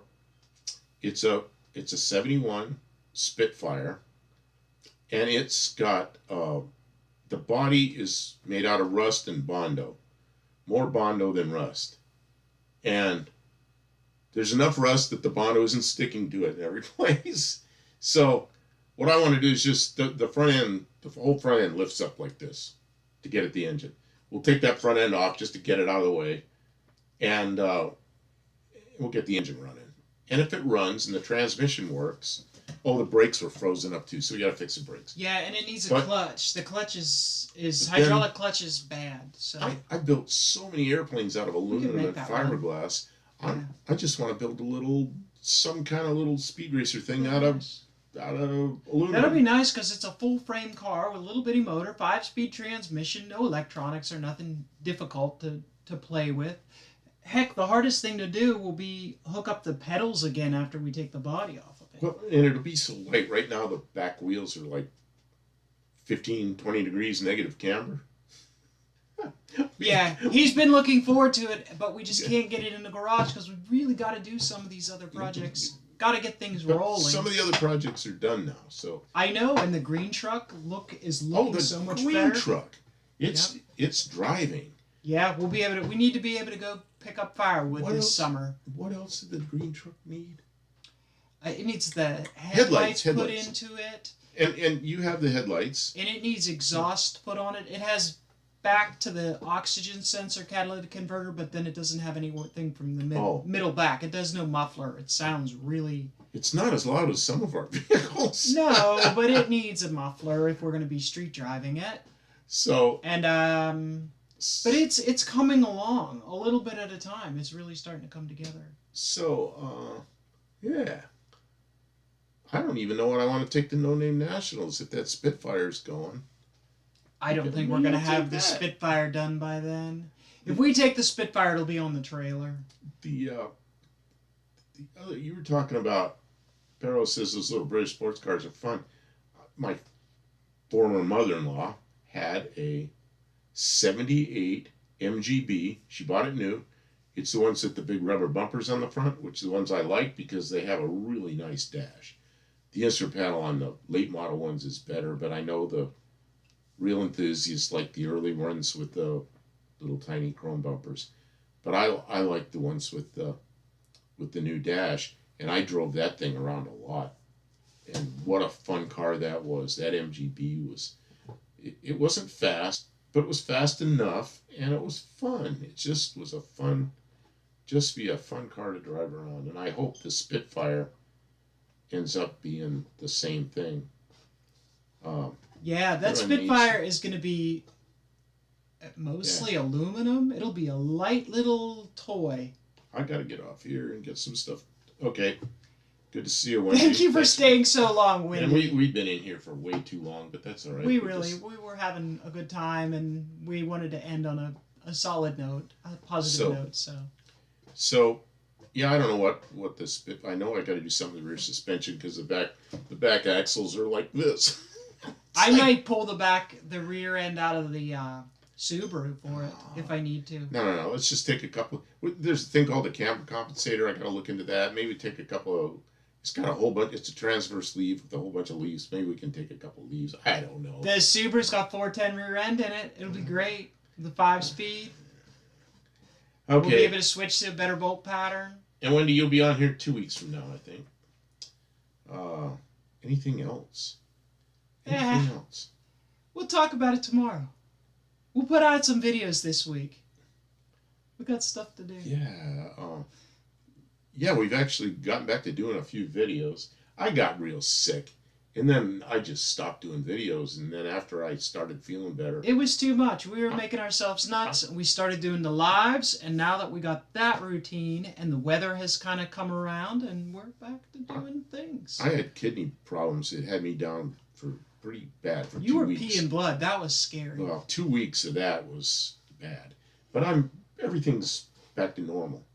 So anyway, yeah, we're back to doing some videos, which is a good thing. Thank you for being here. Thank you for commenting, everyone. We do appreciate. I'm sorry if we made anybody uncomfortable, but we've asked you not to I don't know. It's our stream, so we can handle it however we feel is necessary. We'd love to see you in the comments. We hope you're enjoying the video content that we make, and we hope you'll be with us again next Tuesday. I'm in here high on NyQuil from the cold I caught from my wife. Uh-oh. Blame your wife. NyQuil. Yeah, that's man, the first time I took NyQuil, that stuff put me right out. I was amazed. You guys have some of the best lives. Well, I hope so. Sorry I got upset earlier. I shouldn't get upset. So, it's the 13th step. That's the NyQuil. High on NyQuil from the cold I caught from my wife is the 13th step. That makes sense. All right, guys. We're going to call it there, and we will see you next Tuesday, if not sooner. Thank you very much. Take care, everybody.